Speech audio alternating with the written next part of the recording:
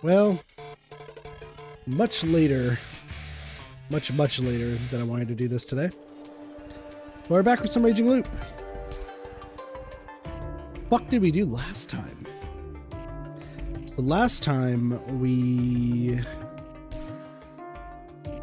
beat one loop, and by beat I mean we died.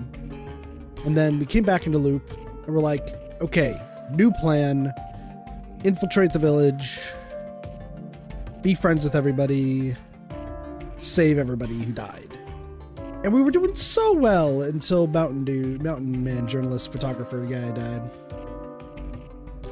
It's not our best start, I would say.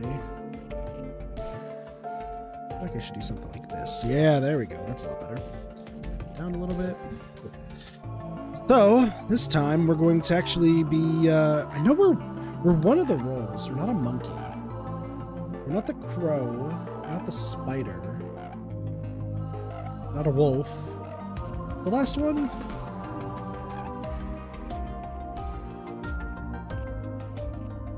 Whatever the seer role is, that's what it is. So let us go. But a few days. I apologize. I'm being sick to just crazy stuff, but we're here anyway. Charts. Yeah, we're in wit, but that still splits off even more. I don't know how long we're gonna go for today, but I'm gonna try to read my heart out. So we already had people at the hall: Kanzoshi, Takumi-san, Kyonosuke, Shi, Yoshitsugu-kun, and guys, Jimmy. And Hisako. Yeah, she lived this time. However, she hates everybody. Jimmy and Mamiya-san were here too. Mamiya-san looked depressed. Her panic attack seemed to have subsided, but that didn't mean she'd come around to all this. Jimmy whispered to me that they couldn't reach the data they picked up, so we had no clues for the camera. The wolf guy, the students, Haruchan's face was still pale. Kaori-san, Rikako-san, Mako, and I all went inside. Something strange happened then. As they went in, they hid their faces with both hands and lowered their heads. It was a really weird gesture. I actually seen it last time, though.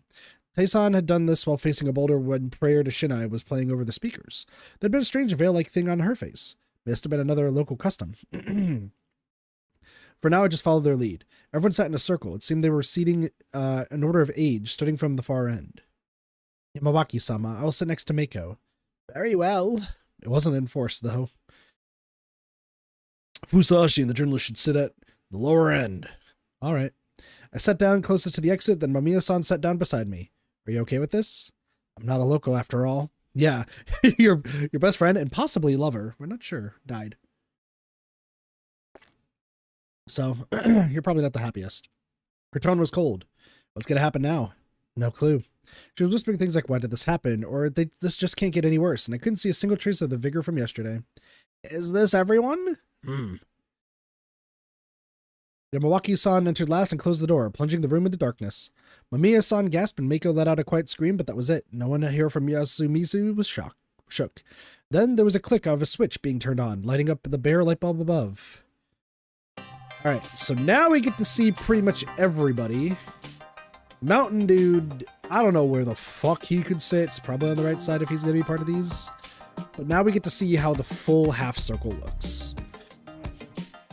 So, oldest are on the left, all the way to the right, and then the far right are the outsiders, is pretty much what it looks like.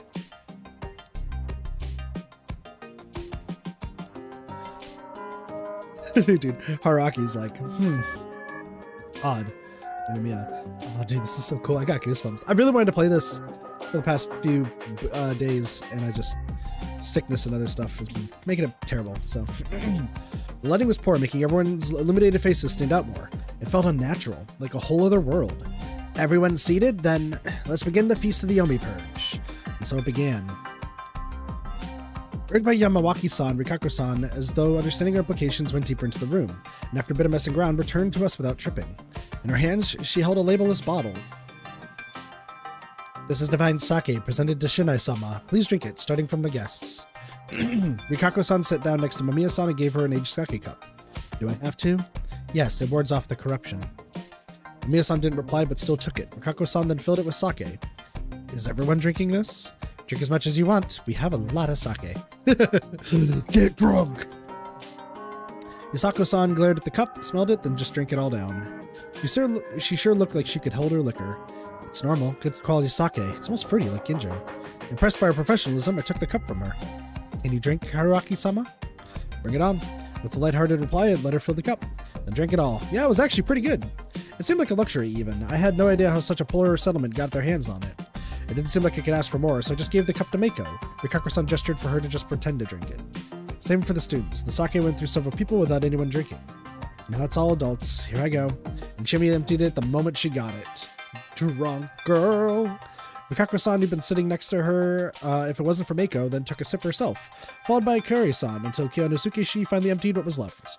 Takumi-san drank 2 full cups, saying, "Some feast, huh? You get to drink sake during the day." Then the elders each emptied a cup. That was everyone, so Rikako-san took the bottle and cup and returned to her place. We done? Teba, talk. We have people. We do not know the story. You should start from the beginning.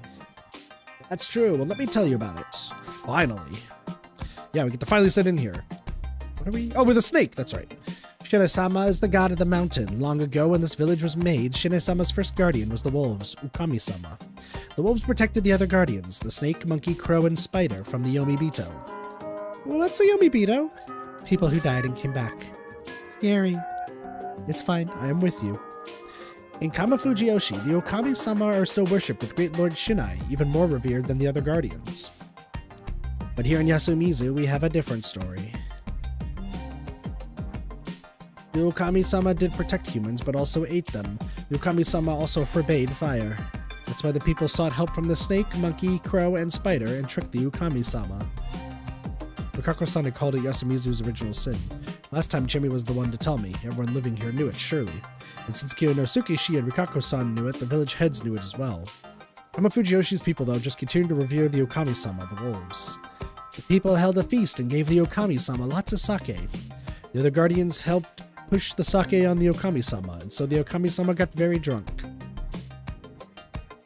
Eventually, when the Okami-sama fell asleep, the people took the Okami-sama and threw them into Saranaga.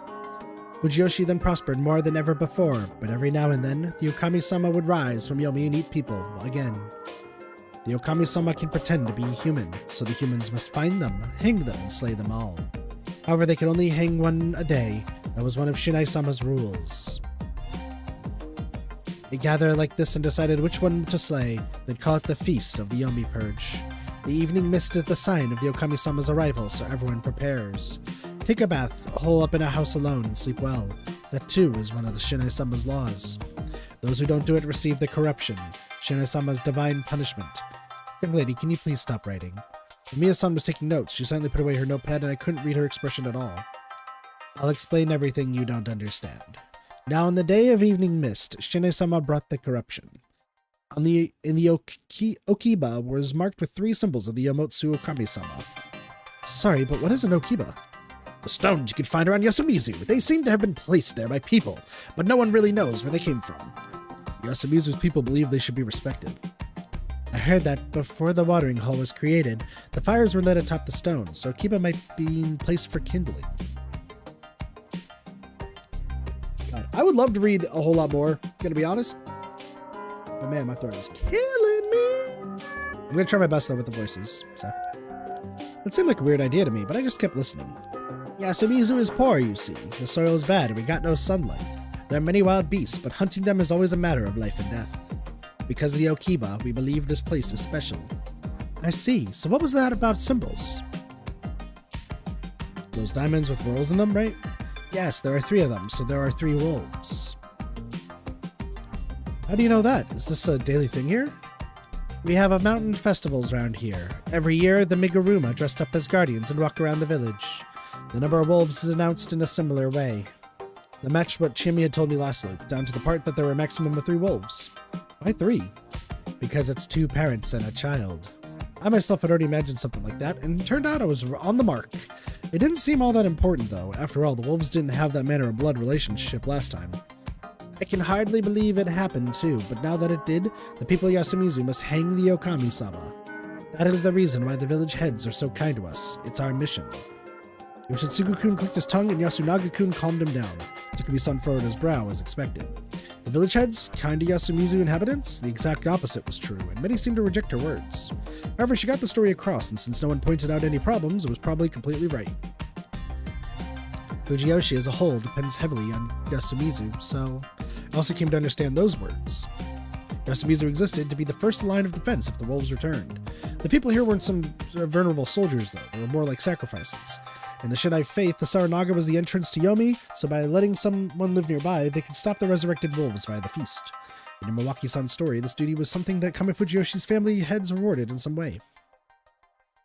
This wasn't the time to focus on the minor inconsistencies, though. There was something more important. I had to listen and see how accurate the rules she presented would be. Keeping my mouth shut, I waited until she'd gone over everything regarding the rules. And I considered it all. We had these among us. 3 wolves, a snake, 2 monkeys, a crow, and a spider, which means 4, 6, 7, 8. I think there's 15 people total. So half of them are just random people, and the other half have some role. The snake could write down the name of a still living person and place it by their pillow before bed to find out what they were. The monkeys, upon receiving their guardians, would be informed about who the other monkey was. The crow would wake up to find out whether the person lynched the day before was a wolf or a human. The spider could write down the name of a still living person and place it by their pillow before bed to protect them from the wolves. The power of these guardians were given out with no regard for the blood of the families they were supposedly protecting. The powers were to be used to discuss and lynch someone each day. There were 3 wolves. They would brutalize one of the humans every night. The wolves had to be purged before they killed all the humans. If you broke the rules, the god of the mountain would bring forth the corruption, a supernatural death upon you. Once the explanation was over, the room was filled with the sounds of discussion, but there was still something I had to confirm. I opened my mouth. Hold on, Teba. There's something I don't understand. Yasunaga-kun was faster. What is it? You said that the wolves only kill 1 person per night. Yes, but why? In Shine-sama's court, even the Yamotsu Okami-sama must do what he says. Why did he give him that rule, and why do they obey it? It's not for us to fathom.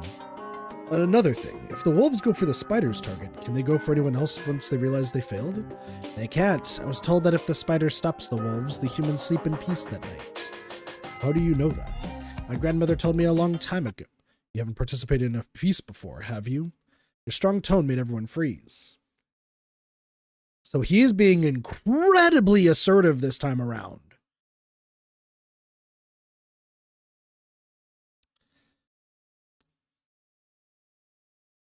He's being incredibly assertive. Very much different than the laid-back tone. Okay, so this could be the true Yasunaga. That is possible. This could be true Yasunaga then, where he's very much wanting to keep everyone alive, which, once again, is different than what he was when it was in the first loop. So have terrible water. Wish I had a lid, but whatever. Playing fire over here. Anyway, based on how he is, I would hazard to say that since he's acting completely different to how he was originally, he's probably a human. Yasu, what's up with you? If there are feasts every time there's mist, someone must have been in it one, right? As far as I know, we had a mist just 8 years ago, and Nichan, stop! Haruchan raised her voice that attracted everyone's attention. Stop, I don't want to remember. But Haruchan, I'll ask later, Yasu. My son and his wife died back then. Don't make Haru hear about it. Interesting. Baji-chan. Oh, so that's how it was. Did you see the aftermath of the landslide uphill? It's been like that ever since the Nosato got to work at the place 8 years ago when it collapsed. It was all coming together. The landslide and Haruchan's parents' deaths both happened 8 years ago, when there was mist. I wasn't in Yasumizu back then. Did you forget? I helped run the Kame Fujiyoshi school you children were staying at. It's my first time. The feast probably happened while we were away. My grandmother might have been in one herself. I see. Yasunaga-kun backed down, but it didn't seem all that convinced. Oh, you got older people here and it happened 8 years ago? Fucking they lived through a lot of this shit. I also had questions how the rules of the feast could be passed down so perfectly through nothing but word of mouth. Also, fair point. After all, rejecting those rules meant death. What if there were gaps in what we'd just been told? Those who never heard of these rules or participated in the feast wouldn't have a clue. From what I knew, Tae-san didn't mention 3 important rules just now. The wolves also couldn't kill more than 1 person. If the spiders successfully stopped the wolves, they couldn't choose any other sacrifices for the night. The guardians were written in blood, and you couldn't show yours to anyone.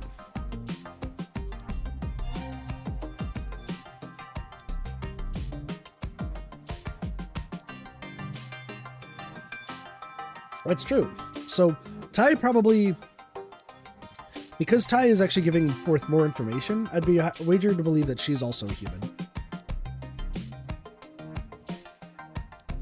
The first two were pointed out by Yasunaga-kun, but the last one, the thing I heard from Kanzo-san, wasn't mentioned yet. I wasn't too confident in this method of conveying the rules. If this was the way they'd been passed down over the course of the feast's long history, it seemed to me that vital information would have been left out like this, resulting in everyone dying through unintended rule-breaking long ago. That would have ended the tradition, and the fact that hadn't happened meant there might be other ways of conveying information. In particular, they hadn't mentioned anything about the way the Guardians were given. Leaving out the part about how they revealed their blood text seemed particularly risky. After all, it was possible that you could sleep in and someone could come in and see it without you realizing it, or you could roll around in a bad way and rub it out. Well, if they said it was some supernatural blood that didn't fade so easily, I'd have no idea what to make of that. There was also the possibility that you could walk around with the text in your stomach without realizing it was there. It took Kanzo-san pointing it out for me to go back and check it. I'd like to ask more about it, but there was the same as telling the wolves I had a guardian. What a predicament. It didn't seem like I had any time to think about it. Enough of that. We drink, listen to the hag, pick someone to kill, right? And how the fuck do we do that, huh? A reasonable question. If the story's true, it means that some of us are already dead and replaced, doesn't it? See, this is what I was talking about. I was like, there's already 3 people dead and they're just feigning. It's not like they're given enlightenment, they're just, yeah, no, Mochi is completely right. Oh no! Like hell that's true. Tsukumi-san had no patience for such superstitions. This is all the village heads' fault anyway. They want to have some of us off in the mist to dampen our spirits. Mura, what do you think they are? Rotten-brained scumbags who are behind the times. Don't act like you can deny that. But what do you do to kill a person that way? I don't know. It doesn't matter, Takumi. The wolves will kill us if we all sit back and do nothing. We gotta hang them in the feast. There's no other way. Oh man. Saying that at this point was pretty much an admission that he'd been in a feast before. However, his sternness made it hard for anyone to point that.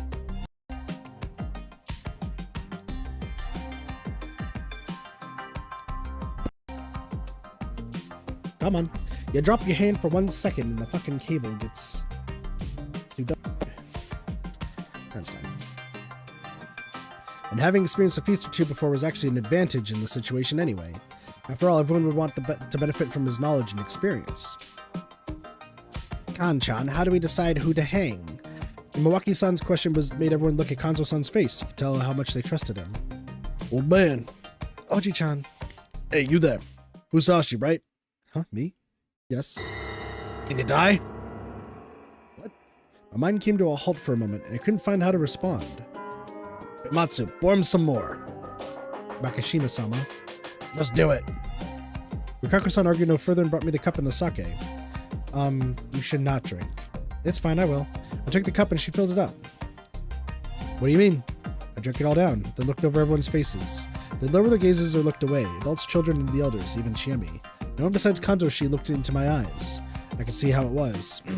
Someone's gonna die. We gotta decide who. The wolves will win if we don't. We can't waste a day, but no one's reeking of wolf right now. We'll know more if one dies. I understood now. He wanted to start off by unmasking the crow. My death at the tree would be a chance for him to show themselves, since they know for certain whether I was human or a wolf. Kanzo-san really did not know how the feast worked. Or really did know how the feast worked. He understood that victory depended on those with guardians. True. However, we happened to target the fucking snake. And since I was new here, I was easy to sacrifice and preserve the group's unity and mental health. I could tell that they would tolerate me being the one to hang. However, I couldn't let that slide. My current objective was to survive and escape, not to mention I was the snake. My death would be really bad for the humans. However, you came here to die, didn't you? Die for us, will you? What a good scenario. If they didn't want to die anymore, they probably wouldn't suspect me, but it wouldn't be good in the long run. If they saw me as pathetic, I'd lose popularity and my word would start to mean less. The settlement was in danger, Kanjoshi was trying to take control of the situation, and everyone was okay with it. If my words started meaning less to them, I'd be at a disadvantage, creating a situation where I, like the outsider I was, could be killed easily. He's also, though, kind of acting like very different, but you also gotta remember, though, that last time we came in as a pure outsider. This time, we kind of came in with a story that didn't work too well, it seems like. The only option was to express that I was a person who shouldn't die, but be roundabout while doing it. However, that could make me look dangerous and make it more likely for them to see me as a wolf. Or some more. But please do. Or so another reason he was making me drink was to get me drunk, making me less resistant to being hanged. Well thought out. I couldn't get drunk from this, though. What a jerk predicament. I had no choice but to man up. Wait, what are you about to say? Hisako Mamiya cut me off. This wasn't too bad, so I shut up and let her talk. I can't just keep quiet and listen to y'all. Are you all actually okay with that? If so, I can't play along. Mamiya-san.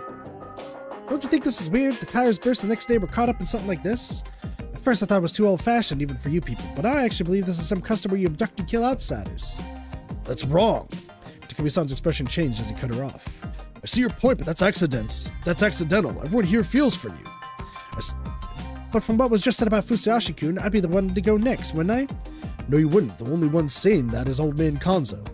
Takumi, listen, this ain't the way to do this. We should talk about who's shadier than the rest. No one is. We all reek the same. Talking ain't gonna help. Kanzo's a wolf. Kanzo's a wolf. He is so different from last time. He's gotta be a wolf. We all reek? Even me? Mm-hmm. Why? It don't matter in the feast. The old yet robust man stood up and spoke aloud. There are monsters among us. They don't look like it now, but they'll kill us at night. That's the feast of the Yomi Purge. You won't win with emotions. Buddy, you did fucking speak last time. Takumi's more or less the same. He's not really super thinking. Yasunaga is different, and so is Tei, because they're both like... Well, Tei's actually like been more... She's better at this. Yasunaga, though, very different, so I think he's definitely human. No one's really pointed out any other, like, strong other inconsistencies, but Kanzo's 100% a wolf if this is how it's going. Monsters? Old age getting you, huh? Yoshitsugu, please stop. You believe in monsters, Hag? I don't. There's also the issue of a guy who put nails in the woman's tires. Someone put them there? There hasn't been any construction recently, right? People barely had money for nails. Gotta be on purpose. Are you saying the village heads are responsible? Who else? They want to see people die, so they drag the outsiders into it. Seems likely. Preposterous. They're too busy for that. Young'un, you were sent by Higuchi, right?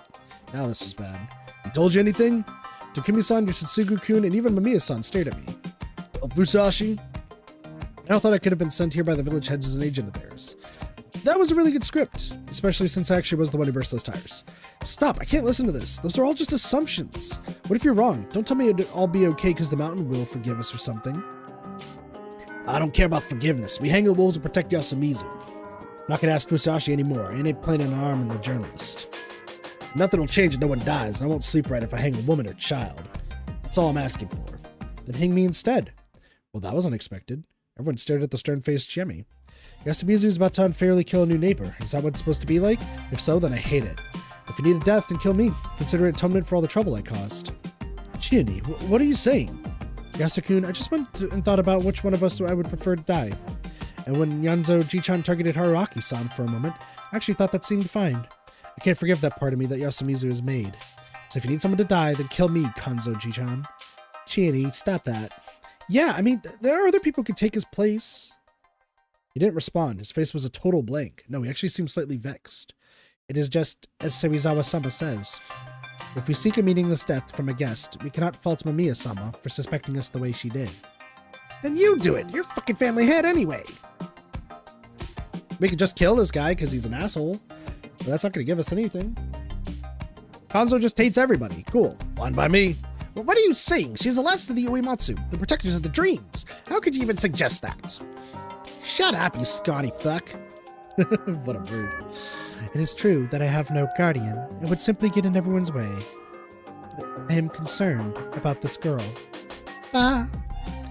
Good old Mako, who's just here for the ride. Using the brat to beg for your life, huh? Yoshitsugu, shut up already. If you stop playing the good guy, it's their fault that mom's... This has nothing to do with Uematsu-san. Stop troubling mom already. Yasunaga, Yoshitsugu. I was at my limit. Though Kanju-san's idea was reasonable, it was possible he too was being swayed by antagonism towards the village heads. If they moved based on that or just some sort of hatred, everyone would just become more emotional. People became wolves without any regard for bonds and relationships. I knew that well. That was why I couldn't let the feast take that turn and become heavily controlled by outside factors. It was also the fact that I wasn't about to just accept death. Then, could I let the volunteers die instead? I wasn't fond of that idea. Excuse me. I'm a monkey. Motherfucker just brings up the fact that he's a monkey! Okay. Who's your buddy? I might have underestimated the Feast of the Yomi Purge. I couldn't control it at all. There were too many wills clashing from too many people. Surprised by Yasunaga-kun's words, I fell silent and shot him a sidelong glance. Yasunaga, My guardian is the monkey. I don't like it one bit. The mountain sure works in mysterious ways, huh, Mom? You serious? I am, Yoshitsugu. Kanzo-san, I do believe that we must eliminate the wolves. But if we hang someone based on what happens outside the feast, we'll have major trouble in the future. Fair point. See, this is why, so like, Yasunaga as a wolf, really fucking good. Really good time. Yasunaga as a human, also really good, but is like the target of everybody. There's still other things we can do. I'm a monkey, as such I want the other monkey to present itself. Wait, Yasukun, guardians are too precious to reveal just like that. Yeah, but it's not the crow, it's not the spider, and it's not the snake. So like, the monkey is actually like the easy, like it's best to get the monkey out of the way now, because it's two people who could technically just, if they die, there's like no information gained or anything, or like lost. Like they're just, if they die, they're pretty much safe. No, Teba, the monkeys are the only ones that should be revealed. You understand, Haruchan? Sorry, not at all. They're two monkeys, but they don't have any special powers. They're just monkeys. That means they're not much of a menace to the wolves. Revealing them instantly removes two suspects, making it easier to find the wolves. Oh yeah, they're just people, so they're safe. Now, please show yourself. This was a trap. The monkeys knew who the other monkey was. He didn't have to ask them to name themselves. He could just point them out. He also emphasized that being a monkey meant you were no longer a suspect. He wanted to set a trap for any wolves who didn't have a good grasp of the situation. If a wolf tried to pretend to be a monkey, Yasunaga-kun and the other monkey would point it out, leading to the faker being hanged. Even if it didn't work, like you said, exposing the monkey was a good way to get rid of two suspects. Everyone knew how the monkey worked would understand this, but as things were, it was unlikely that a wolf could fall for it. It was a simple creative idea with no risks involved. I guess the risk would be getting yourself killed, because if the other two monkeys immediately chimed in, like if the two real monkeys chimed in, then all of the blame goes to you. So either he is a monkey and there is just one other monkey, or he's not a monkey and he's risking a lot just to like try to get another wolf. And now that he come out as a monkey, he was confirmed to be human. That made me more relieved than anyone else. This meant that the one who had flawless victory as a wolf last loop wouldn't be the enemy this time. I already knew that the guardian assignments were completely different than last time, but it was still a nice thought. However, that idea was quickly flipped around. Yasu, don't go acting big on your own. Big? Monkeys can reveal themselves? How many of y'all agree with that? The only ones who raised their hands were Chikamochi Kamoshida, Kyonosuke Nosato, Shimi Serizawa, Isako Mamiya, and Haru Makishima, who was kind of timid about it. Yasunaga-kun included, that was 6 people, a minority in the 15 here. Acting big when no one understands a thing, the blabbing on will making yourself look right. That's what wolves do. Everyone suddenly stared at Yasunaga-kun with pointed glares.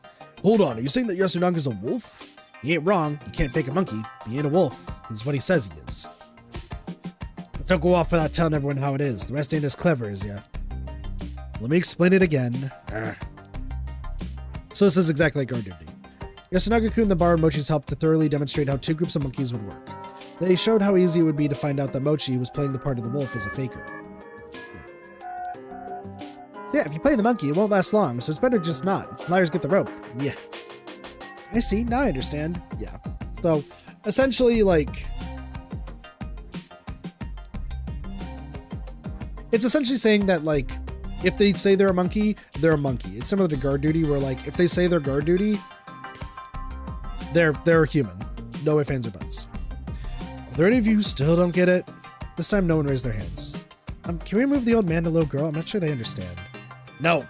Kanzo shut her suggestion down, and since no one came to support her, she quickly gave up. The worries were very reasonable. The feast, however, wasn't.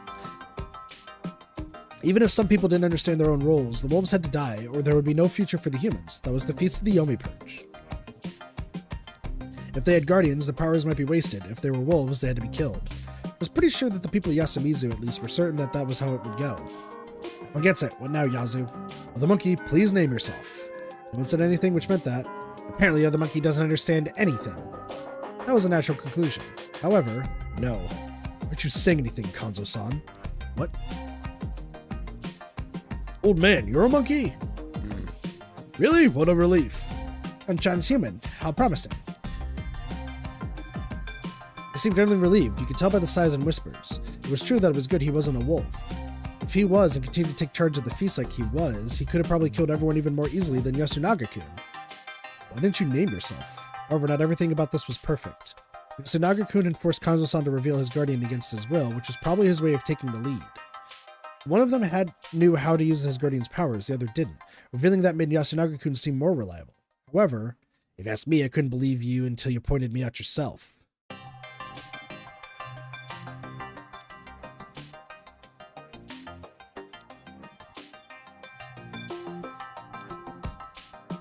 It's just absurd. Watch what you're doing. Yasunaga-kun's first step went over the heads of most of those present. Kanzo-san had used that against him.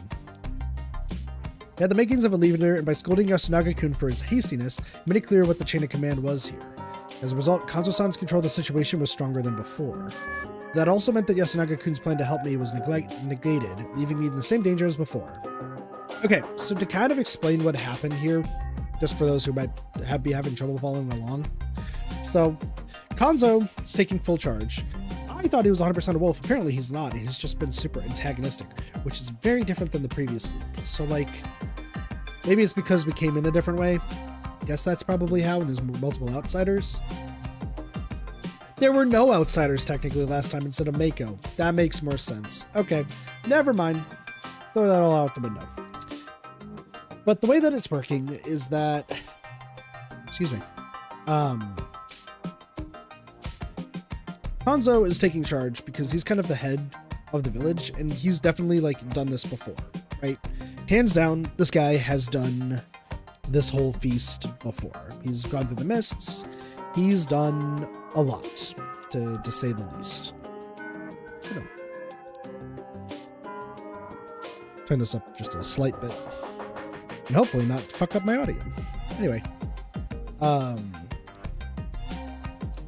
so Hanzo wanted to take the easy way out of just getting an outsider dead, so that way no one felt really bad about anything that happened, and that way just making sure that the only people who would survive are the village themselves.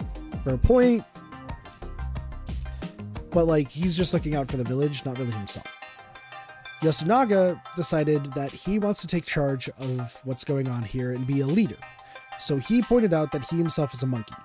Based on the rules, if a monkey is similar to guard duty from Nosha. If a monkey reveals themselves similar to a guard does in Nosha, then they are 100% human. They cannot lie about it. This was putting forth the fact that a wolf could lie about being a guard duty. However, they're coming up with the idea that if a wolf were to say that they were guard duty alongside, that because they didn't understand that the monkeys already knew who the other monkey was, that way it would get rid of the wolf immediately. The problem is, the wolves, I get the feeling that if you're a wolf, it kind of tells you how each role works right off the get-go of like what to be aware of, right? So in a game like this, only the other monkey, who is most definitely human, can say anything. Yasunaga tried to put forth this idea of like, hey, I'm a monkey. Other monkey, reveal it. But here's the thing, if anyone even spoke up and revealed that they were a monkey, you still, like, because people are still not understanding the game, it could be possible that both of them are lying. And then if two other monkeys decide to say that they are the monkeys, then you have four people all saying they're monkeys, two of which are wolves, meaning that out of the three wolves, you know that there's potentially two of them.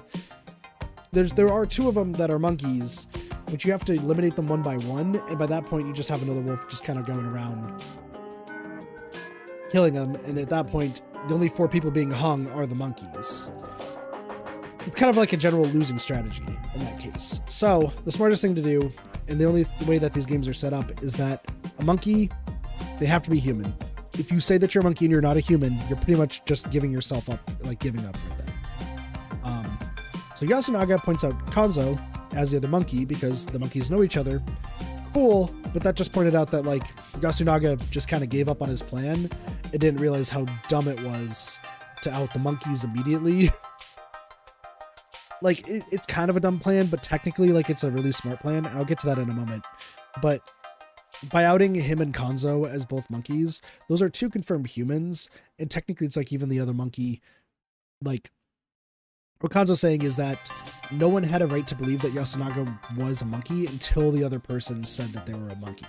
If no one did, then he looks like a very obvious wolf that failed. So Yasunaga tried to take control, didn't. So Yasunaga and Kanzo are the monkeys. The problem is Kanzo's still in control of the whole trial and Yasunaga isn't. Once again, if anyone else said they were a monkey, they'd get hung. And Kanzo, I get, is saying, hey, we should not have revealed this early. It's a dumb idea. But technically, here's the thing. By having the two monkeys revealed immediately, you never want to kill the monkeys if you are a werewolf. The reason why you don't want to do that is because it's just a waste. Yes, you know that those are two people, and unless they're like really, really pivotal to the discussion, there's no reason to kill them. So you could just usually leave those two alive, and as long as you can get the crow or the snake out, you're fine, because those two people can't do anything without the votes of the others. And it's 3 against 2. But like, pretty much by admitting that you are human, there's no reason to kill them, in my opinion. Anyway, we had to act now. Excuse me, can I finally talk? I went and asked Kanzo-san. Talking out of turn here would just make me look like the bad guy. I don't want to die yet. It's not like my life's precious to me, and I just think I can be more useful to you alive than dead. Makishima-san, this morning you told me that guardians appear in the stomach. Does everyone else know this? I watch everyone's reactions. They just made a little bit of noise. I forgot to say it. It said that the guardian marks appear on their body. I think everyone from Yasumizu looked at themselves this morning. If you found a mark, you can't show it to anyone. You have to hide it? No, you can wash it off. I see, so outsiders like Kusako-san and Mako-chan might have not known about this. I told Mako about it. No need to worry. Okay then, what about you, Mamiya-san? I didn't look. First I've heard about this. So it's possible that Mamiya-san has a guardian, but just doesn't know it. By the way, can we pause the feast? We leave it until we decide who to hang. I see, so Mamiya-san will have to check if she has a guardian before tomorrow's feast and should be left alive until then, right? And if I had a guardian, you couldn't hang me, but if I didn't, you could. That's why you asked me that question this morning, right? Sorry, your stomach? Huh? The guardian's show on the stomach. Since you apparently concluded that I didn't have a guardian, you decided to hang me, right? Surprisingly, Kanzo-san grinned. You got a good head and tongue, I see. Kanzo-ji-chan, you're being too cruel. It's fine, Chibi-chan. I understand my position and knew this was how it would go. As a human, I don't plan to lie to survive, but I just want one more day. I'll use it to think of ways to help the humans win and find it useful information. I'll present it to you tomorrow. If it's so good, you can hang me then. I mentioned that I had a guardian or whatever the info I would present was based on guardian powers or simple strategy. I was weasel wording like mad. Good plan, because if you admit that you're a guardian, so here's what he's doing essentially. So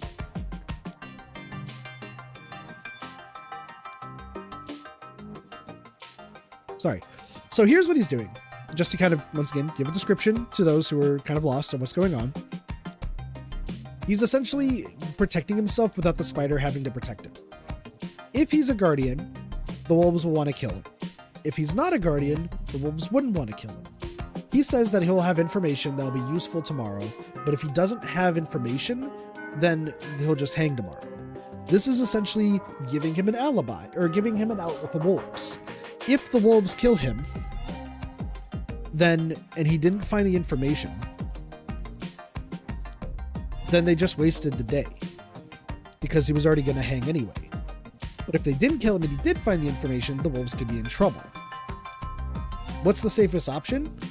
You could say they could waste a day to kill Haruaki, but that also is giving the spider, who is like the bodyguard who could protect Haruaki, an option to protect him.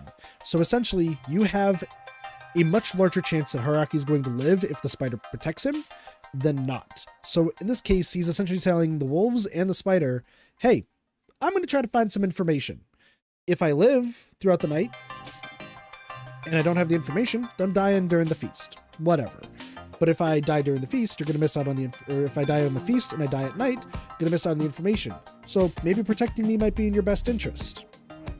Speaking the spider's interest as well as the wolves' interest. So right now, the wolves if they're playing smart, and this would be what I would do, honestly, in this case, because it could be a bluff, and I would like to take the bluff because it's hard to get information and stuff like this without, talking. I keep moving my mic, I apologize. I would say that, just adjust this here. Excuse me. So if I was a wolf, I wouldn't kill Haruwaki, because the spider could be just, it's likely that the spider might protect him regardless if he has a guardian or not. And if that's the case, I would want to kill somebody who would still try to benefit to the group, both wisdom-wise and not, that I know wouldn't be protected.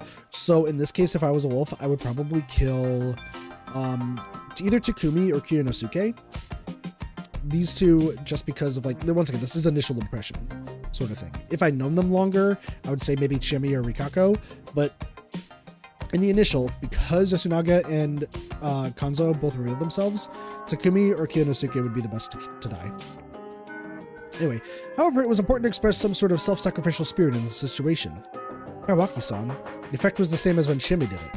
Not everyone here agreed that someone should die for the others, but this was a situation where everyone's lives were in danger, and here I was showing acceptance of my position. Everyone here could tell it wasn't something a wolf would do. The wolves are more likely to hide among the silent ones, not the ones who told the others to kill them. If everyone agrees with his words, the one who we should hang should be anyone besides the monkeys, Kanzo-san and I, Musashi-san or Ramiya-san. No one objected. Do that then. I was in for a hell of a time on tomorrow's feast. However, the day I'd brought should be enough to open up a path for me. Who do we go for then? Why not just take out the village heads? Yoshitsugu, shut up. Takumi-ni, you don't like them either, do ya? If you hang someone because you don't like them, you're the same as them, damn it. I would still hang Yoshitsugu. Yoshitsugu-kun complained a bit, but then fell silent. He probably understood his point. I have a suggestion. Say it, though, Sato. This isn't getting us anywhere. We should choose someone by popular vote. Don't you agree, Sir Makishima? Oh, what the hell? That's insane. I ain't choosing like that. It's not insane. Do you have any other way to get the consensus of so many people? We can talk it out and decide then. Takumi Nichan, I understand how you feel, but can we really kill by popular vote? Nichan, what do you think? I agree with Nosanto-san. You too? That works. Everyone was stunned that they accepted Kiyonosuke-shi's proposal. Uematsu, got something to write on? I'm sure we do, but eventually everyone agreed to it. They must have understood that this was how it had to go. We're doing it silent now? There was a place for storage deeper inside the hall. This was probably where the sake and cup were kept. The inkstone case they kept had the fresh paper inside, and by Kanzo-san's command, Rikako-san began writing down what she had to. Musashi-kun. Yes? They prepared sake and writing tools. That means that someone knew this could happen, right? Yeah, the paper doesn't seem decades old either, and the water isn't rotten. Doesn't that mean this whole thing was set up by humans? This building is a shrine to Great Lord Shinai. 2 times a year, during the mountain festivals, the 4 head families of Kame Fujiyoshi present various offerings. Divine sake, writing tools, ropes, sickles. I was told these items had been kept here for a long time. That means that they weren't just for this time. The head family still knew that they would be used, right? I know nothing of that. I've been married into the Higuchi family for almost a year, but I never heard of that. Oh, I never mentioned that, did I? So that's how it was? Well, I was in the same situation myself for a while, but I never heard anything about that. Who tell you of all people? No one would want to share their secrets with you. I don't want to hear that from you, Uncle. Sounds complicated. I also did not know that the things here would be used. Man, you know you don't talk for like an entire week, and then you come back to do voices, and it's a terrible idea. Whatever. There might be something that only the Meguraruma know, or perhaps only a select few of the village heads. You lying bitch! You're the head of the Uematsu. Ushibo, she's writing. What, you wanna go, old fart? Yoshi, cool off. You too, Takumi-ni? Chicken shit. Oh man, I can't say I don't understand him. Mamiya has a point. This means that the heads just acted nice and attributed the stuff, knowing this would happen to us. Uematsu, you sure you don't know anything? You can say it all. You can say it. It all makes sense then. I merely had a feeling that God would soon rise again. Suddenly, loud noises. They were caused by Chimi and Haruchan. No way. But no, God is... Laughing noises? The fuck? What? Haru! The sudden burst of happiness was too much for me to keep up with. Her and Makishima suddenly started laughing out loud. Kanzoshi's face paled right before he ran over to her. Everyone else just stared at them, dumbfounded. So Chiemi panicked. Haru laughed. Haruni, again? Weren't you cured? Haru-chan, hang in there. Out of the way, Chikamochi. Crap, son of, you know anything? See, didn't I already tell you before this mental illness cannot be treated in a place like this? I should change to this. See, didn't I already tell you before that mental illnesses cannot be treated in a place like this? Hey, don't touch my granddaughter. Menacing and pushing everyone away, Kanzo-san embraced Haru-chan tight. Haru, calm down, I'm here. I had no idea what was happening. God was sort of like a keyword. No idea why, but last time it had a profound effect on Chiemi. It worked on Haru-chan too? What did you hear? Actually happened before. Was it different from the Okami-sama and Shinai-sama? Okami, wolf. Come to think of it, in addition to wolf, Okami could also mean great god. Was that significant? The wolf is coming. Not now, you old fart. Takumi-san, no violence. Thus I offer homage to Shinai-san the Almighty, so peace may come to pass. Thus I offer homage to Shinai the Almighty, so peace may come to pass. Dude, she's fucking... They're all losing it. Man, things are getting out of hand. So true. Haruaki, what'd you get yourself involved with? Still, Haru-chan eventually calmed down and, albeit still delirious, began talking normally. What? Did I collapse? Anemia? Keep it together. Oji-chan. By the way, Chiemi too had long since recovered, and she was now acting like nothing happened. Okay. So, let's break it down for what's happening, and I'm going to just kind of go here. Let's break down our characters, shall we? About what's going on, because holy shit, this is crazy. We got Haruaki. He's normal as fuck. He's normal and smart as hell, and so is Chiemi. But Chiemi now has a trigger word of God, and when saying God, it causes her to kind of just lose it, in all honesty. It was better, like, having it this way.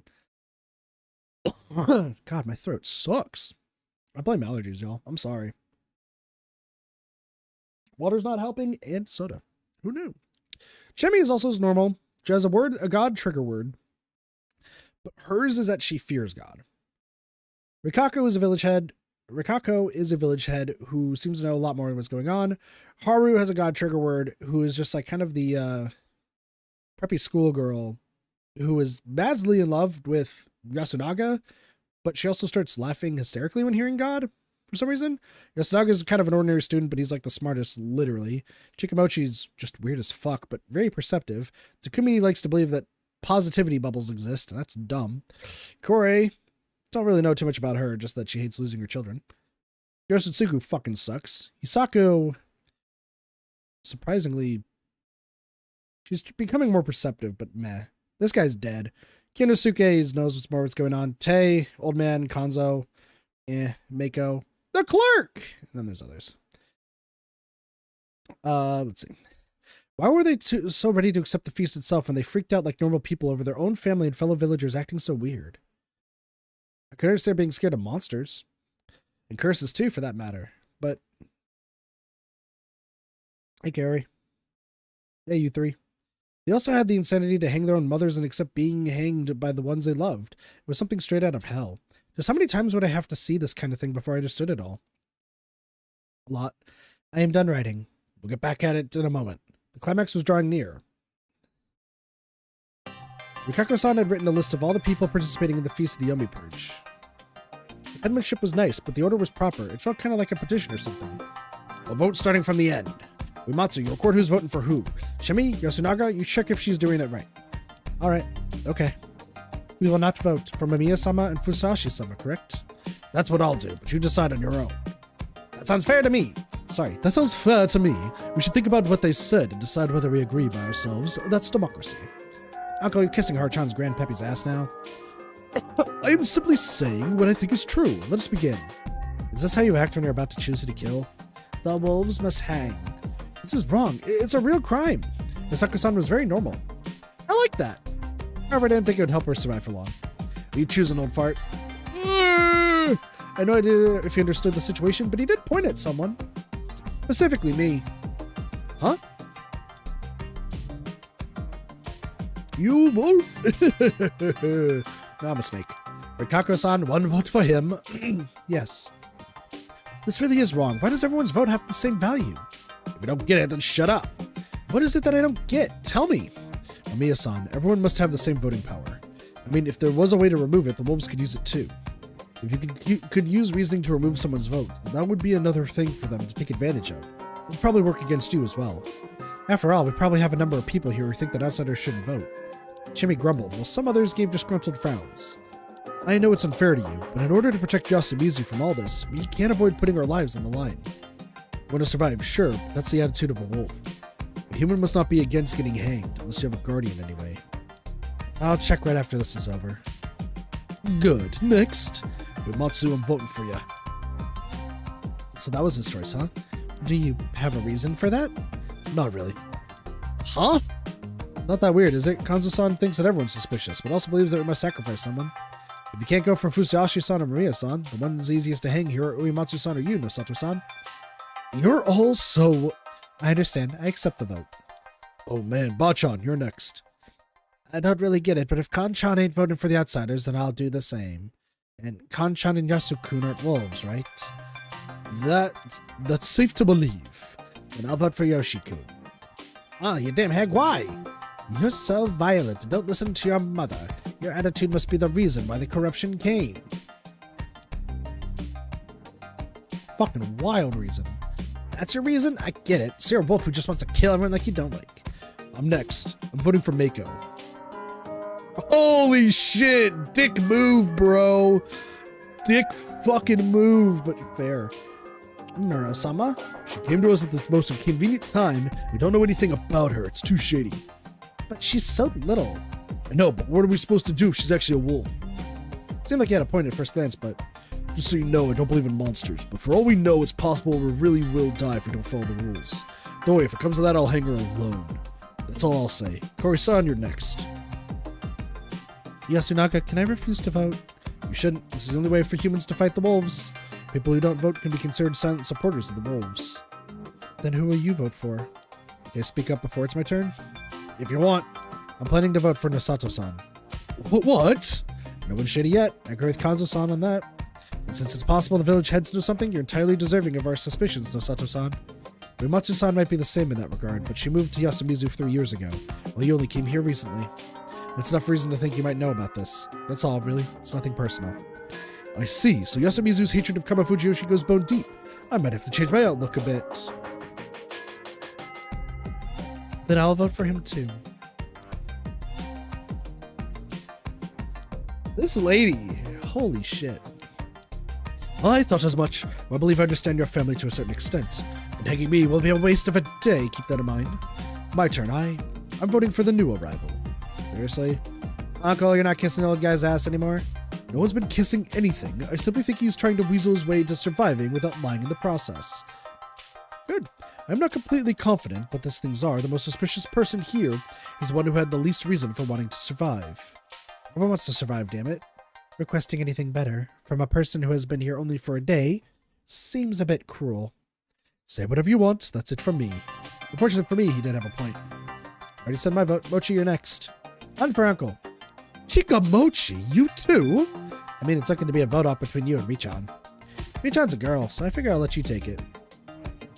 Chikamochi-sama. I have nothing against protecting Rikako-san, but that is an entirely different matter. Anyway, it's time for the one most likely to vote for Uncle, Yoshi! One for Uematsu. Huh? I just think she's shadier than that scrawny dumbass. Well, I wanted to vote for a certain hag here, but I guess it's more important to actually kill someone.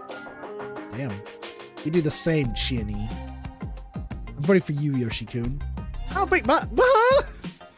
Yoshi-kun, if you really aren't a wolf, you should stop picking fights with people. There's no guarantee that the wolves are all Kamafuji Yoshi's people or the elders, you know? There's no proof you aren't a wolf either. I'm almost completely against everything Nosato-san's saying, but I agree with that much. It's a four-way draw. It's essentially a four-way draw between Nosato, Yoshi, Yoshitsuga, Rikako, and then Haraki. I hope it's not you, but maybe my vote will encourage you to knock it off.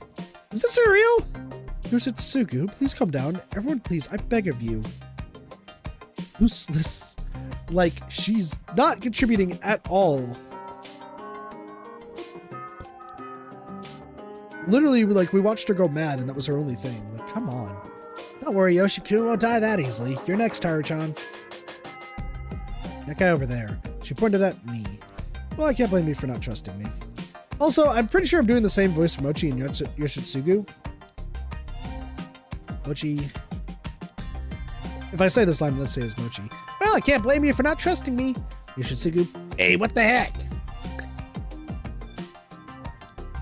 I don't know. I'm using the same voice. I'm bad at voices, especially when I'm not a professional voice actor or anything. Haraki-sama. You're next, Rikaku-san. I'm voting for myself. What? Is that allowed, old man? Nothing against that, right, Teba? I've never heard of this happening, but it ain't forbidden. Rikaku-san, I know what I said, but you don't have to force yourself like that. No, your spirit for self-sacrifice moved me and made me realize that perhaps my role here is to take in the hatred of everyone present. If you do not know who to vote for, please vote for me. Just please spare this little girl. What was I supposed to do with this? Mako, pick someone to hang. Him. You goddamn brat. Yeah, that'll be a better voice. You goddamn brat. Don't bully Oni-chan. Aki-san, you're next. Kino Tsukishi, Yoshitsugu-kun, Rikaku-san, and I all had 3 votes each, while Mako had just 1. What if several people get the same amount of votes? Him? When the rest of us vote to hang one from just them. Well, well. The suspects who go up to the next round would lose their right to vote, huh? That was something. If that's how it worked, then what if there's still a complete split in the second vote? That's what everyone wants. We won't hang anyone. That was interesting. They'd go for a final vote by limiting the suspects and giving the voting right only to the rest. If there were several in the limited group who received majority votes too, they could vote again. But if there was a complete perfect split among them all, then they couldn't cut the numbers down again, nor return back to square one, making it impossible to continue the voting. This was actually quite a delicate situation. The ones in the lead were Kino Tsukishi, Yoshitsugu-kun, Rikaku-san, and me, with Mako behind us with just 1 vote. Normally thinking I could vote for one of the other 3 to make sure I survived. Then, even if Mamiya-san picked me, I wouldn't die right away. There'd only be a final vote, which was dangerous in its own right. However, I did feel like voting for Yoshitsugu-kun. His votes were mostly just a punishment for being a brat, so actually killing him would shock everyone present. There was also Kaori-san, who would most likely make a mess of the whole feast again later on. I wanted to avoid that. Then, was that a vote for Kino Tsukishi or Rikaku-san? The former seemed like the better choice. He voted for me, and he'd probably prefer to die rather than see Rikaku-san hang. However, it really didn't feel like a wolf to me. Could I really kill him off just because the village heads like him were so resented here? What will you do, Mamiya-san? Why are you asking? Honestly, I feel like the very act of voting is risky right now, so I want your opinion. I'll prevent a murder. Possible, anyway. Did she also see it? Did she notice the unlikely but possible way of preventing everyone's lynching? It helps the wolves, you know. Like I care, it's Japan, we have laws. If you're gonna prove a crime just like that, I'm gonna stop you like the good person I am. Her words are just too reasonable. Honestly, I feel like a number of you here are voting to make a certain something happen. I mean, you wouldn't normally get votes spread out so evenly. Would a death in a situation like that really be a vote by consensus? Yeah, I didn't think I'd get a response. I had to think this through. In most situations, hanging someone was the way to make progress. However, I still had another option. The snake's power. If I didn't use it at least once, there'd be no point in me having it. First and foremost, I had to make it through this day. However, this was a situation without any clear enemies. If we picked someone arbitrarily, wouldn't it be bad for us in the long run? I couldn't help questioning that course of action. Well, there was no point in lying to myself. Honestly, I just really wanted to exploit this loophole in the rules. If you are hesitant, vote for me, not Mako. Rikaku-san went and emphasized that. She really didn't have to worry though. Mako wouldn't die no matter what happened. Even if the remaining 2 votes went to her, she'd just become another option in the final vote, and the candidates would either be me or one of the village heads. Rikaku-san would become a good dumping ground for votes. After all, she voted for herself and suggested that others do the same. She was by far the closest one to death. What she did was pretty much suicide. Did she have suicidal tendencies or something? She did seem a bit dim in certain ways, but not completely simple and idiotic. If you are hesitant, vote for me, not Mako. Why the emphasis, and why then? Oh, yeah, I guess I couldn't kill Rikaku-san or Mako after all. That left me with only one answer. I vote for Mako. Mamiya-san voted for her too, meaning we had 5 people with 3 votes on them. Smart thing to do. Smart thing to do. Why did that not ban? There we go. Get banned, bot bitch. Alright, so let's break it down. Let's break it down.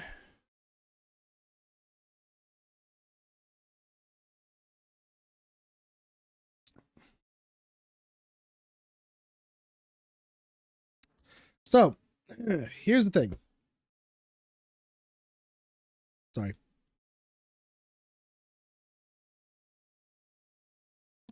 Excuse me. So, here is the breakdown of what just happened from the way I see it. Could be wrong, but like this is just kind of like my general breakdown, okay? Essentially, Hararaki wants to split the boat to prevent anyone from dying this time. If a good situation could happen, the spider protects the wolves, and that way they can only start killing wolves moving forward, assuming that they keep getting the spider. The problem is not everyone's going to survive. So this is not like the greatest situation, but he's trying to prevent as many innocent people from dying as possible. However, here's his choices. If you go for Nosato, Kyonosuke, he's not really acting wolf-like, and nothing's really triggering him that he is a wolf. He's just seen as a village head. Same with Rikako, village head. You have Yoshitsugu, who everyone just wants to punish for just being a douchebag. And then you have Mako and Hararaki. Hararaki is an outsider who they just don't really have any reason like not to kill. And Mako, she's new and also have no reason to kill. But none of the 5 people are really showing any wolf symptoms. So if there is a deadlock vote and everyone already voted, the immediate deadlock prevents anybody from voting again because there was already a perfect split. So no one has to die. That's why we voted for Mako, in order to prevent everybody from getting, in order to prevent somebody from getting killed. Smart idea. And this essentially confirms that there are, out of all the 5 people who were voted for, one of them more than likely is a wolf. I would say best case, 2 people that were voted for were probably wolves, maybe 1 just by happenstance, but nothing is really triggering that one of them could be a wolf. Rikako-san trying to protect Mako does not make sense if she was a wolf. So I think she's cleared. Hararaki is obviously cleared. Yoshitsugu, once again, they wanted to punish him, but he could actually be a wolf, and there was no way that anyone else was going to actually kill him. Nosato-san is hard to tell, and Mako is really hard to tell. We would then start a final vote centered around them. There are 15 people here. According to the rules Kanzo-san described, the 5 candidates would lose their votes. Only 10 would get to vote. That made for a very special situation. It was the key to creating a very unlikely situation where no one died. By the time my turn came, there were 4 people with 3 votes. If Mamiya-san gave the votes off to someone else, the final vote would only have 4 options and 11 voters. There's no way to divide them equally. Someone would have more votes, and we'd certainly have a hanging on our hands. It'd be fine if the split turned out to be something like 2-3-3-3, resulting in a final vote, assuming that the one who got 2 got his or her vote back. But if it was something like 1-3-4-4, and those who got 4 would be voted on again, you'd either have 13 or 11 voters, an odd number regardless. However, there are 5 suspects and 10 voters now, and if the votes were split evenly 2-2-2-2-2, the voting would be cancelled and no one would be lynched today. Mia-san realized this too. That was why she hasn't... Yeah, you can see? Hadn't hesitated to vote for Mako. It left us with another problem, though. After all, the sacrifice was as good as decided. You would just vote for the same person? Crap, Kanzo-san was going for it. I still... Wait, let people vote again. Trevor realized it and acted on it. Yes, of course. Otherwise, I, Rikako-san, please show me the results. Yes, certainly. Exactly, realized it too, and looking at the results just confirmed it. Voter. So, let's go for the people who did not vote, just to kind of get this all. Sorry, it's... If we go here... So if we look at everything, right? If we look at who, this is them taking out who's already voted. So if you look, Mako has 2, Hararaki would have 2, Rikako would have 1, but Kyonosuke would have 3, and Yoshitsugu would only have 1.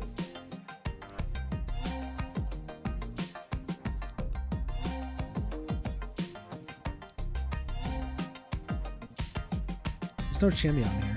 3, 4, 5, 6, 7, 8, 9. Chimi also voted for Yoshitsugu. I'm sorry, in case anyone's confused. They're just missing her. Exactly as things were, I, Yoshitsugu-kun, and Mako would have 2 votes. Rikako-san would have 1. Kyonosuke-shi would come out on top with 3 votes. Of course, there wouldn't be any problems if the results change, but got a reason for that? Of course I do. What's the point of a final vote if we don't actually vote again? Gee, did you vote to make the numbers the same from the start? Jimmy fell silent. She had no rebuttal. The purpose of the final vote was to cut off the minority, those who had the votes, and let the majority's votes do the talking. That was why it was impossible to select anyone when the votes were split perfectly and there were no minorities or majorities. However, here in Yasumizu, where the suspects lost the right to vote, things were a bit different. By simply removing the right to vote, you already had a difference in votes, so it wasn't necessary to vote again, as a minority that should have done that didn't exist. The 10 who could still vote could vote for the same people, so why wouldn't they? Can't you vote people vote for the human's sake? Those words rang powerfully in the ears of Yasumizu's inhabitants. People had to put their lives on the line for the human's sake. This isolated society considered it the right thing to do, and voting again was a sin. Who would insist on committing that sin? Especially among the 3 who voted for Kiyonosuke no Satoshi? Which one of them could change their minds and vote for Rikaku Uematsu? There's actually only 2 ways left. Would Mochi change his mind or not? Well, yeah, honestly, this doesn't seem like it happens often. It's kind of interesting. Alright, I'm switching to Reach-On! Take a Mochi! Old man, stop. Kanzo Makashimashi stood up and clenched his fist, but Takumi-san went after him just to stop him. Let's go, Mochi! Mochi fucking went from a low tier to high tier. Let's go. That's just how Chikamochi is. You know that. If he ends up helping the wolves because of it, he's a traitor. I know that. But you're feeling it too, right? Come on. Everyone here was gloomy and tired. They all wanted to end this and leave as soon as possible. Sorry, just that none of us are as prepared for this as you are. I am. But Kanchan, there's no helping it. It's a law to hang according to group consensus. I know. Don't come cry to me if you regret it. Feeling slightly guilty, everyone silently listened to Kanzo-san's words of condemnation. Let's go, everyone lived! We did it! Well, except for the mountain, but someone might die. This might be bad. We'll be fine. The first day's feast had ended. I actually contributed to the group not killing anyone, something I was completely against last time. Kanzo-san left the hall in a deafening silence. After he was gone, everyone else slowly stood up and left. They all wore varied expressions of relief. Musashi-san, I want to talk to you later. All right. Hearing that as I left was actually kind of scary. Hey, Haraki-san? Oh. Haraki-sama, can I have a moment later? Whoa! Don't act like hot. Don't act like hot shit just because you have a pretty face, you lunatic. So that's what this is about? Hey, talk with me too, piss man. Of course. Before it sticks, somebody asked you to stop with that name. Wanna talk to me? Let's go. We can talk to the old man who cried wolf. You're just gonna try to prank me again. What's going on here? Hey, careful with the secret meetings. The one to interrupt the weird event was Takumi-san. I know the mess is about, but Yasumi's small. You'll be heard even if you whisper. It'll be barely half a day before everyone knows what you're talked about. You shouldn't share anything too important. Thanks for the warning. That was true. Even if someone did share a secret with another person, there was no guarantee it'd be kept. Plus, keeping secrets would sow distrust, and meetings with the opposite gender could also spark jealousy. I didn't want anyone to spend the next feast talking about how I was a wolf having secret meetings or something. Better to discuss things out in the open, where there would be witnesses. Fusiyashi-san, we must prepare lunch. Are you good with a knife? Somewhat. And so it was time for food. We didn't have much besides the ingredients we had this morning, but there was some curry roe in the storage, so we started with that. However, it was just one family-sized box. It wasn't quite enough for 15 people. Excuse me. We ended up filling the thin curry sauce with soup stock, salt, and soy sauce. The resulting flavor was pretty potent. The curry we ended up with was more of a soup, but the diners seemed to like it. Apparently, curry like this wasn't unusual here, but it was only brought out for special occasions.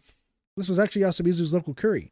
That made me kind of sad, but it wasn't enough to stop me from eating what should have probably been called curry rice gruel or something. Then I washed the dishes and checked on everyone, sorry. Since Takumi-san suggested we stay close together, we spent our time in the slightly cramped dining hall. Kanzo-san left, though, saying something about looking around. Stay here, call out when you step out or I'll shoot you dead. A threat like that made everyone pretty reluctant to leave. Had the right idea, though, splitting up before he had rapidly thinned the number of humans. That was fine and all, but the threat seemed a bit much. It felt like Kanzo-san was tripping his own death flag.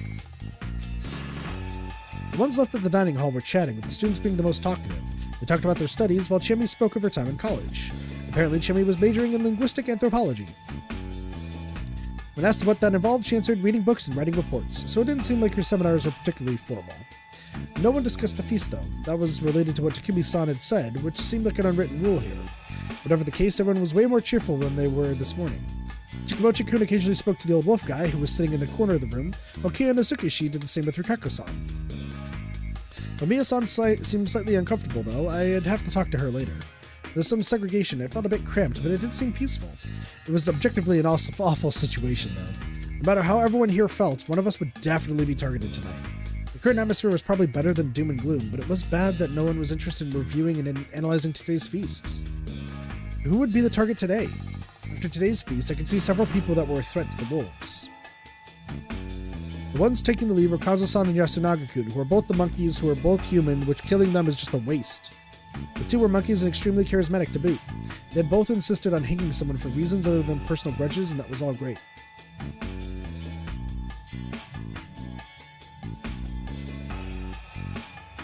I guess they could also... Like, I guess killing them is like, oh, you're currently guaranteed humans, but like, I feel like it's better if like, if you end up killing the snake or spider or crow by accident and then killing them, that just seems way better. However, Kazuo-san's assertiveness made him stand out, while, as Kazuo-san aptly pointed out, Yasunaga-kun had a habit of getting ahead of himself. It wasn't good that there was some sort of rivalry between them. Kazuo-san normally commanded a lot of respect, but the young ones like Yoshitsugu-kun and Mochi had a tendency to rebel. The humans' ultimate goal was to wipe out all the wolves, but since their lives were on the line, they could easily switch priority to taking the lead. If they had different ways of approaching the situation, you get a confrontation between the generations, with the elders against the youth. That'd waste some time and effort. If that happened, humans would, once again, lose all hopes of winning. Yasunaga-kun had eventually fallen silent today, but I hoped he'd recover by tomorrow and properly cooperate with Kazuo-san. And I hoped they would do it in a way that would ensure my survival. What did the wolves think of those two? They both had to be eliminated or led into destroying one another. Yeah, once again, that's another thing, is like, you have the two strongest leaders as monkeys, so like, killing them is also possible. But I still don't think it's worth it. Both seem plausible. But going for someone else, though, they had a chance of taking out a different guardian receiver. Which one of those seemed more advantageous to them? I also had to keep Takumi-san and Kiyonosuke-shi in mind. Takumi-san was right between the elders and the youth. I had no idea what he was planning to do next, but he had the power to swing a lot of votes. Kiyonosuke-shi was pretty powerless in that regard, but since he wanted to protect Rikako-san so badly, he could get Tae-san's cooperation. Rikako-san and Meiko had to be protected. That was something I decided. It'd be pretty bad if I was making a mistake there, though. Also, I found out that Mochi was a real joker. He'd probably vote for whoever seemed funny or interesting. Things had gone my way thanks to his whimsicality at this time, but I felt like this wouldn't be the last time he'd pull a stunt like that. So who is the likely to be killed by the wolves tonight? If I were a wolf in this case...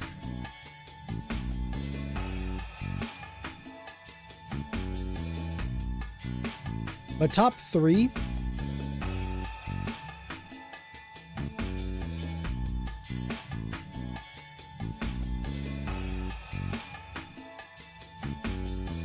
I wouldn't go for anybody who was voted for. That eliminates 5. I wouldn't go for the monkeys. That eliminates 2, so there's 8 choices left. I wouldn't go for the reporter because she's just kind of useless on all aspects. So, you know. That's 9. So that leaves 6 options. I would say Tae would probably be my most likely one to get rid of first, just because she has knowledge and getting rid of the knowledge would be ideal. Second choice would be Kaori, and the reason for getting rid of Kaori is because that would really lower morale heavily. And then third would be Chiemi. But out of those 3 I just said, I think that Kaori probably is a wolf.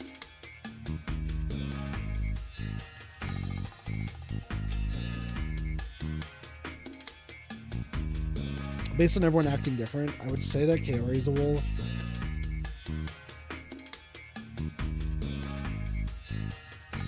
Maybe Takumi? During Takumi, probably. Thank you, let's have some tea. Oh, I'd love some. I don't know who the third is, though. I passed the counter and walked up to the table. Hello, good work in there. You already seem pretty used to your job. I had to do this much when I still lived with my parents.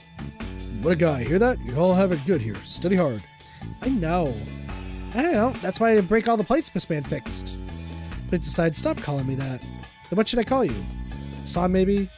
Sounds good. You can call me Mochi then. Yo, Mochi. Hey, San. Sounds so bad. Sorry, people who can hear me in the window. By the way, Fusuashi, you got nothing to say about this guy's clothes? Well, I forgot. It looks kind of good on him. It's not uncommon these days. Cute, ain't it? Seriously? You got lots of these in Tokyo? Not a lot, but yeah, they're around. I don't get it at all. Oh, Chikamochi's special though, so I don't think anything of it. I'm a natural wonder. A natural disaster, maybe. Now, Fusashi-san, may I have a moment? The tension in the air grew palpable. Forget what I said? No, I didn't, but you can't expect anything shady from me, can you? I'm a monkey. Well, that's true. Just don't overdo it. All right, let's head upstairs. Are you sure we should be meeting secretly like this? Yes, we revealed that we should talk, and even I think I should sometimes talk with everyone. To make it fair, huh? Will that really work? First of all, do you believe me? I don't have a reason not to. Musashi-san, do you have a guardian? I can't say. Why? Your behavior around me would change. It might tip someone off. I'm not telling anyone until I survive the night. Right? Who do you think is suspicious? I don't know. Who do you think isn't? Chimi-chan, Rikaku-san, and Mako-chan. Why do you think that? Don't you have your own suspicions? I see where you're coming from, but if you ask me, you're plenty suspicious yourself. Fair point. Chimi-chan volunteered to die, risking that is way too dangerous for a wolf. But she didn't get a single vote. We weren't even talking about votes at that point. We were just discussing volunteers to be hanged. Chimi-chan was actually the first to volunteer. Unlike you and Haru-chan, she didn't have any family to try and protect her at all costs. Seemed like too reckless of a move for a wolf. I could say one thing. Yes, I share your opinion. We laughed a little. I'm not sure I understand the other two, though. Especially Rikaku-san. It's possible she tried to gain our trust by copying Chiedi. She might be hiding something. True, that seems reasonable. Well, on the other hand, there could have been her way of competing with Chiedi. Excuse me? Before the mist came, Uematsu-san and Chiedi were fighting over you, right? How did he know? I hadn't seen anyone else around. I didn't have much homework yesterday, so I took care of it quickly and headed to the dining hall with Mochi and Haru-chan when we saw you.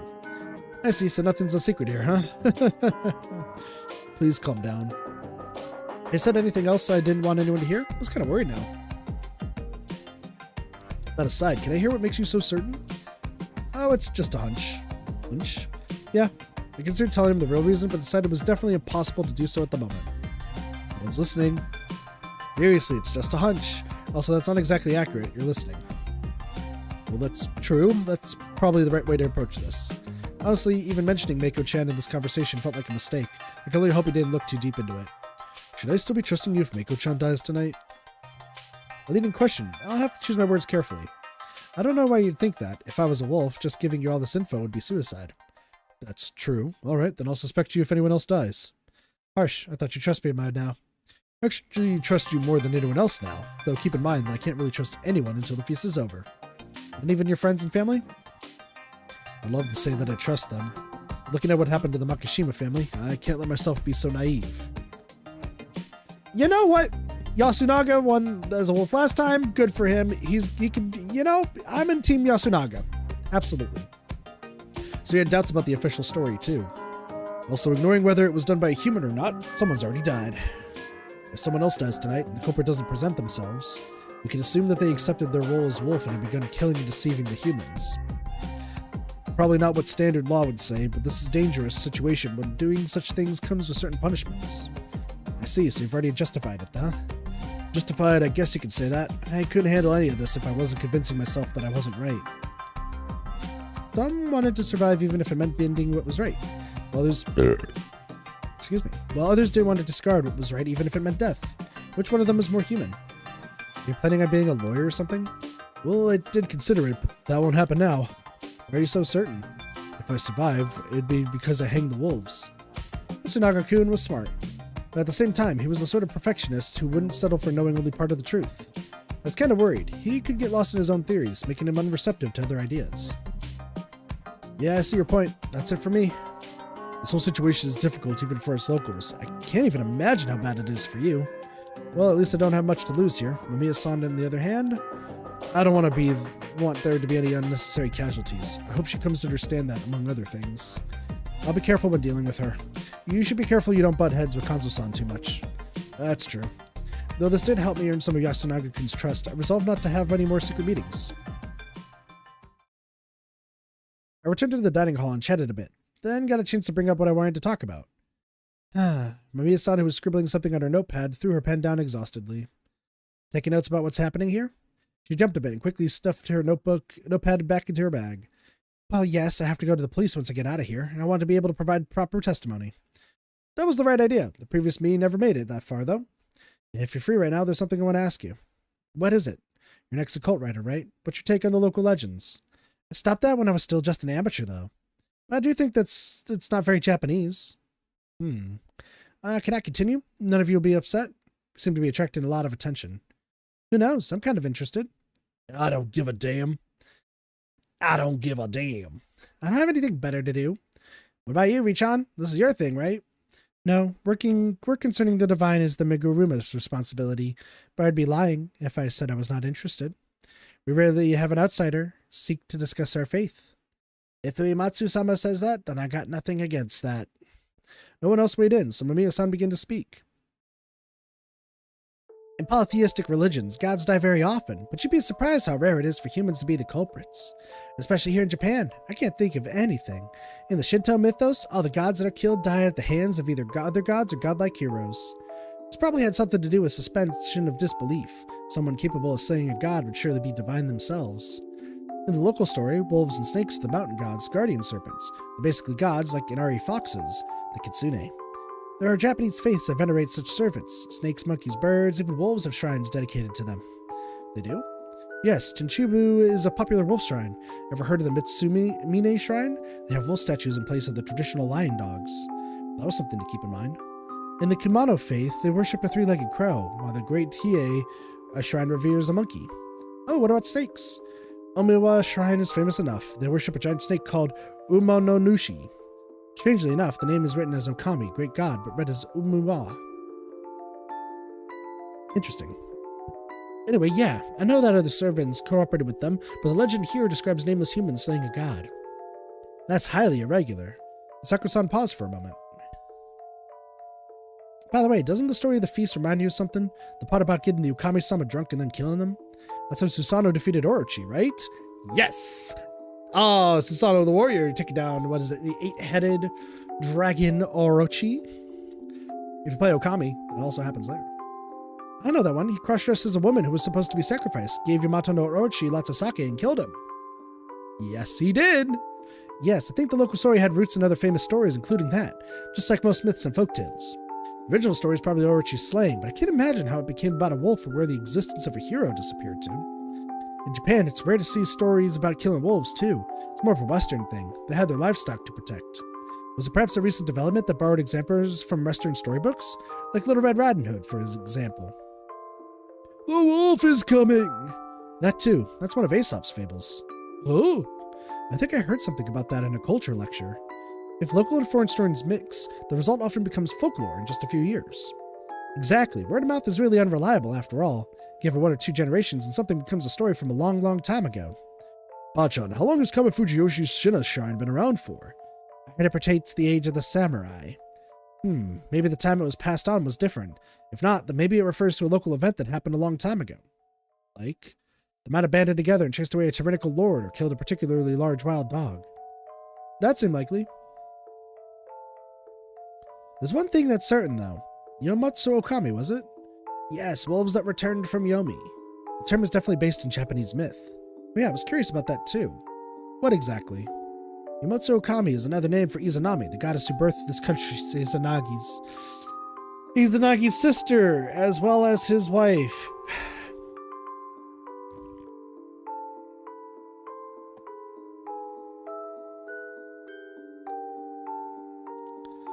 Oh.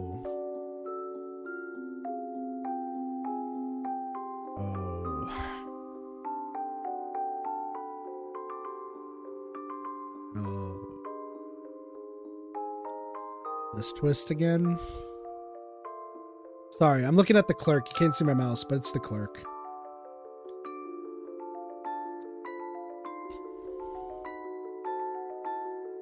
Crazy. A convenience store clerk became Izanami? Where have I heard that one before? If anyone's about to say that I'm spoiling a very, very old game, or I'm spoiling a game, the game's fucking old as shit. It's great, and it's not even a spoiler because I didn't even tell you what the game is. But there's another game where this happens! Oh, didn't expect such a major legend to come up. Even I knew Izanagi and Izanami. Huh? They're siblings who married each other? It's pretty common in myths. I see. What's wrong with you? Anyway, Izanami lost her life after birth of many gods, and after a lot of trouble ended up becoming the goddess in control of the Ni no Kuni. I have 2 of those games. Nino Kuni? Another name for Yomi, the underworld. Yet another name for it is Katatsu Kuni. Some say it's somewhere beyond the sea, while others think that Nino Kuni is just a place within Yomi. That's where she's known as Yomotsu Okami, while resurrection is written as returning from Yomi, so the words probably share an etymological root. Both Okami and Yomi just happen to match, so it probably still lives on as a way to refer to her. Oh, I see. That seems likely. In fact, the very usage of the word Yomi makes it clear it incorporates ancient Japanese myths. That's true. Bachan, she's not bad-mouthing her stories or anything. Ah, yes, he's right. It's a unique story, and I think it's very valuable. It's not about being unique or valuable. I believe in Shine-sama and live accordingly. That's what I was taught and how I lived my whole life. I'm not sure how I feel about an outsider's view. Okay, let's leave it at that. Yeah, now for something more important. Huh? Something to do with me again? You too. It's something I wanted to ask everyone here. What the song that Meiko-chan and Rikako-san sung? Oh. Prayer to Shinai? Probably. That song's main theme is the Feast of the Yomi Purge, right? My words made everyone freeze. Shinai-san's guardians are... Not for long! Yeah, that. Do you know any more? 1 cake, 2 funky, 3 blow, 4 rider. It's probably wrong in the worst of ways. 1 cake, 2 funky, 3 blow, 4 rider. Don't read too much into that. Blow rider? She just had to pick up on that, huh? That's not quite right, I say. What do you mean? That song taught us to prepare for the mist and exterminate the Yomibito, right? The same goes for the Feast of the Yomi Purge, but there's nothing in the song about the ancient killing of the wolves of the Yomotsu Okami. Yeah, that was one of the things I found curious. I think it's about some old barbaric tradition that's long gone, nothing more. I see, that's more than enough. If you ask me, even if it doesn't fit the situation perfectly, it's still pretty close. I don't know about the whole wolf of Yomibito thing, but it's true that Fujiyoshi is being invaded by Yomi, and we are fighting it. Well, that's stretching things a bit, but yes. It's stupid, right, Shimmy? Huh? Well, maybe. Takumi, did you just call it stupid? We're being punished because we harbor too much corruption. Sorry, Bachan, but the kids here are trying their best too. Anyway, what did you want to ask, Fusashi? Mikako-san, can you write down the lyrics for me? It's not something we should show to outsiders. We promise not to bring it outside. Think of it as just providing Fusashi-kun with information. Can we? Yes, he probably has an idea. And something to write with? Yes, thank you.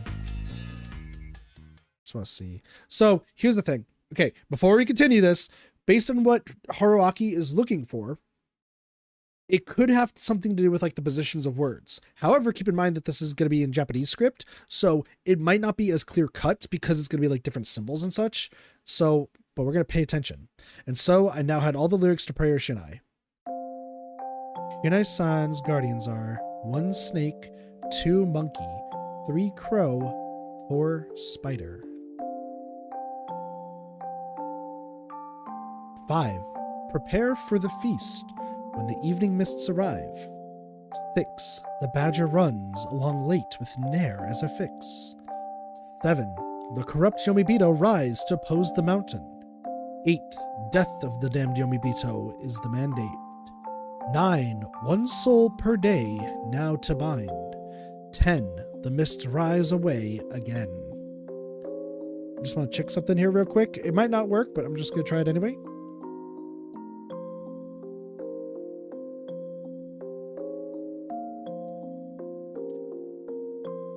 Sometimes when you're trying to piece it together something.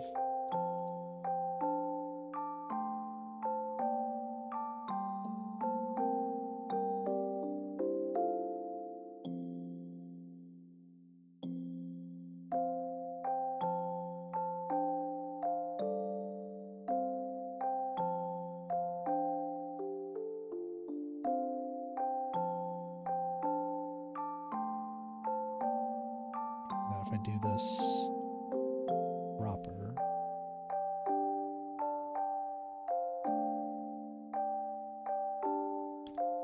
That's probably not going to work.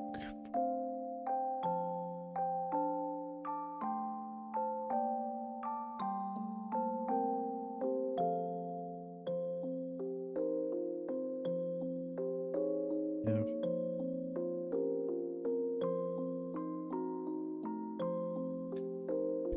From the top, the first phrase was an introduction of the characters. I just thought there might have been a secret code or something, and I was like kind of piecing it, but nope. Shinasan was the god of the mountain, Great Lord Shinai, while the rest were his servants, excluding the wolves. There were numbers next to them, but it didn't mean the amount. It was just a numerical order. That meant that Shinai-san's first follower was the snake, the second was the monkey, the third was the crow, and the last one was the spider.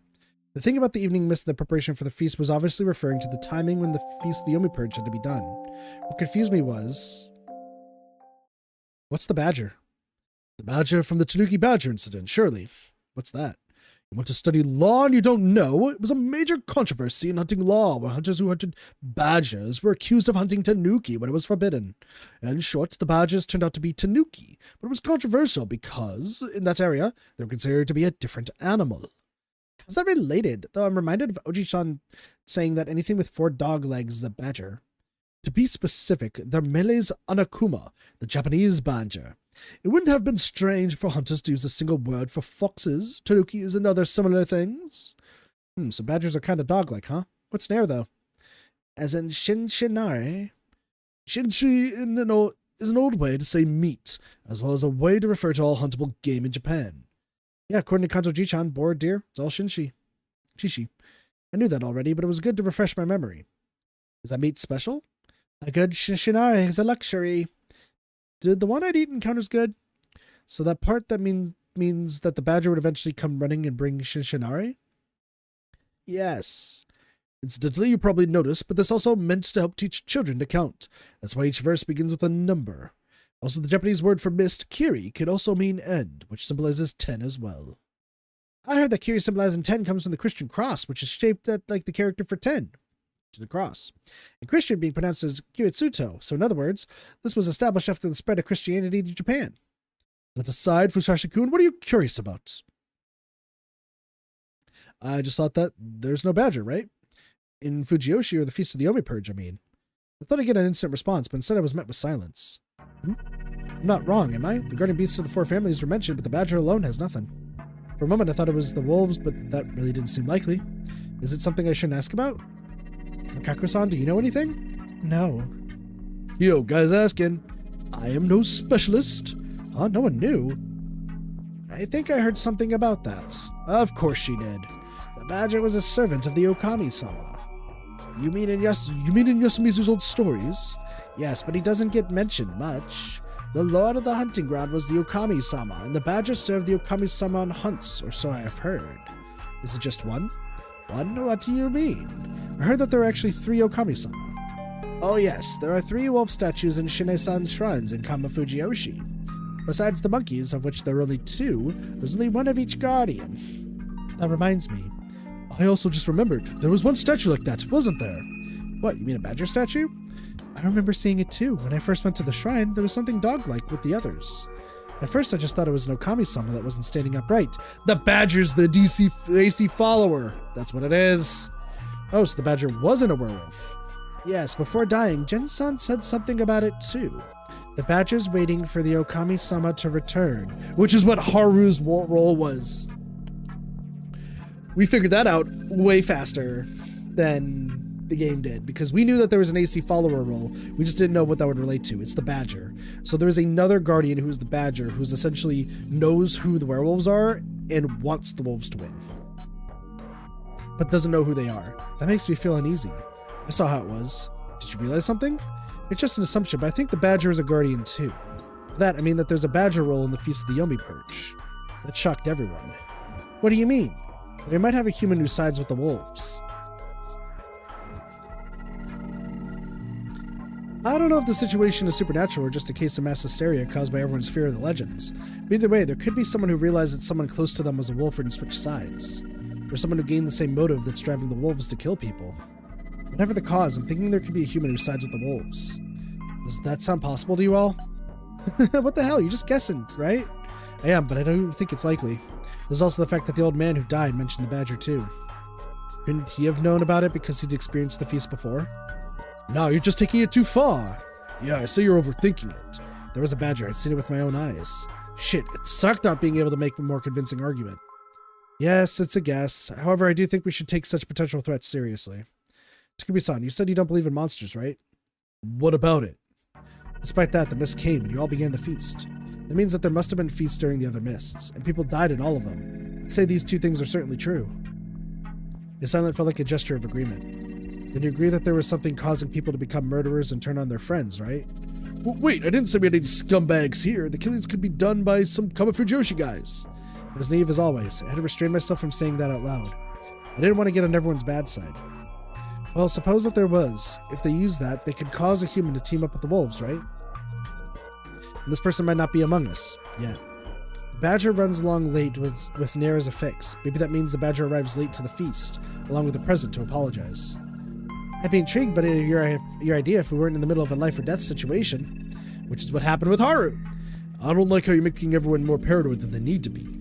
Wait, then, hope he's just overthinking things. Sadly, I wasn't. I already knew the answer. Last time, Haru Makishima was the badger.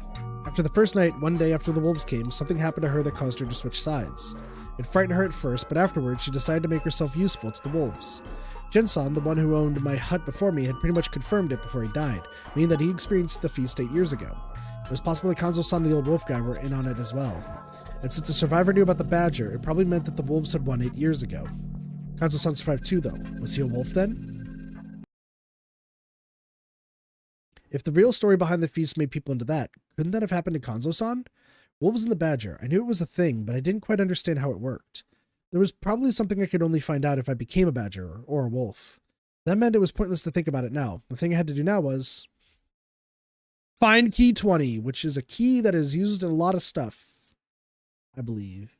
Hold on. How often do we need key 20? Key 20 is Chiemi knowing that the loops exist. I'm pretty sure that's what that is. We hung out like that until evening. You know, I should probably write down my key guesses. So 20. Chiemi knows loops. We hung out like that until evening, when Kanzo-san came back, making the same sullen face as always. We all had an early massive dinner. The tables had boiled shinshinari on them. The smell was way more tolerable than the first time I ate it, so this one probably hadn't aged as much. I was kind of used to it by now, so I could eat it like that, like I would normal meat, though I probably wouldn't have insisted on having it if I had a choice. However, since it was here, I could only assume that even this event counted as some sort of special occasion worthy of special food. The Aztecs used to treat their human sacrifices with respect for a whole year before their sacrifice. Miya-san whispered that to me alone, and I wasn't sure what to make of that. It seemed like she was implying, at least they won't make us wait that long. What a bad joke. After the meal, everyone began to leave. Kaori-san and I stayed behind to do the dishes. Thank you so much for your help. Washing the dishes all alone at a time like this might have made me go insane. I can't blame you. I had to be careful with my words. I actually knew what she was like when she went insane. I need to survive until tomorrow so I can wash the dishes again. Oh, please don't take it too seriously. Please take over my duties at the dining halls if the wolves take me. Whoa, that's too much for me. You're still needed here. Sorry I said that. It's fine. It's about time we stop looking away from reality and prepare ourselves. Someone will probably be gone tomorrow. She was unexpectedly calm about this. Yasunaga, he's such a gentle child, and just like his father, he has a good head on his shoulders. Whenever it's hard, he gives me a gentle smile, consoles me, and always finds the best solution. Right now, his face is so conflicted. You caught on, eh? Well, I am his mother. Yasunaga-kun had a sort of complex about his relationship with his mother. He believed that Kaori-san loved Yoshitsugu more than him. I didn't know if that was true, but at the very least, Kaori-san did treasure him dearly as her son. Right as I thought of that. Yoshitsugu, what's wrong? Forget something? Why do you gotta be the one who washes the dishes? Because you don't help? It ain't just me, the hell's ain't you thinking? Why is he leaving the dining hall at a time like this? It's good to have your own jobs. We all have something to do. The same should go for you. You mean study? That'll dry the dishes. Think about what you could do for yourself. Give us something to dry with. You really are a good kid. Sadly, your kindness is going nowhere. We're just finished. What was the point of all that then? Shit. Well, I appreciate your attitude. It's laudable. Now go prepare for the feast and come help tomorrow. I'm going to. Yes, good night. Hold on, lunatic. Just after I left the dining hall, he caught up with me through the mist. You should remember my name by now, too. Shut up, piss man. Piss man. No! An ambush. Damn, middle schoolers. Enough joking around, lunatic.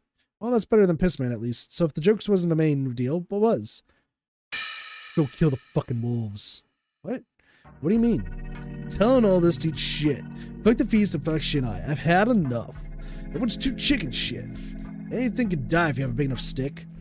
And there was not a hint of fear in his voice, however, nor was there any killing intent or violence. However, he also wasn't messing around. He was defiance and recklessness given a human form. This is why he died last time, because he's an idiot. What, you gonna chicken out too? Just pretend to be a lunatic, is that it? And now understood it all. He walked around at night last week too, and that got at him killed by the corruption. Had Yoshitsugu-kun met up with anyone before he'd gone off like Yasunaga-kun and the others? I doubted that Yasunaga-kun was the one who made him into that mutilated corpse. So it had to be that thing. Or maybe that thing? There's a lot of things. Crap, after I found out that the feast had normal murders last time, I let my guard down a bit. There were still things that couldn't be explained. They were still mysterious, unknown, and scary. However, would I learn anything if I actually went with him? Even if I could loop back, all I would have to show for it would be a memory of me getting torn apart in the mist before I even realized it. However, if I refused, he would go off on his own and die, making Kuri-san lose it and snap. How was I to prevent that? Say something, damn it! I had to hold myself from saying something. This wasn't the time for dad jokes. Go by yourself? I knew it. You're a chicken. Yeah, that's fine by me. I mean, you'll be out of the way. Huh?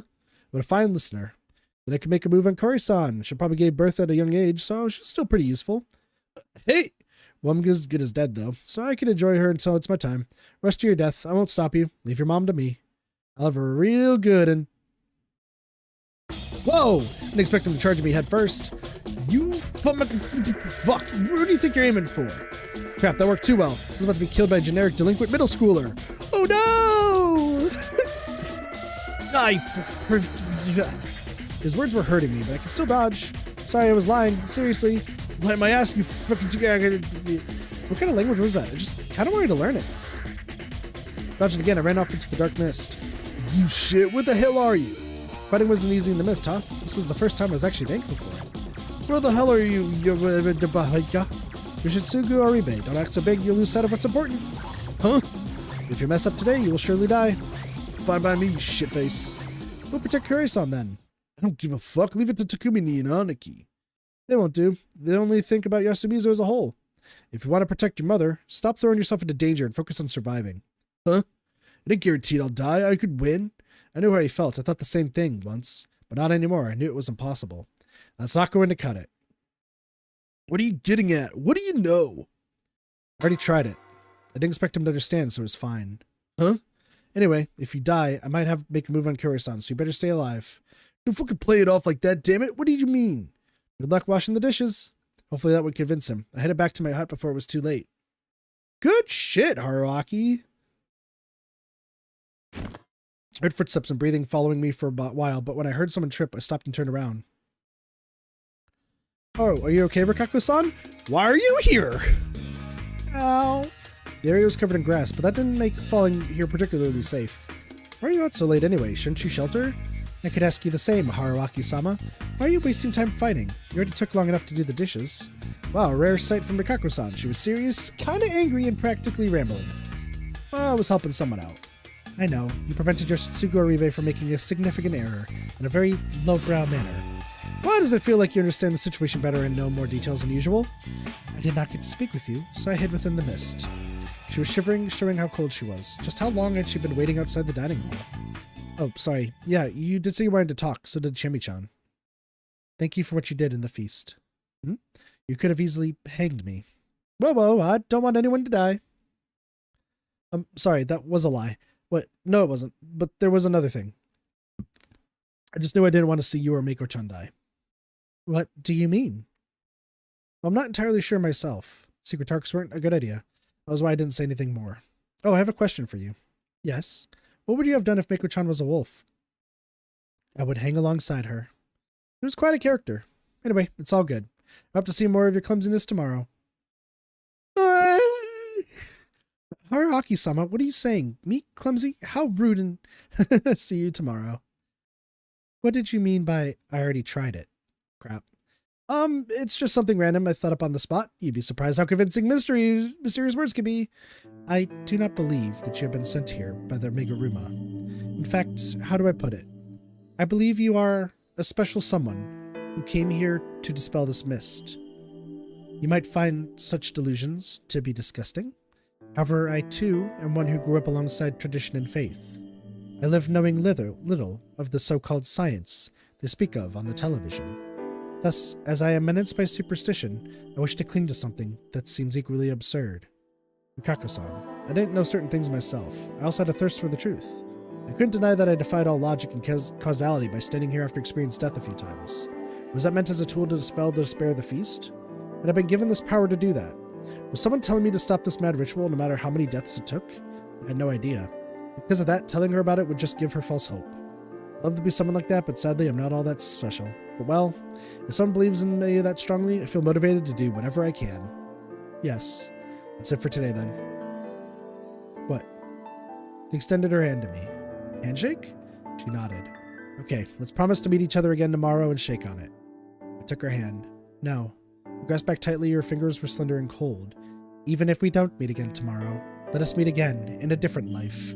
Hopefully a more peaceful one. She let go. Good night and goodbye. Rikako-san. She disappeared into the mist. I'll hope for that too. Her footsteps were growing distant. I listened, but it didn't seem like she'd fallen again. I turned around. It had been a long time since I heard a goodbye. It looked like I wasn't as prepared for this as I thought. I could just assume I'd loop again if I died. If I did, I'd hardly be standing with the locals who carried the weight of putting their lives on the line. I would give my all to survive this night, and render that cynical promise irrelevant. Then, once everything was solved, I would use her words to tease her. I could just imagine her turning red and squirming. That would probably be adorable beyond belief. Choose wisely. You got Rikako or Chiemi? I'm Team Chiemi, but Rikaku's good too. Shida-san's guardians are. I sung the song I learned today to try and distract myself from feelings that were beginning to sprout inside me. Barely able to see a thing, I wandered back to my hut. I tore off a page from my notepad, put a pen on the floor, and began to think. Alright, who was I supposed to use my stake powers on? The most natural idea was to investigate the most likely wolf candidates, but there was a problem to that. Namely, no one seemed to fit that bill. There are 4 people you can choose. If there were anything wolf-like about anyone so far, it'd only be some vague signs that barely meant anything. There were nothing but things that started to make sense after everything was known. Even I, with all my knowledge of the previous loop, couldn't tell if anyone was acting weird. Thus, I had to change my line of thinking. I shouldn't have to force myself to find wolves. I had to confirm the identities of those who could be the most dangerous wolves. Thankfully, we already had convenient leader figures, Kanzo-san and Yasunaga-kun, on our side. As things were, it didn't look like they were leading the humans into the wrong direction. I also realized that they had been holding themselves back the previous loop. Yasunaga-kun had been a proactive leader because he was a wolf, while Kanzo-san probably didn't want to stand out in order to protect himself because he had some sort of guardian like the spider. The one who noticed that was none other than Yasunaga-kun. He realized Kanzo-san wasn't himself and used it against him. An excellent move on his part. However, we had problems with them being on the same side too. Honestly, they were incompatible. I hope that they found some common ground soon. That aside, since they were both confirmed monkeys, I had to shift my attention to Takumi Muro-san, who acted as the mediator between the younger and older generations. At first glance, he appeared to be the same as last time, but I couldn't use that to determine whether he was clean or not. Another one I was concerned about was Kiyo no Tsukeshi. He wasn't popular, but he was noisy and a certain degree of influence I couldn't ignore. He could easily derail the feast, which made him a valuable asset the wolves probably wanted to keep around until the end. There was another thing, though. He was actually the only one who seemed slightly wolf-like. I had no idea how many were really hesitant about sending people to their death during voting. However, looking at the voting order, they could have easily killed Kiyo no Tsukeshi without even having to make a second vote. Yasunaga-kun voted for him, which was probably calculated. He might have seen the guy as a convenient first sacrifice. Then Kaori-san and Mochi voted for him too. Then it was the village youth's turn. He was widely unpopular with them, making him a convenient scapegoat for blame. However, he hadn't gotten any more votes from them. What was I supposed to make of that? The wolves knew one another. I knew this from last time, but it was fair to assume that it was common knowledge among the others. It might have been possible that there was a wolf among the village youth and they purposely avoided voting for him. One more thing. From my perspective, since he wanted to protect Rikako-san like me and would make votes on that basis, he was actually kind of useful to me. Yeah, I had to admit it, I believe Rikako-san and Mako to be humans. The former was a normal one, and while Mako was a spider. I told Mako about it. No need to worry. If you are hesitant, vote for me, not Mako.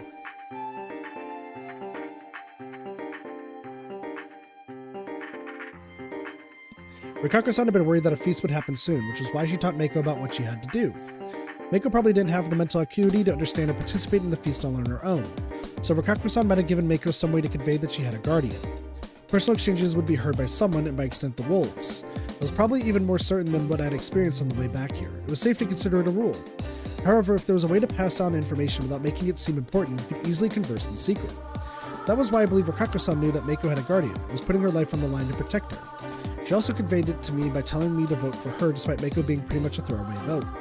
That was her way of telling me that Meiko was important. I didn't know if it attracted anyone else's attention, if they realized what Meiko was. However, most of the locals had probably assumed that Rokako-san was simply worried for the little girl. They simply assumed she was fulfilling her role as the one who took in the corruption. That was exactly why people should still be voting for them. Meiko's role was probably the same as Kanzo-san's last time, the spider. That was why Rokako-san was going so far to hide it. The reason why she's not the crow, by the way, because if she was saying to vote for her, then the crow's role would be useless. She would be throwing the vote on somebody else. So at least if she was going to die, at least it's somebody useful. Anyway, that's why I was decided they weren't suspicious. If there was another option, it was Mamiya-san. She survived today's feast by saying that she hadn't checked for a mark on her stomach, but she claimed to have a guardian tomorrow. Could that be trusted? She had nothing tying her to Yasumizu, so no one would trust her. Whether she was wolf or human, I couldn't put it past her to fake having a guardian just to keep herself alive. Those three were the prime targets. So out of all three of these, I would personally not investigate either three of these, and I would have investigated Kaori first, or Tei, or Achiemi. Those three potentially the most wolf-like. Out of all of these, though, so once again, this is going to split. There's keys here. Cool. I'm guessing we have to investigate each one of these, and they're going to unlock a key, which is so weird, but like whatever.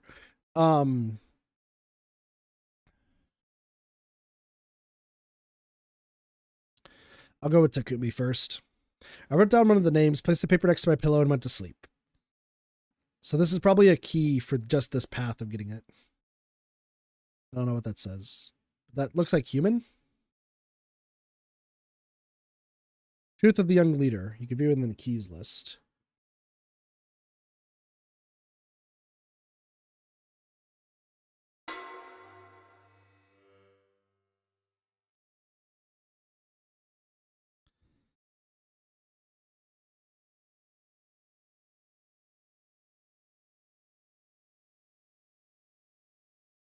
I mean, why don't we? Could I just go back? Skip, investigate Kinosuke?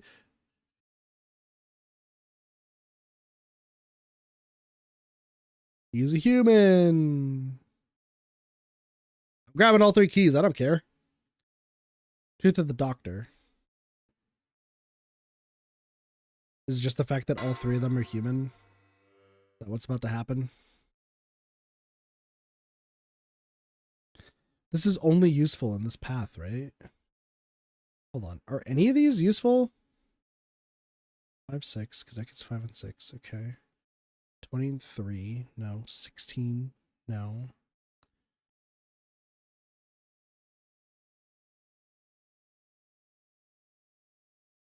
Do these split? Hold on. So I know this splits because of 20. This is just getting 3 keys that can at least help us. I'm getting all 3 keys. That just seems like the right thing to do. If Hisako is a wolf, though, that would be hilarious. No, but she is a guardian. I don't know what guardian that is, but she is a guardian. Oh, is she the badger? Is this about to tell us that she's a badger? That's got to be funny. Hold on. Is that just saying that she's a badger? Truth of the Doctor, human. She is a wolf. Oh, okay. Interesting. That's funny. I was informed of my target's affiliation the same way I was given the Guardian. That was strange, but it clearly happened, so I had no choice but to accept it. Anyway, it was something I'd predicted. However, what happened this morning certainly wasn't.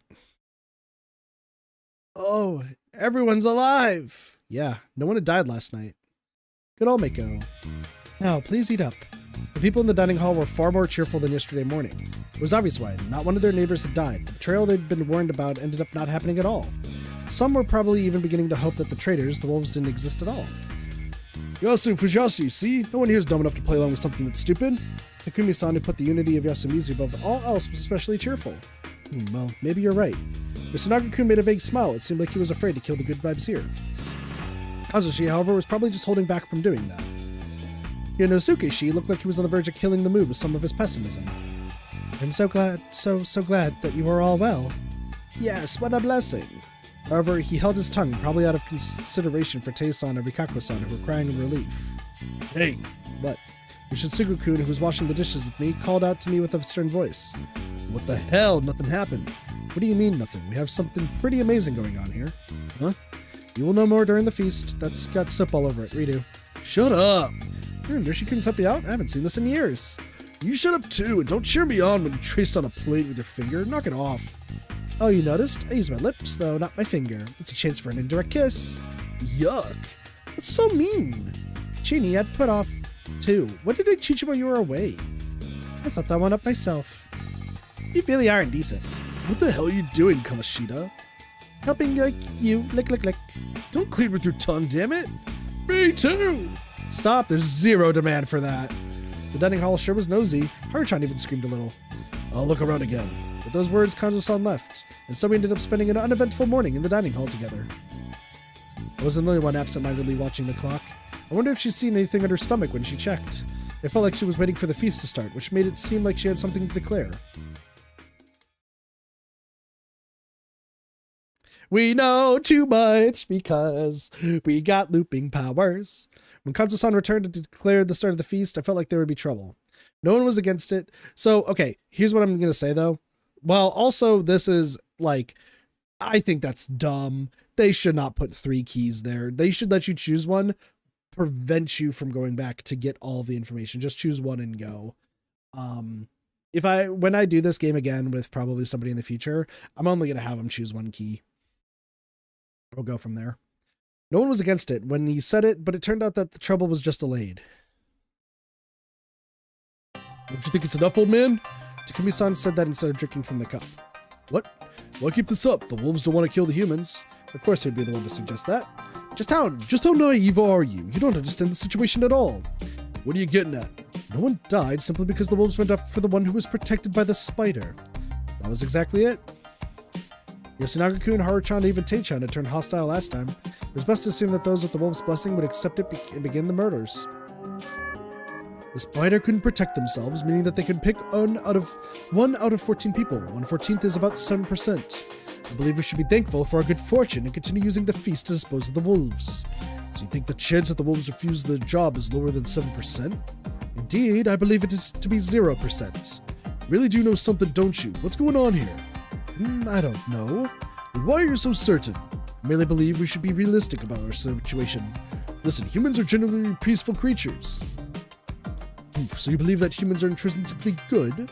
I don't know much about this stuff, but peace is kept up because it's dangerous to ruin it. As long as it's protected, most people are safe. You know how no one got hanged yesterday? We had wolves with us, right? How'd it turn out that way? You're being too optimistic. We simply failed to get the correct distribution of votes. They probably split up the vote to protect you. Everyone stared at Mochi in surprise. What do you mean? Well, no one voted for Uncle after Yasu and Mamikuri and I, right? Excuse me. He needed just 1 more vote, but didn't get it. That makes it seem like the wolves protected one of their own. So there's wolves among those that came after? Wait, are you saying I'm a wolf? Hey, I just wanted to mess with Uncle, sorry. Mochi had reached the same conclusion I had. I couldn't tell if he was that sharp or if it was just so simple anyone could figure it out. I'd appreciate it if you didn't take Chikamochi's casual remarks seriously, but that was a possibility. We can't be too optimistic. So what, you're gonna hang someone even though no one died? Someone already died. Miya-san's sudden shouts attracted everyone's attentions. Oh, what? Hashimoto-san wasn't a person to you? Shut up! What happened to him is horrible, but it's not like that was done by one of us. Why are you so certain? Because the wolf killings and the corruption are 2 different things. Takumi Nichan, can I have a moment? What is it? I don't want to kill anyone, but I am a bit worried. If we're to follow Shine-sama's rules, the only way for us to fight the wolves is to hang them in the feast. I'm worried that throwing that away would mean the death of us all. That's why people might start to think that anyone suggesting to throw this method away is actually a wolf. Takumi-san looked around and noticed the chill in the air about him. He noticed that a certain worry had begun mixing with a certain suspicion. And so, Chi-chan, we're hanging someone today. Refuse that and you're a friend of the wolves. I don't want to kill anyone either. Soft, but not as soft as Takumi. See what I had in mind? What are we supposed to do? We didn't decide who to hang yesterday. You think that's gonna change? Not everything's the same. The outsider lady and the lunatic probably got something to say. It's true. Let's hear them out. And if everyone is against killing in spite of what they say, there'd be nothing left for us to do, right, Kanzo-san? That ain't happening. Alright, speak up, you two. We won't get anywhere otherwise. I'll start then. I'm the snake. You fucking liar! Hi. Really? You looked and saw the mark? Yes, I am. That's why I used my power to look into someone. There's no way. But isn't that dangerous to reveal now? The snake is extremely important. I'm saying that I found out something that makes up for that. Tayamawaki-san is a wolf. The mood of the feast suddenly did a complete 180. She's a fucking liar. She's a wolf. She's a wolf. Liar, you're the wolf here. They screamed and were about to charge at each other. The others had to hold them back. Okay, so I would just like to point out, regardless of what we chose, would get this scene. So, like, we know she's a wolf 100%, and this scene would have proven it before that. Bachan, stop! No one's suspecting you! Mamiya-san, stop! This won't help anyone! A strange fervor filled the small hut. I was getting really uncomfortable here. Do we have any others claiming to be the snake? What's that supposed to mean? Please don't shout. If you really are the snake, then keep your cool. The lack of another snake is one of the conditions for us to believe you're the real one. Again, do we have any other snakes? What was my best option here? Since I was the real snake, she was definitely a fake who was clearly talking with ill intent.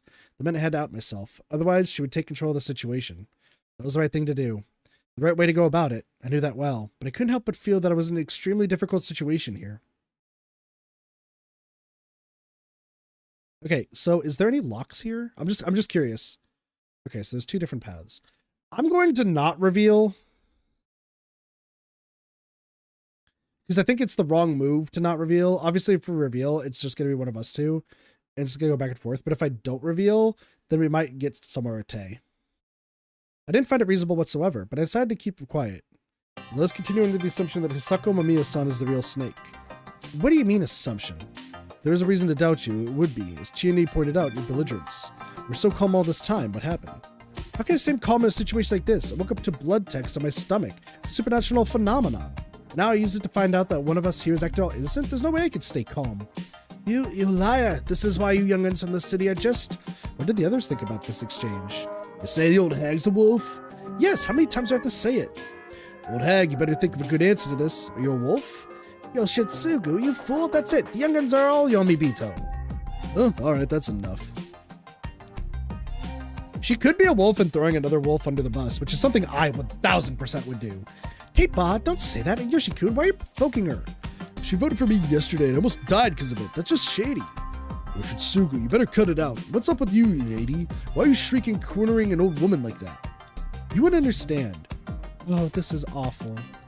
Prep, hey people, cool off for a sec. There's not much space here, but let's sit as far away from each other as you can and calm down. That's all right with you, old man? Old man Makishima looked around the circle. Settle down or you're getting punched. Fair play. That was enough to bring absolute silence to the room. However, that made certain negative emotions stand out. They came out as throats clearing, tongue clicks, or sighs, among other things. So the silence helped people cool off, or at least it helped me. For better or worse, I knew for certain that she was a fake. And right now I had to act accordingly, but I didn't really know what that entailed. To declare that she was a fake snake, I had to declare I was the real one. However, that meant making myself a target for the wolves. What would I do then?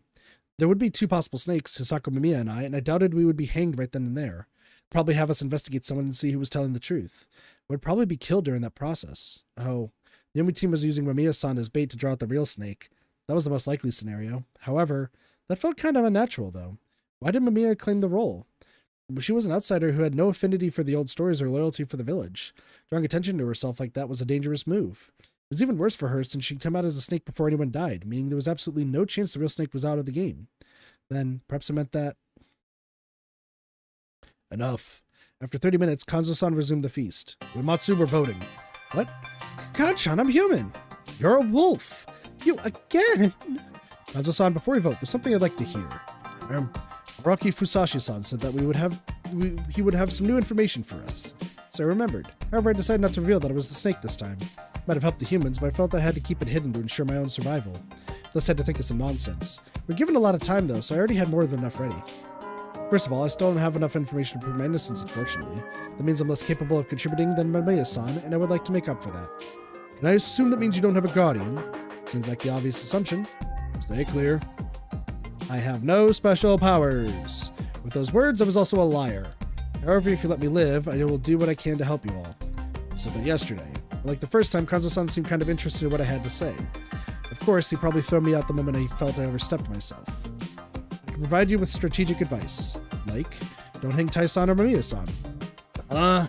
If Tei Yamawaki-san was a wolf, I doubt she is the brain behind the tactics. I said I'm no wolf. It's a what if. Now, if Mamiya-san isn't the snake, of course I am. No one else came out.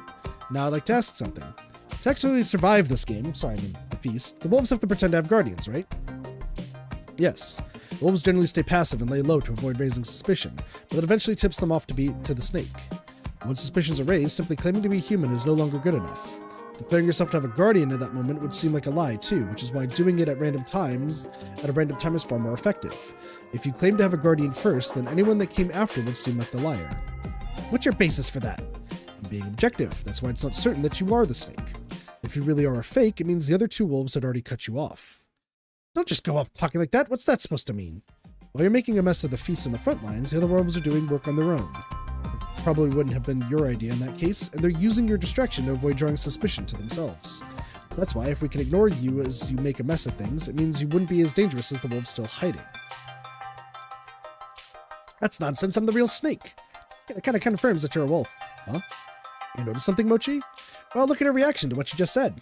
She probably was irritated because she didn't understand her own position. If she wasn't a wolf, she wouldn't have paid any attention to it. I can't ignore any words in the situation, can I? What's gotten into you, Mochi? It's just a thought, but honestly, I agree with Yasun. You should keep her around and see how she works. Listen, saying that kind of stuff could place suspicions on yourself. But I'm just weird. Don't blame it on me. Try to speak for the human's sake, not just your own. See, it's funny because this is a good way. It's like, yeah, she's a wolf. We could kill her, but like, we can then she might be like so realizing that she's so useless to the wolves that she might out the other wolves. Which is a hilarious thought. Oh my god, that would be great. If Mamiya-san got hanged, it would be partially your fault.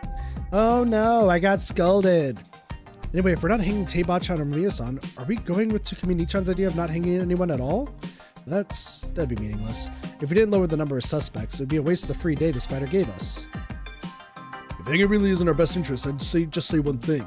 I believe in Ba-chan. I think she wouldn't kill even if she became a wolf. Well, that just wasn't true. So false. That's why I'll protect her. You really are a good boy. What about you, Kaori-san? You haven't said a thing this whole time, wolf. Oh well. Are you wolf guy? The wolf is coming! Forget it. Old man, what do we do? Hang both Taiba and the journalist. Huh? For a moment, we were so dumbfounded that the room was filled with utter silence. This is like one of the Nosha like things where it's just hang both. But why? The wolves gotta hang. That's true, but one of them's human. We need sacrifices to be sure. That's how it always was. He then got up, which made him seem larger than usual. Teiba, get ready. I knew you for 60 years. You love Yasumizu more than anyone else. Won't you put yourself on the line for its sake? His voice was as blunt as always. Not changing his expression at all, he pushed an old acquaintance into what could be her death.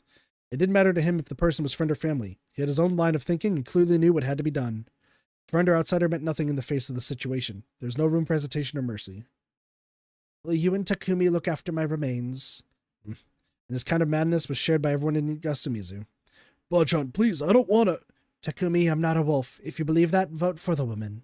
If I still get hanged, then it must be the will of Shinai-sama. All right, Uematsu, yes, we vote. Vote for the journalist! Yasunagi-kun was looking on the floor with a pale visage. I probably didn't look all that different from him. The silent alliance he and I made was crushed by Kanzo-san. It was a moment of defeat for us. The old man's words quickly ended the battle between reason and tradition. Was there any way for us to resist it? Like yesterday, the voting began with the old wolf guy. You wolf-a-woo! He acted the same way as before, but the one he pointed to at this time wasn't me, but Tei-san.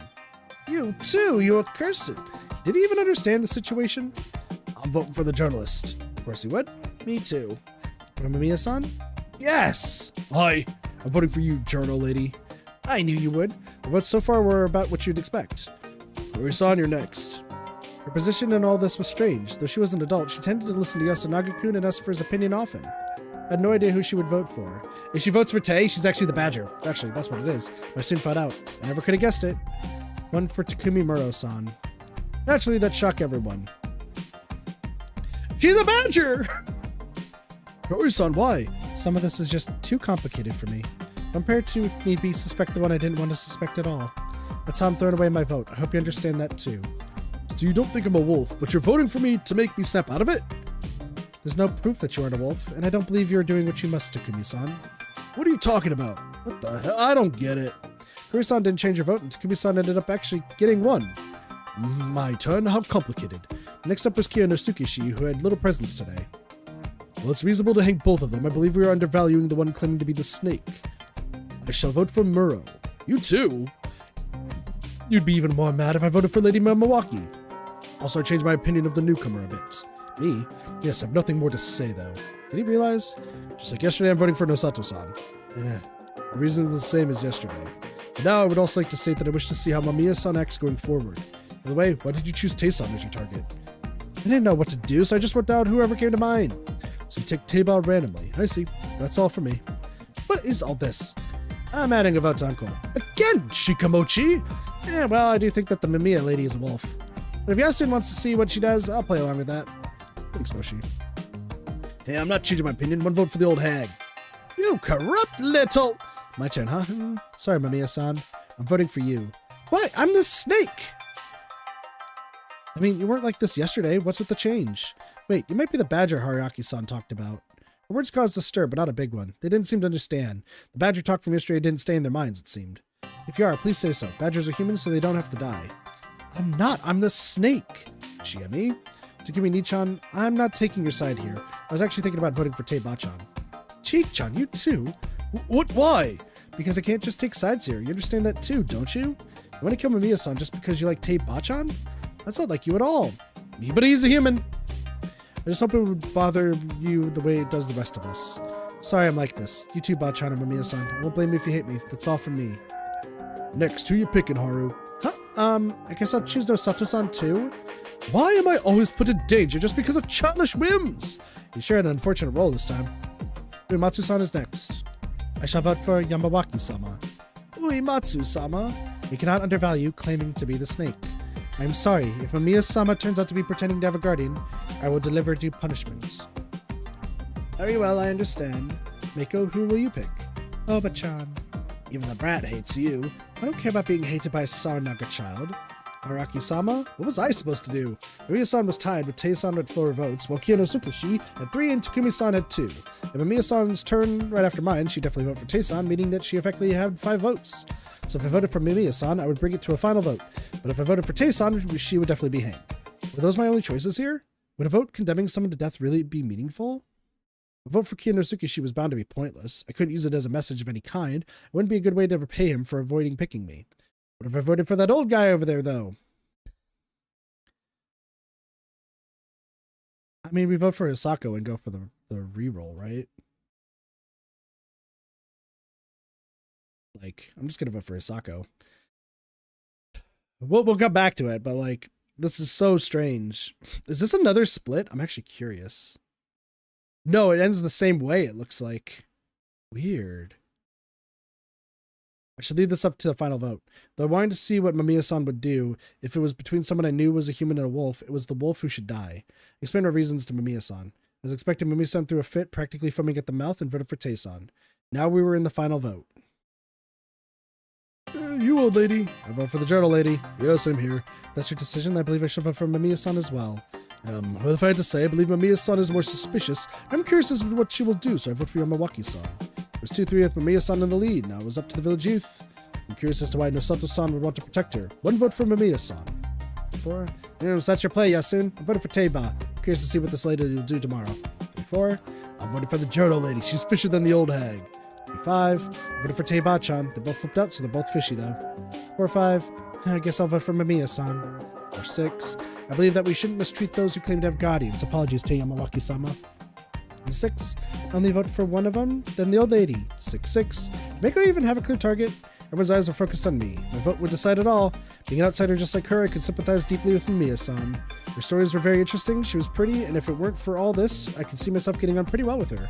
Much more than Tae-san said as was to say. However, the rationality of the Feast of the Yomi Purge did not allow me to choose her. I vote for Mamiya-san, and then it happened. Mamiya-san darted off the scream as she made a break for the exit, nearly tripping on her own feet. After her. Wait the fuck up. How? Let me go! Bring the rope, hurry. Right here. Stop! Yeah. How would I feel in Mamiya-san's shoes? She had been bound and gagged, having her freedom and right to speech stolen from her. She is a wolf, though. To her, she was a foreigner who had been hunted down and cornered by a community rooted in strange traditions. An absurdly irrational ending where she'd been punished for rules she didn't agree with one bit. Were not for the looping in my past knowledge, I'd probably be thinking along the same lines. But from the way she was acting, it didn't look like she'd come up with the idea to play a fake snake on her own. The other wolves pressured her into it? In that case, there were wolves amongst us who'd driven her to her death and were playing dumb. Shisan's guardians are. We passed through the mist and walked toward the graveyard. 5. Prepare for the feast when the evening mists arrived. Everyone was singing prayer to Shinai. Shinai-san's guardians are. I couldn't tell who had started it or when they did so. 8. Death of the damned Yomibito is the mandate. The sobbing mixed with singing made it seem like an old funeral, but it was actually an execution. Painfully slowly, we walked through the path leading to the cliff next to Saranaga. I was already used to this thanks to all the cleanups. Everyone dragged Hisako Mamiya, bound her head to toe along with them. 7. The corrupt Yomibito rise to oppose the mountain. Before I knew it, even I had joined the singing, creating a perfect unity in the group. Eventually we reached our destination. It was downhill behind the trees wet with dew, and a grass field covered in stones marking the lives of those who used to live here. Strangely enough, the aged pine tree right at the end could be seen easily despite the mist. As we stopped, so did the song in emotion. Mamiya-san struggled against her bonds to the bitter end, but was unable to escape them. And so Kanzo-san tied the rope around her neck and threw her down into the misty valley. But after she landed, we heard a disturbing crunching noise instead of a death wail. Her cervical vertebrae had been damaged when she'd been hung, so her death was practically instant. I hope she hadn't been suffering long, at least. All I felt was pity fringing on heartlessness toward a fellow outsider who'd been caught up in all this. Afterwards, we all returned to the dining hall, where Kaori-san and I served a light lunch while the time passed by. Everyone tried to act as normal as possible. You know, normal after a fucking lynching, Jesus. They tried to convince themselves that Mamiya-san shouldn't have been in Yasumizu in the first place, so her absence was only natural. However, it was clear that they felt guilty for committing murder. Killing someone no one liked and talking as though none of it had ever happened was a horrible group mentality. But that was the truth of the Feast of the Yomi Purge.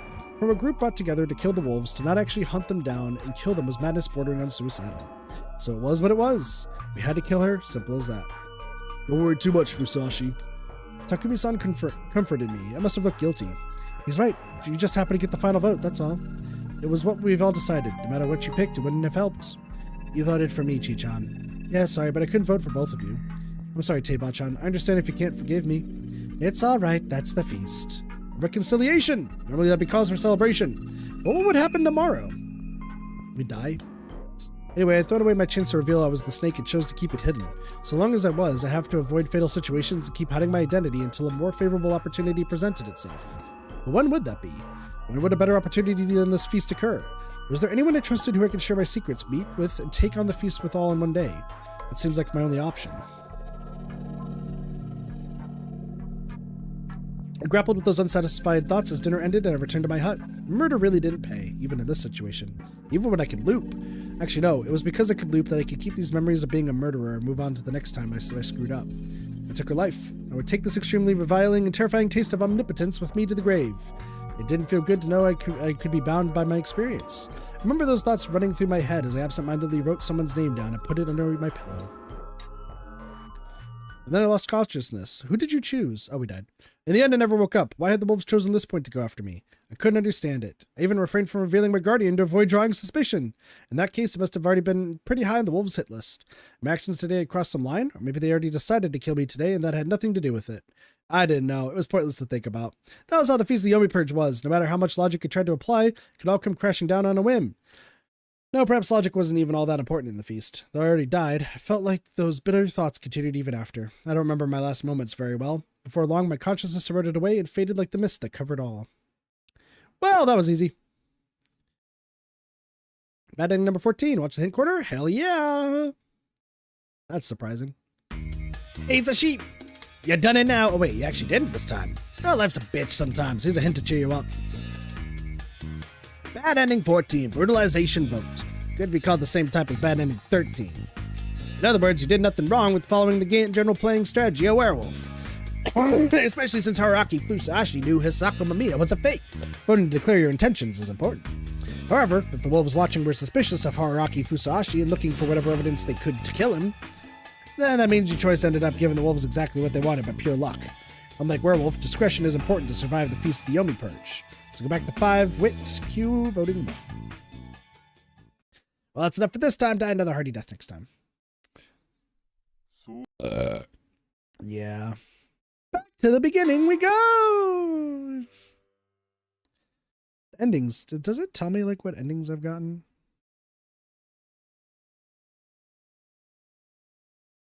Oh, well, okay, hold on. So we didn't reveal our guardian. But we could be here, so.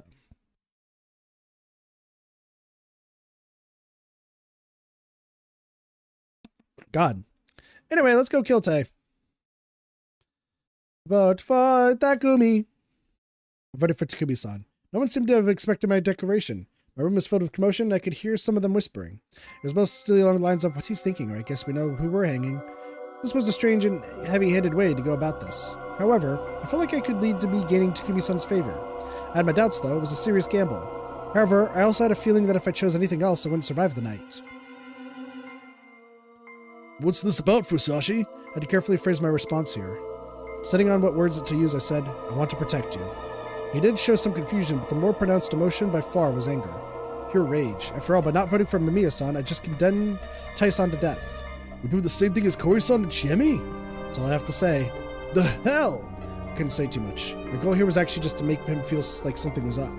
That was why I had to end this feast with words that stayed in his mind. Well, I probably had to prepare for a punch or two.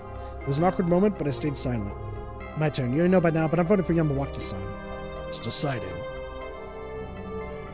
With those words, everyone stood up like it was rehearsed. Misako-san and I were a bit behind them in that regard, that I saw the villagers' faces, which seemed different from before. Oimatsu the rope. Yes. Takumi, pour some sake for Teba. Bochon. You were a naughty child ever since you were small. You never changed your mind about what you thought was right, but you were always gentle, and that hasn't changed. But you still grew up to be so big. Yoshiko-san must be proud. I always thought of you as my real grandma. You were like real family to me. Don't cry. We'll meet again at the home with Shinai-sama. The old lady smiled and drank her sake, then the rope was placed over her shoulders. I shall tighten now. Do it. Rukaka-san twined the rope around her twice and tied her hands behind her back. It was simple but necessary. The process continued. The dimly lit hall was filled with dark emotions. Lament, chagrin, and gloom was heard in every sob, whimper, and movement. I felt like I was watching a family grieve for an elder dying a peaceful death. Misako Mamiya silently mouthed words, they're insane. I shared that sentiment wholeheartedly. So, I'm just curious. Yeah, because Tay-san's the shit. I think this is a bad end, based on how this is going. So I'm going to reveal the Guardian and die. Real quick, because I think this is a bad end. Sorry. Now wasn't the time to rely on business intuition. If I kept my silence now and tried to come out as a snake later, I couldn't expect my words to hold much weight. It was okay, given the situation. I was sure I can get people to believe me over Mamiya-san. I'm sorry. At that moment, I became the target of everyone's attention. I felt like they were boring holes in me. I am the snake. What? So now Fusashi-san has declared himself to be the snake. Anyone else? Do you really think a third person will step up? Honestly, no, but better safe than sorry. Anyone else? As expected, no one stepped up. You're a wolf, aren't you? Can't you all tell? Now a second wolf has revealed themselves. Mamiya-san's outburst was also expected. She spent some time ranting afterwards, but piped down after Kanzo-shan told her to shut her mouth. Is it safe to assume that one of them is telling the truth? I believe so. Incidentally, who did you investigate with the power of the snake, Fusashi-san? Mamiya-san? The hall stirred with a bit of commotion. And I take it you'll say I'm a wolf? Yes, unfortunately. Are you listening to this? Right after I told you I was the snake, you said that the same thing and I claimed I'm a wolf. Rather unnatural, don't you think? Silence, since as long as you're a fake, that boy must be the real one. Then why'd you investigate that journal lady first thing? Weren't there more important people to look into? Since she's an outsider, I figured she'd end up in a bad position. It works the other way too. That lady had no reason looking to Teba. What sense would it make to investigate her first? The reception to my claim was rather dicey. There were those who believed me and those who doubted me from the start, and still did. It didn't feel like I changed anyone's minds. What are we supposed to do? It's not the time for pessimism. We still have enough to go off of to make a decision, so for the time being, we'll hang the reporter, then the city boy, and then Teba. Wait, what? The dumbfounded silence dominated the hall for a few seconds as everyone struggled to process what he'd said. Old man, what are you thinking? Wolves must be hanged. Hold on a minute. Evidence aside, it's obviously the most suspicious one here is right. You'll get off if you try to judge this with your nature. He wasn't exactly wrong. On the other hand, my nature was suspicious, so it felt like there was a strong, unbiased doubt toward me. It wasn't fair to base it on double standards, but the people of Yasumizu would just look at me the same way as Mamiya-san if I complain about that. Let me ask you something, Kanzo Makishima-san. Logic is based around hanging anyone suspicious, not simply hanging those who claim to have a guardian, correct? Otherwise, no one would dare claim to have a guardian after this. If they could prove themselves clean, there wouldn't be a need to hang them, right? But right now, I believe all of us are suspicious, so you shouldn't be jumping to hang the three of us just yet. I agree. I believe that Fusashi-san and Mamiya-san should try using their guardians again and again. Yasunaga-kun sure was reliable. He jumped to the conclusion I was going to make ahead of time and told everyone, increasing its credibility more than I could have. Kanzo-san didn't look satisfied, but it didn't seem like he could find solid grounds to argue. So what are we supposed to do, Anaki? Would you vote for the whole hag? Quite the opposite. At any rate, since we'll put Fusashi-san and Mamiya-san aside for now, we'll have to vote for someone else. Someone? I believe we should all decide on one of the investigation targets. I consider that too, but I believe voting for someone else has more merit. I see. You're saying we should take a vote based on everyone's logic, and not a vote based on people who may be covering for one another. Exactly. I'll put it another way so the rest of you understand easier. Starting tomorrow, Fusashi-san and Mamiya-san will investigate their own targets and announce the results. Eventually, they should reach a mutually contradictory outcome. When the time comes, we can decide which of them to hang. For example, if Teba really is human, she knows that Mamiya-san is lying. Thus, we'll know she's right to vote for her. That's right, I know! But even if Teba is a wolf, Mamiya-san has already gone out of her way to become her enemy, so Teba will have to vote against her regardless. That way, Mamiya-san can restrict her actions. She won't be able to sway the humans' votes in any way. When you take that into account, Teba's actions are actually already restricted, so there's no need for us to rush now. I mean, it's more important to prioritize restricting more people's actions in the same way. Right, and eventually, once we determine whether Fusashi-san or Mamiya-san is lying, we'll review all the results up until then. And if we need to, we'll just hang them afterwards. Did you get any of you get that? Yes. Yeah, I did. So what you're saying is to wait for more clues to come out, and vote for anyone who wasn't investigated today. I'm against hanging, but if that's what you're all going to choose, then I want to go with Yasu's plan. I agree. I believe it is best not to treat those who claim to have guardians too carelessly for now. But if we manage to eliminate a wolf early on, the rest will feel psychologically cornered and be more likely to slip up. At the very least, the fact this blockhead's complaining means this is a good idea, doesn't it? I wanted to point out how rude that was, but chose to keep quiet after realizing I wasn't in a position to just speak my mind. Old man, let's vote already. Kanzo-san probably hasn't changed his mind.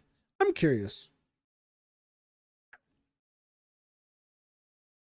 Like, does this change? I don't know. But the fact he was letting the vote start meant he wasn't denying that going with Yasunaga-kun's plan wasn't logical. He probably acknowledged that the plan made a certain amount of sense, too. He was just too proud to admit it. It wasn't just the players' power relationships and the rationality and validity of their actions that held influence here. It was also their personalities, preferences, and standing. In that respect, politics were a game and the Feast of the Yomi Purge was politics, meaning that the feast was a game of sorts. Anyway, I wouldn't be gathering any votes for this round, and neither would Mamiya-san. No, wait, wasn't this bad? Does anyone not want to vote? Takumi-san raised his own hand. Jimmy hesitated but didn't go for it in the end, leaving him all alone. Fine, that's enough. I'll vote who to hang starting from the head. Voting began with no regard for my concerns. Hey, you. Me again? What a messed up old timer. I'm voting for the journal lady. As expected, he voted for the most suspicious one there. I'll vote for you. I don't know about the others, but I know you're for sure. You're a wolf. Go right ahead. Mamiya-san seemed to have regained some of her cool. Though she already had 2 votes, she probably could tell she wouldn't get much more after this. I'm going with Mako again. Takumi-sama, please. If you're going to vote for Mako, vote for me instead. You're too fishy too, but trying to cover for her makes her even fishier. If Mako got one more vote, perhaps it would be best to try to lead things in another direction. After all, I knew she was the only one reliable. I'll vote for Rikaku-san. More prejudice against the village heads. If this turns out to be the undoing of the people of Yasumizu, don't say I didn't warn you. It's all right, Nosato-sama. Who will you be voting for? I still think Fusashi-kun is suspicious, but it's true that I want more proof first, so with that in mind, I'll vote for Chiemi Sarazawa. Oh, why me? Because you don't seem to be on anyone's side. First you say we shouldn't hang anyone, then you suddenly forsake Takumi. I see your point. I was trying to do the humane thing and hesitate, but I guess everyone else already decided to kill. This is why I hate this crazy village. Jimmy's cold words filled the hall with an awkward silence. That was proof that there were some people out there who knew they couldn't exactly deny what she said. Just as I was wondering how things came to this. I'm voting for Uematsu-san, and as for why, it's because of that big act she put on yesterday when she asked to be voted for. I believe she was trying to copy Chiani without even thinking it through and failed. You'd vote for her just because you found that unnatural? It is quite all right. No, it isn't. You should value your own life a little more, Rikako-san. Why should it matter? I am all that is left of the Uematsu, and there are those who wish me dead. No one will miss me. But if I have a chance to throw my life away, I wish to take it. Wow, that was cool, Richan. I could never go that far. Anyway, my turn. You're up, Uncle. Fly like a bird. What the hell is that supposed to mean? The vote was all over the place. Currently, Mamiya-san and Rikako-san were sitting at the top with 2 votes each, while Mako, Chemi, Kyono Tsukishi, and I each had 1. But just when it came to me, it was the youth's turn to vote. I ain't doing this because of what Kamoshida said or nothing, but I'm voting for the Nusata blockhead. We don't need no village heads here. I wouldn't go that far, but since you voted for me, I have no objections voting for you, Nosato-san. That's my vote. Why you? I'm fine with Nosato-san too. We don't need you anymore. With a surge of 4 consecutive votes, Kyono Tsukishi had taken the lead. There are 4 left, including me. I vote for myself. So you're sticking to that, are you? You do realize it's unlikely you'll die today. Still, I do not believe Nosato-sama should die. Rikako-san, no, but that doesn't mean you should die in my stead. The old man. What? Mako Makishima-sama is no wolf. But then, the other old man. Her? Old man. What was up with this vote? Kyono Tsukishi had 4 votes, with Rikako-san at 3. My options were either to co-sign Kyono Tsukishi to his fate, to throw Rikako-san into danger, or vote for someone else entirely and leave Mamiya-san to deal with that dilemma. In other words, leaving it up to a confirmed liar. No, I couldn't. I was confident that I had interpreted Rikako-san's actions correctly. So I vote for Kyonosuke Nosato-san. I'm sorry, I don't believe you're a wolf. It's just Mamiya-san was the only other one with 2 votes. Even if I voted for her, there was no way she'd vote for herself. So trying to pit Kyonosuke against her would be pointless. However, I knew telling him that wouldn't do him any good. I can't afford to lose Rikako-san. I knew those words were probably the last thing he wanted to hear. Still, I couldn't let that excuse, that reason, go unsaid. Not when he could understand it too. I see. That's made 5 votes. Morally, everyone understood it was the humans who deserved to survive, not the wolves. But in the end, Kyonosuke had been unable to prove his life held more meaning than a wolf, who would reveal useful information while still alive. I vote for Yamatsu-san. I believe her actions are not natural. Bring the rope. Shina-san's guardians are, we passed the mist and walked toward the graveyard. 5 prepared for the feast while the evening mists arrived. Everyone was singing prayer to Shinai. Shina-san's guardians are, I couldn't tell who had started or when they did so. 8, death of the damned Yobibito is the mandate. The sobbing mixed with singing made it seem like an old funeral, but it was actually an execution. Painfully slowly, we walked through the path leading to the cliff next to Saranaga. I was already used to this thanks to all the cleanups. 7 of the corrupt Yobibito rise to the mountain. Did this just merge? Yeah, that don't look good. Yeah. Eventually reached our destination. Let's be real. Forgive me for my powerlessness. There was nothing to forgive. Give me a glance. You have to protect Rikako-san. That was all he said. I understand. I didn't actually want to say that. It didn't sound like he simply meant to protect her for the rest of the feast when he said that. But the survivors had the obligations to honor the dead's last wishes. Are you sure of this? Yes, you have to push my back. To have you push my back has been a long-cherished ambition of mine. Why is not? Why is not? And then, Nosuke Nosato's body fell through the bottom of the misty cliff and the hanging rope stopped due to the fatal impact. He let out a horrifying death wail. Afterwards, I overturned the dining hall. Yeah, everyone's normal as possible. Crazy. Had I made a wrong move? That's crazy. But for some reason, I felt the presence of peace. I couldn't help but feel that. Who knows, I'm not good for things at all, but when Takamine said he was a snake, I had a bad feeling come over me. Oh, I felt like I could hear the wolves laughing. You understood that feeling? Have I fallen right into their trap?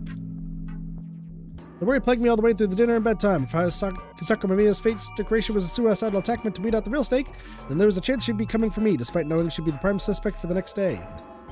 In that case, which of the 2 snakes would the spider protect? Right now, there were 2 self-proclaimed snakes. Should I have tried to crush Miss Sakomamiya, even if it meant getting a little too desperate and being suspected by the other as a result? That was okay. If I was right about Mako being the spider and Rikako-san controlling her, then Rikako-san would surely protect me. If it was between Mamiya-san and I, she'd definitely choose me. Though those bounced back and forth from lunch, all the way until I drowsily wrote someone's name down and put it under my pillow. Unfortunately, I lost consciousness, and then guess what? We died. Because it figures, only the spider themselves knew what they were thinking. Aimed their claws at me, take the risk that the spider hadn't chosen me, and they won their bets, so that was that. I couldn't even tell if that was what I thought when I died. It was all so vague. I lay there in a comatose slumber, and it was there my life met its end and faded into the mist that covered all. I was skipping stuff, by the way, because we already saw it. Hey, bad ending 13. Crazy. We kind of missed this one first. I wanted to see something though before we go back to Tay. You done it now, Chief. You finally participate in the Feast of the Omi Perch, fair and square. It's gonna get rough from here on out, so chin up and listen to the hint. Bad ending 13. Honesty is not always a virtue death. You may have gotten this one for faithfully following basic werewolf strategy. Humans don't lie, so you thought you should reveal your guardian and expose Hisako Mamiya as a fraud. That's not wrong, however, you have to remember that you're not playing with an actual team. In werewolf, it's okay to choose to sacrifice yourself if it means your team wins, but Haruaki Fusashi loops back when he dies. He can't go past this. Just as he feared, there's a high chance this was a trap by the wolves. They had no other options but to make a selfish choice. So I'll just be blunt here. Go back to 5 wit, Q, reveal guardian, and make the appropriate choice. That's all I die another hardy guy. Yeah. Yeah, I just want to see. Real quick though, I do want to see something real fast. Before we go to Tay, I want to go back to here. Let's say Kiyonosuke. Yeah, Truth of the Doctor. So now that we've selected that it's Kiyonosuke, I just want to see if this changes.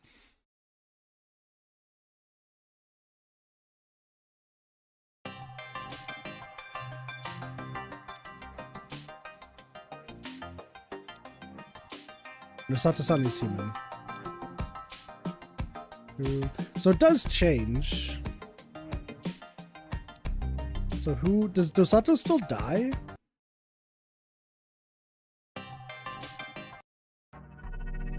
It's gonna stop, by the way, I believe. If there's, yeah, no, it still does Kiyonosuke.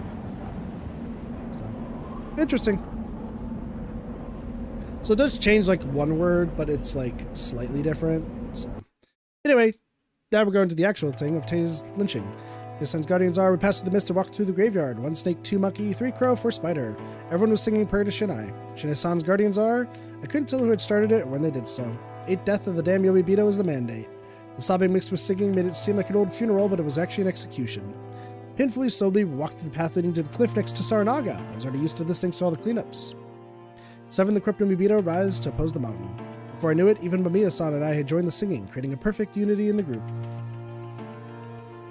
Eventually, we reached our destination. It was downhill beyond the trees wet with dew, a grass field covered in stones marking the lives of those who used to live here. Strangely enough, the aged pine tree right at the end could be seen easily despite the mist. As we stopped, so did the song in emotion. Got any last words, Teba? No birds could be heard, and the wind was still. Perfect silence surrounding us as Kanzo-san did the job. I'm not thinking of coming back from the dead, but I don't know what kind of place I'll find there. Honestly, I'm afraid, but this is for the sake of Yasumizu. I curse you, woman. Her voice was crystal clear and now bore an unmistakable hatred. Mamiya-san remained silent, and everyone, aware of what was about to happen, prepared for the final process. You could say that this is the heart of our religion, the graveyard of the Hanging Pine. I knew this was an important place for them. I didn't know anything else. However, I did feel like they were acting with absolute precision, like they were meticulously rehearsed actors in a stage play. 2 of them coiled a rope around the pine's large trunk leaning out toward the cliff, while another one skillfully made a noose out of the other end. Kanzo-san took it in hand and looped it over Tay-san's neck. Rise not. Rise not. Yeah, it's a doge.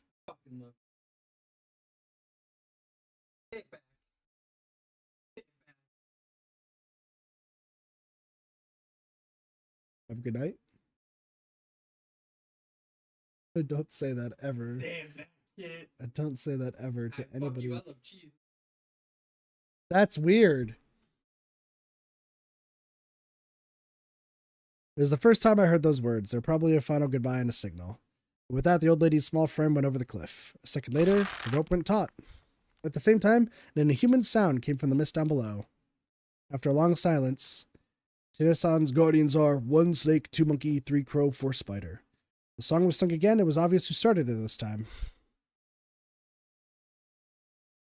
After repeating the song a dozen or so times, Kanzo-san walked up to the pine and cut the rope with the sickle he had in hand. Was there a sound of her falling down? If there was, I couldn't hear it. Not saying a word, we all returned to the plaza. Everyone seemed to feel like we'd done something that could not be undone. We'd passed a point of no return. That probably wasn't right. The point of no return was passed a long time ago. This just made us realize it, and even then, I didn't know if anyone besides Mamiya-san and I felt it. The villagers might have begun feeling like this was the very moment the mist came. I thought about that long and hard. It made me feel something like remorse or powerlessness, both of which were unproductive emotions that really dulled your thoughts. The locals, however, seemed to feel differently.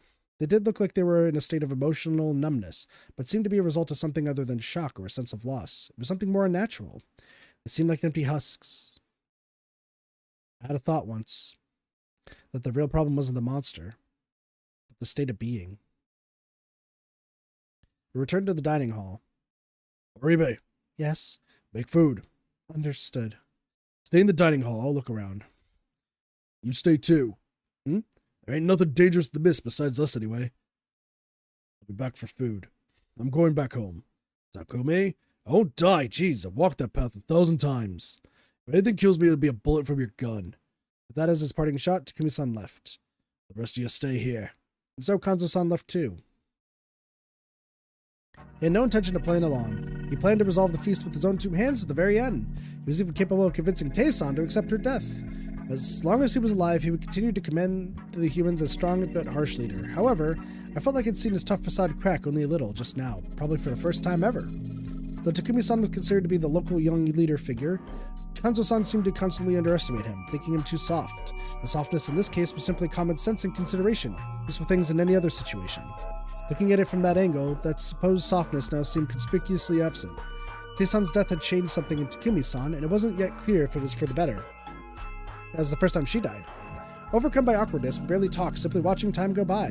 I had brief chats with Kaori-san and helped her prepare the food. She seemed to be composed and take it very seriously. No meat? We don't practice asceticism here. Let's eat normally. Every line spoken felt like a secret chat between partners in crime. It felt really weird. I knew full well we'd done something inexcusable. Despite that, I wasn't feeling the normal amount of shock and guilt. Perhaps because the moment Yamawaki-san died was neatly cordoned off from everyday life? The song, the farewell, all of it might have been ways of separating the event from their daily lives. It seemed like know-how that they had to slightly lower the emotional burden from killing one of them. Did they think it up naturally, or did they remember it? Done. Yes, now. Soon enough, we gave out the now familiar veggie and Shinshinari soup along with some rice. Oddly enough, everyone still had their appetite. However, since Takumi-san hadn't returned, we ended up eating with one person unaccounted for. And not just him, there was one more empty seat that had been occupied this very morning. Shit, what the hell was this? Yeah, everyone's dying, dude.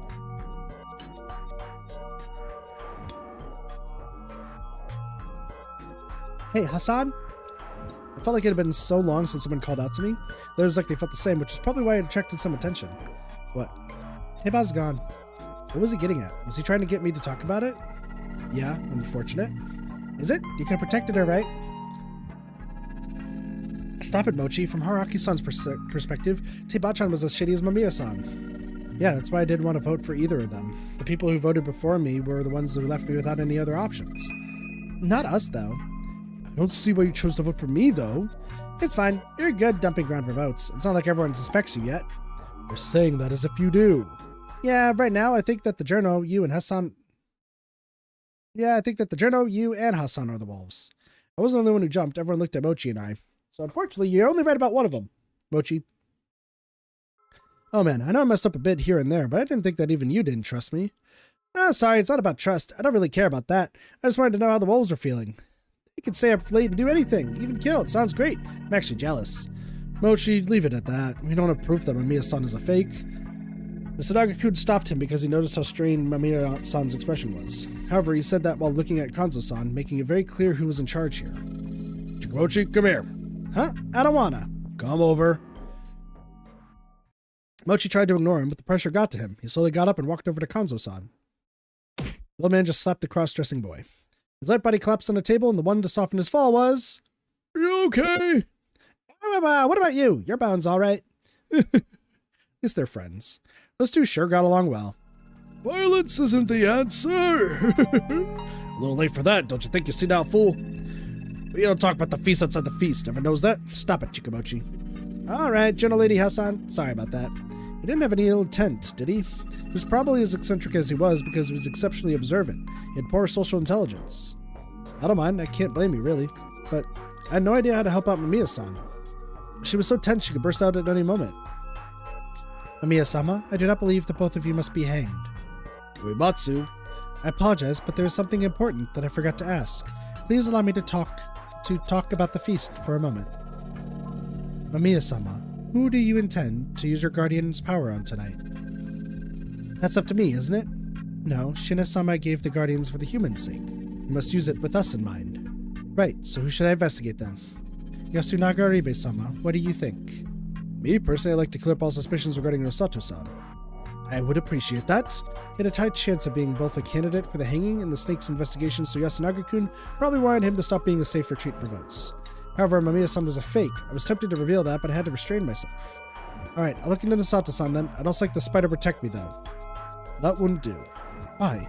If we decide that here, the wolves will simply go for someone else. The spider already saved one person. That alone is impressive enough to leave it to them again. I see. That's true. Uematsu-san, is that it? Yes, sorry for being too foreign, Makishima-sama. I'm going out again. Kanzo-ji-chan, being here for too long is uncomfortable. Can we walk around? Better than dying. You had a point. Positions and roles were completely different from last time, but I felt like people would die if we split up. Watch out for Takumi. He uttered those curt words and walked out. Yeah, he's taking Bao-chan's death pretty hard. Yes, the big guy's a stofty. Yoshitsugu, come here. What do you want? We'll be upstairs, Mom. Wait, I'll go with you. Huh? Musashi-san, can you take care of things here? Of course. The Uribes went upstairs, leaving the dining hall with just two of the students, Kiyonosuke, the old wolf guy, Chiemi Rikako-san, Meiko, and Mamiya-san. Myself included, that was 9 people, a few numbers away from the total. Oh, what a pain. I share the sentiment. How long will this go on? The moon softened up and everyone finally began speaking their mind. Hassan, you a wolf? No. Got a guardian? Who knows? Wait, we're not supposed to talk about it, right? I just old people talk. If you ask me, this is something we should be discussing all day long. True! Mochi, do you know something? Is he good at deduction or something? Mochi, what did I do? He just talked to me. Get used to him already. He won't bite. Go on. It's nothing big. Mochi just has good intuition. We got 1 out of the 3 wolves right, so... what a shame. My crazy brain computer doesn't work right in this mist. Come to think of it, you talked big yesterday, but didn't have much to show for it today, did you? I still suspect you. Okay, I won't blame you for that, but could you at least be more friendly with me? Feels like there's a wall of ice between us. I mean, you seem like a playboy. So that was the reason, huh? This reminded me of that when we first met last time, she assumed I was Chiemi's boyfriend. Was it even possible for her to have a better opinion of me? Getting along with her wouldn't hurt. I'll clear up the misunderstanding later. Honestly, though, I wanted to say more. You're lying. You just let Ni-chan talk, and then Oji-chan made it all go to waste. Is that how it seems to you? If you ask me, it felt like Yasunaga or Ibe-sama was covering for Haruaki-sama. Whoa, she was treading into dangerous territory with that. And I felt that way too. Yasun really trusts Hassan for some reason. I wonder why.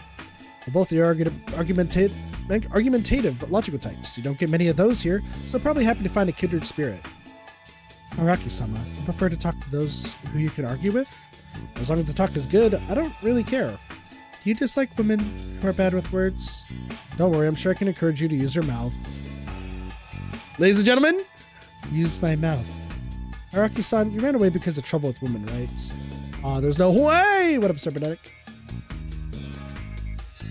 Yeah, she's very, yeah. Whatever do you mean? Rikako-san, he's probably a real bad boy. You shouldn't humor him any further. Bad boy. Run away and leave him to me, the super bad shimmy girl. I might have a fondness for bad boys. Let's go, Haruaki! So that's how it is, huh? Mochi, is this what a fight between adult women looks like? Pretty sure adult women fight by slapping each other with their tits.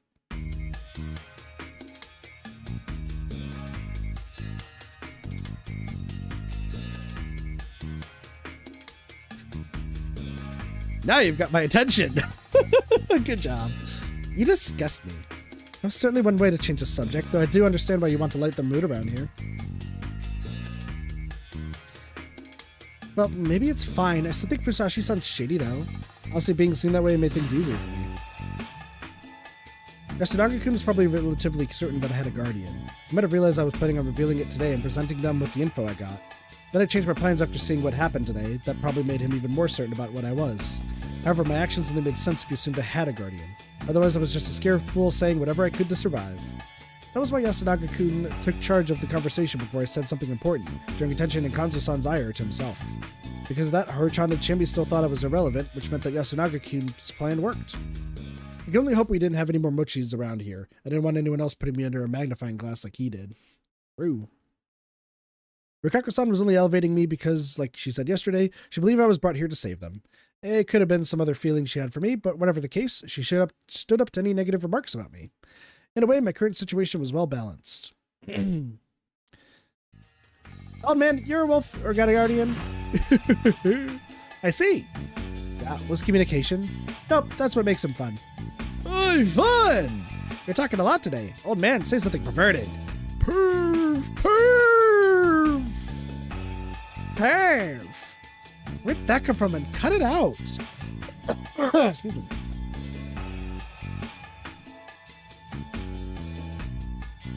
Don't act like you're not interested. Want to hear my true urban tales of lust? Elaborate. What is happening? Hi, here for the game of werewolf. Stayed for all the sexual innuendos and talk. There, caught her. Of course Rikako-san would be interested, you perv. But what do you mean? Why are you treating me differently than Haru Makishima-sama? Hey, I'm just glad that the Mystic Beauty is a normal girl inside. I'm not about to lose to you on that front. Care to try? Whoa, it's happening.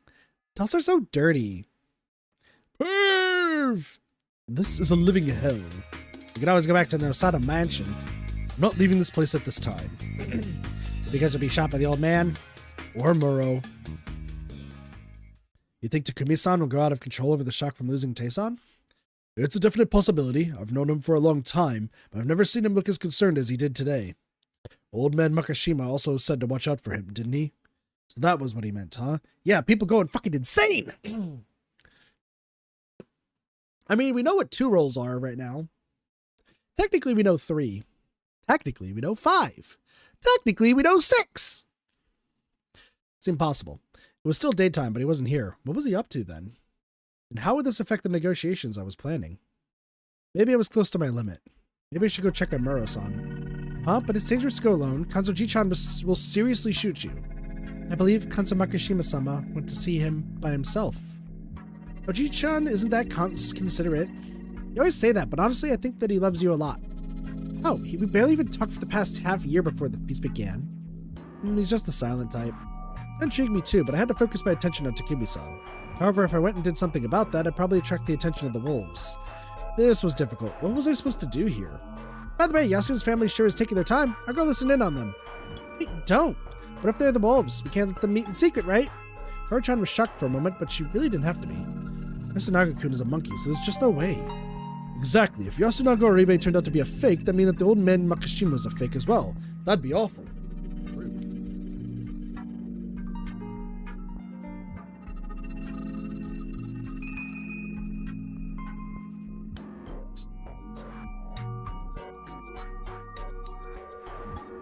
I get sick so fucking easily, it's not even funny. True. All 3 of them simply couldn't have been the wolves, so there was no problem with that secret chat.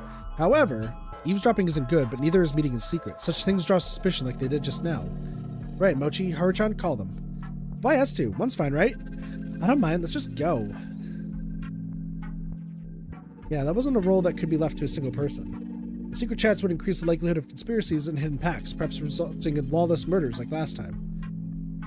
However, at the same time, there was the risk that someone, especially the wolves, could find out such pacts without the parties knowing. Wolves left their houses at night to kill people, meaning they could have all the secret talks they wanted out in the night mist. We humans can only have the secret talks during the day, where we risk being heard by other inhabitants and wolves. Overall, the wolves had a way bigger advantage on the intelligence front. By just meeting up at night, they didn't have to have any chats during the day. In fact, they could just focus on listening. They could also agree on what roles they would take, which one would pretend to have a guardian, which one would side with the humans, which one would gather info. By eavesdropping on human secret chats, they could gain info without the humans even realizing someone was listening. That was why people couldn't be allowed to go off to listen to these chats on their own. It would imply they had ulterior motives. Chimmy had realized that just now, huh? She sure has some tact. Does that mean she suspected Mochi, though? When Takumi Ni-chan said he was the snake, I had a bad feeling come over me. Oh, it felt like I could hear the wolves laughing. I certainly had sharp intuition. This reminded me that he'd just asked me a leading question, whether I was a wolf or had a guardian. Did he perhaps realize? Whether he was human or wolf, he might have known that I had a guardian. Had Shimmy stopped him from going off on his own because she saw him as dangerous? Perhaps I had to use my snake powers to investigate him. Shit, this was complicated. Upon returning, the Aribes wore docile expressions, but they didn't have anything to say. They just returned to their seats, and that was that. It seemed they came down at about the same time as the two students went to pick them up. This was the first time I'd seen him so serious. It made him look a lot like his brother. Large eyes, a straight gaze, they probably inherited those features from their late father, a Higuchi. I couldn't help but wonder what they'd talk about. Yoshinaga-kun probably wanted to scold Yoshitsugu-kun, while Kaori-san probably was concerned about how they were holding up. I did think it was important to have a strong will in this situation. An outburst of violence would be quickly silenced, and we couldn't afford to lose potential votes to that. The feast was built around the premise of killing people through logical deduction, and letting that foundation crumble was not an option. Otherwise, we'd quickly be overwhelmed by madness and blind murderous rage. The only ones who benefit from that would be the wolves, who had the upper hand in information. It's quite uncomfortable here, so let me treat you. Something sweet, perhaps? She presented us with something I had no idea what. What's this? Anko? No. My bowl had something gray and paste-like in it. It was steaming, too. Oh, it's taco. Everyone was overjoyed and began digging into the paste with their chopsticks, so I had no reason not to do it, too. It looked like Anko. It was about as soft. I brought my face closer, and it actually had a good smell, like cubic rice crackers. The steam made it obvious, but it was pretty hot. Sweet, too. Above all else, though, it smelled good. It reminded me of barley or rice. Grain, basically. Tea. It just happened to be sweet. It's hot taiko. Parched barley flour stirred in hot water. Is that what it's called outside? Well, it has several names depending on the region. It was really popular before the war, and you can still get it at some supermarkets. Yes, locals have been making barley flour and eating it for a long time now. That's what someone told me. No one commented on her correcting herself. Never heard of taco, though. Perhaps it's a mutation of hot taiko? Even in this situation, Mamiya-san was acting professionally. Even though she's a wolf. Though everyone lightened up and made room for some idle talk, no one brought up anything about the feast. No one was in the mood for it either. However, I was sure that just about everyone here had the same thing, that Hisako Mamiya was a wolf. She was a bad liar. From what I had seen during the previous loop, Haru-chan was the same way. However, since she was a bit of an eccentric, no one would notice if she acted a bit unnatural. Mamiya-san, however, was clearly the cool and intelligent type, so the sudden change of behavior immediately stood out. It didn't seem like it had anything to do with the burden she had as a snake or fear of the nightly attacks. If she had nothing to hide, she would calmly defend her actions and do something to help her survive the night. The first impression was a very important thing. She was lying. Everyone thought that, not just me. I wasn't able to get them to accept the badger's existence as facts, so they all should have assumed she was a wolf. On top of that, I was thinking about what she'd do and what I'd do with her tomorrow. During the simple sweetness, I continued to think all by myself. I gotta talk to Takumi. Time passed. We weren't too hungry, but we had dinner, rice gruel, at 5 p.m. and split up. Takumi-san yet to return. Go back already. I appreciate the help, but this is my job. Just go back. Crap, the bluff from yesterday was too strong. I had absolutely no intention of laying a hand on a widow with teenage sons, but Yoshitsugu was acting like a real knight protecting a princess. Well, he's insisting you've been a great help so far. Why not go and rest early? I'll do just that, then. I'll be full in a fucking field. Watch your language. See you tomorrow. Yes, you too. See ya. See ya, huh? That made it seem like he didn't see me as a complete enemy. I had no idea what he was thinking. What had they talked about back there? I was a bit curious. I'd probably have to ask Yasunaga-kun to find out. As I walked to my hut through the dark mist, I ran into the students. Every time I see Yasunaga and Haru together, I feel like it's her grabbing his arm. I don't know, it's just what it always looks like. Ah, Hassan, you're early today. Do what you have to and let's go back. We're waiting for you. Hope it's not a bother. What do you need? I couldn't sense anyone else hiding in the dense mist, but that didn't mean there was no one there. Also, the only one out of these three I could trust was Yasunaga-kun. I hoped he wasn't about to reveal something dangerous. I wanted to thank you. Think? Yes, you stopped Yoshitsugu yesterday, didn't you? You told us. Whatever do you mean? Though I can't say I approve of your methods. Huh? You even mentioned that. Yes. Oh, can I go hit my head on that rock and die? It's fine. He said it helped him cool off. What's this about? This sounds lewd. Yes. Anyway, if you knew that much, I didn't have to hide it. Mochi held Haru-chan back while Yasunaga-kun and I continued talking. Sorry about that. I needed something to provoke him, and it was the only idea that came to mind. I see. He's single-minded, which is good, but it doesn't seem to have a clear position in or outside the feast. Yes, that's why I wanted to tell him to actually use his head, but Mom, what did she say? Just something ominous and boring, but it also helped Yoshitsugu cool off. Didn't seem like he'd get any more detailed. I see. So that's what you three were talking about? Yes, please don't suspect us. Yeah, Nichan would never do anything bad. You're way shadier than him. Well, Assad probably thinks that Haru-chan and I are both shady. Anyway, that's it. Also, sorry for being so helpless. What a grim face. It was the same as the one he made when his efforts to prevent Tae-san and Mamiya-san from being lynch targets turned out to be in vain. Don't be. I'm the adult here, so that's my line. To be honest, at this point, only Haruchan's grandpa has any real power. Don't blame yourselves. Everyone's powerless before the mist. You said something normal for once. I'm holding myself back because Yasun and Haruchan are here. That made sense.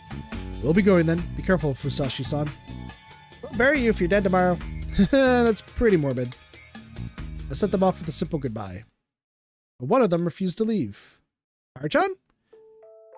What did you mean by I already tried it? Everyone is hearing this. What? I wonder what she meant by that, but then... I already tried it. Did she mean that thing I told Yoshitsugu-kun last night?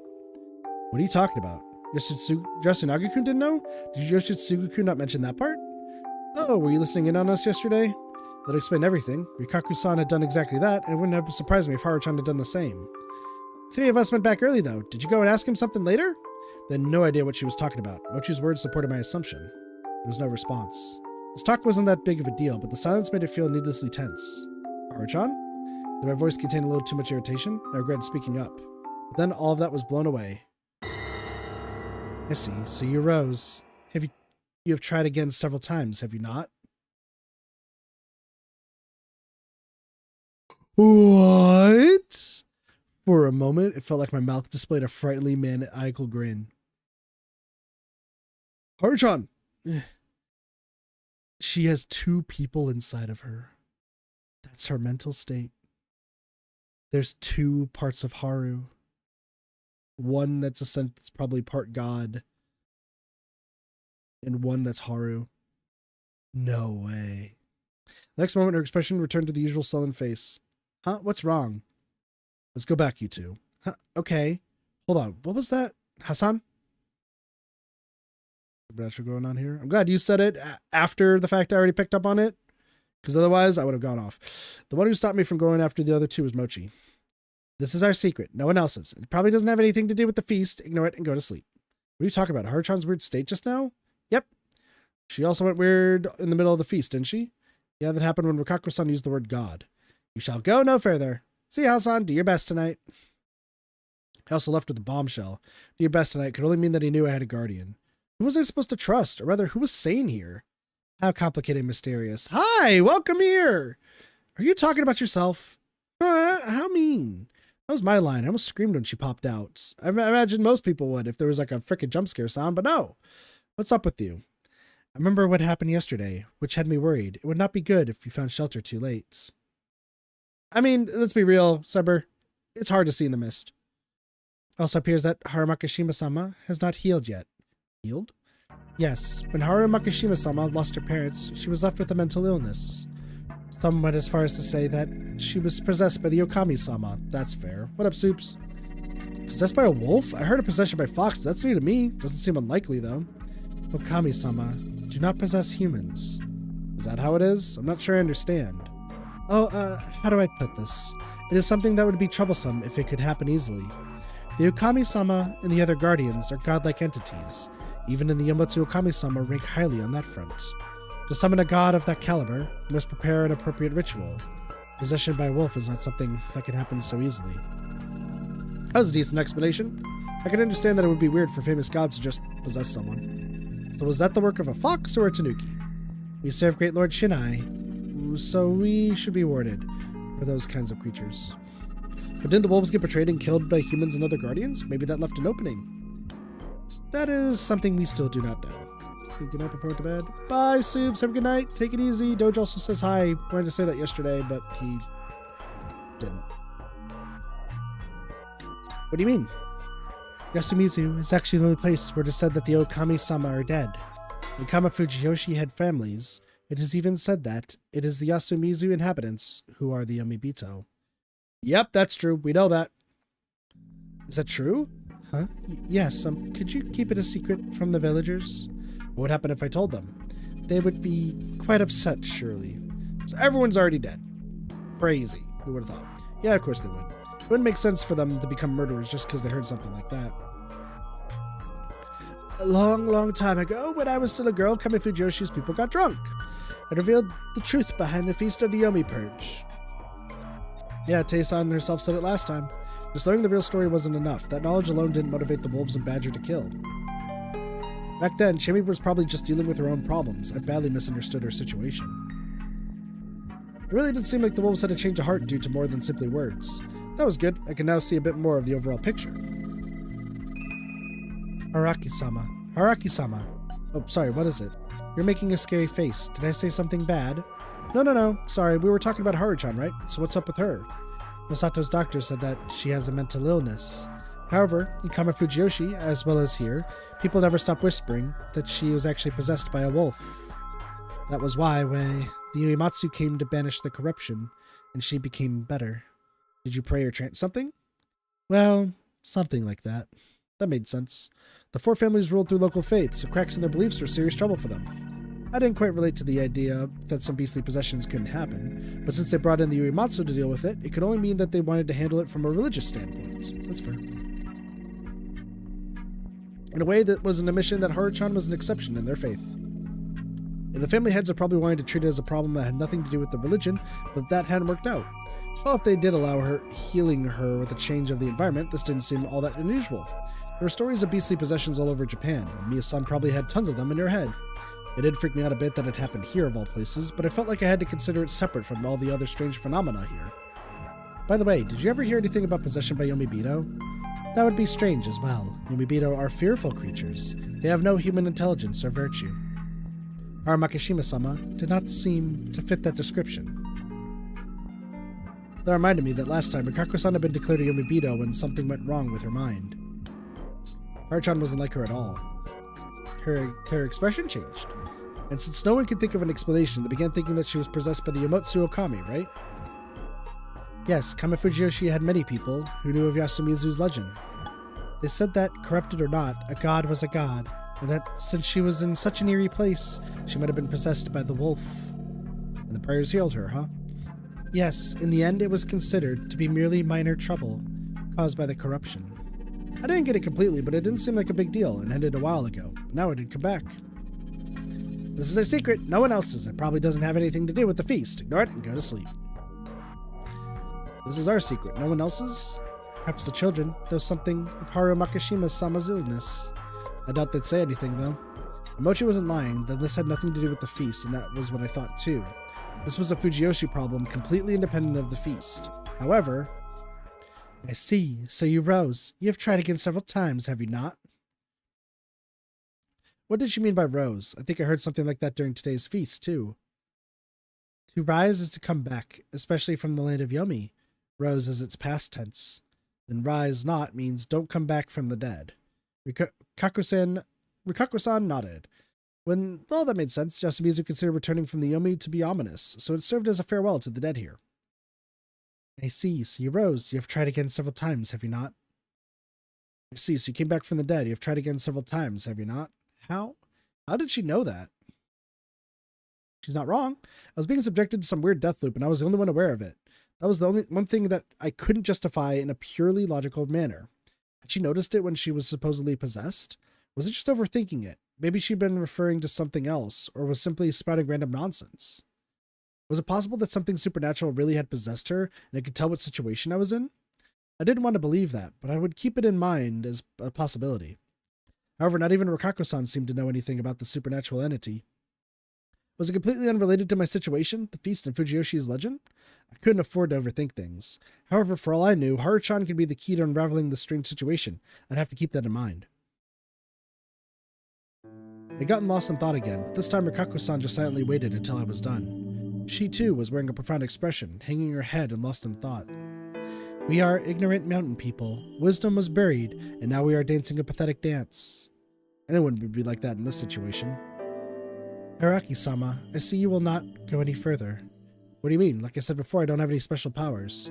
What about some special circumstances, or a special past? No, it does not matter. I merely want to believe that you are special, Haruaki-sama. I do not know what started it, but after seeing you through the shadow of the leaves that day, I've been thinking of nothing else but you. You want a bone! I mean, what? It could be because you helped me when I hurt my head on the Okiba, or because you called me by name. I look for reasons, but I am still not certain. Perhaps none exists. I cherish you, Haruaki Fusashi-sama.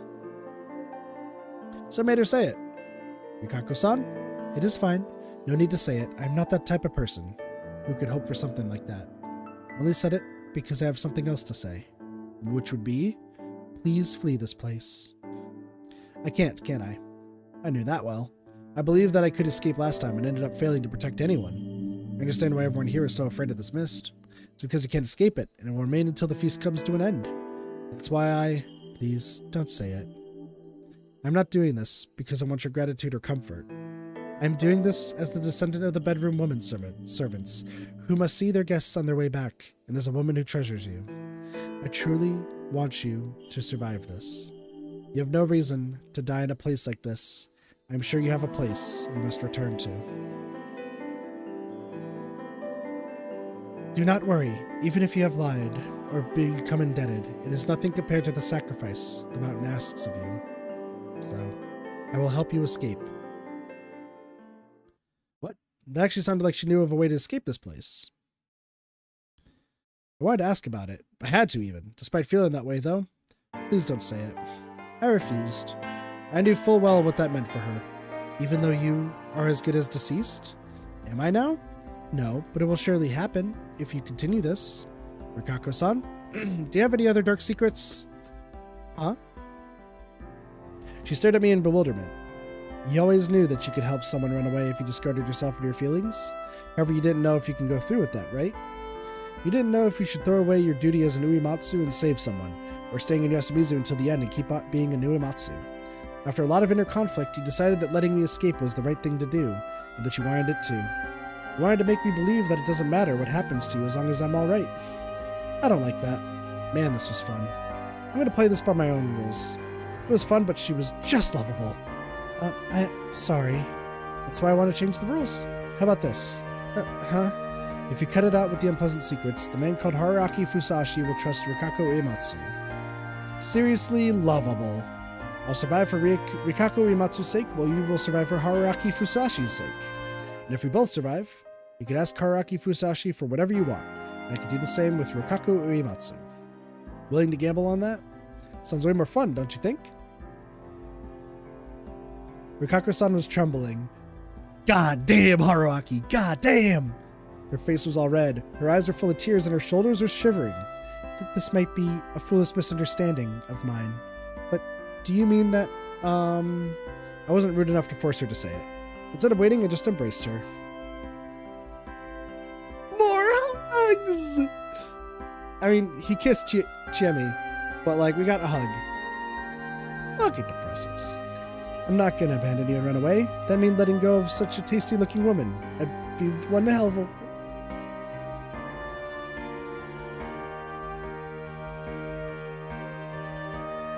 Oh boy. Oh boy. So please survive. Well, are you taking the bet? The baby she looks here, true. I felt her heated breath on me. It seemed to penetrate my shirt. No, you must flee. You are adorable. So much that I wanted to take her right then and there. But the rest will have to wait for later. No, now. I'll have to ask you that again when the bet's won. That's all right with you, Rikako-san? I tightened my embrace a little. Man, she really just wanted to... Was that what was being implied? She just wanted to fuck right then and then? Or like kiss or like something? I go to fuck because Chiemi, but like Rikako probably just wanted to kiss her. Love. My brain's always in the gutter. I play Nikkei, it's fine. Eventually she nodded, sealing the wager. Good night. You too. Good night. It's a battle, I shouted as she responded with a Wah! The flirting continued for a bit, and then we parted ways. All right. With that out of the way, I had to make sure she kept up her side of things this time. Now, who to choose today? The situation was completely unlike yesterday. Takumi-san was in an even more critical position than before. It reminded me of Kyori-san's situation from last time. If he went out of control, the only one who could stop him was probably Kanzo-san, but even then, someone could die. Kiyonosuke was, as Mochi had pointed out in the feast, a convenient dumping ground for votes. Given Kanzo-san's influence, Mamiya-san would definitely become a candidate for a hanging. In fact, it was more or less obvious that she was an enemy by now. On the other hand, we had people in important positions in completely different ways than yesterday. Mochi had good intuition and used it a lot on me a lot. And Haru-chan, she had little to do with the feast, but she might have had a hint or two regarding my looping phenomena. Investigating her would be completely personal, but I already let Tae-san die because of my selfishness, so it wouldn't be special. It was pretty messed up, clearly, but so is the situation where a selfless act could prove fatal. Besides them, Kuri-san, the old wolf guy, and Yoshitsugu-kun were still total blanks. Whether Kuri-san was a wolf or human, she'd be a real danger if her sons died. She wasn't a good target for the snake. Yoshitsugu-kun had a tendency to go wild, but he had little influence over the feast. The old wolf guy was the same as always, an unpredictable vote. I wouldn't pick them this time. Come to think of it, could I investigate the same person I checked yesterday? It'd be pointless, but I was curious. Who do I have to go for? So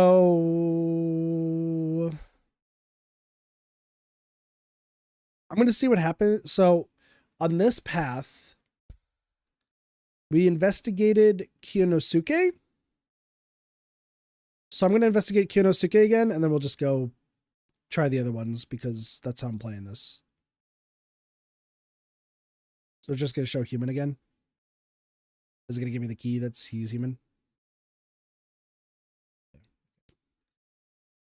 What keys are we going to get? 2 more? Crazy. Who would have thought? Let's check Chikamochi.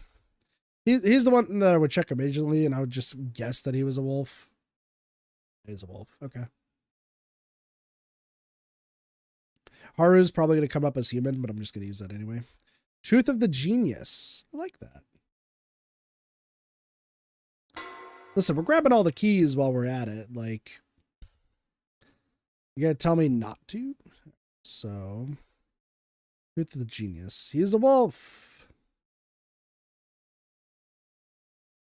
Who would have thought? Haru is probably a human.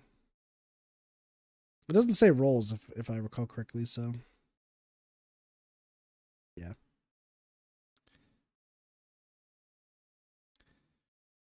Like I said, not surprising. But this is only useful in this path. Judging from her change of behavior, she probably isn't the badger this time. That's a load off my mind.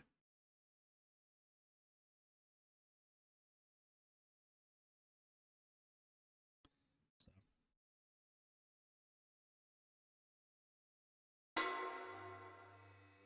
Yeah, if you're like, sorry, this is something that I would actually like 100% change about the game, and I talked about it when this happened earlier. But like, what should happen?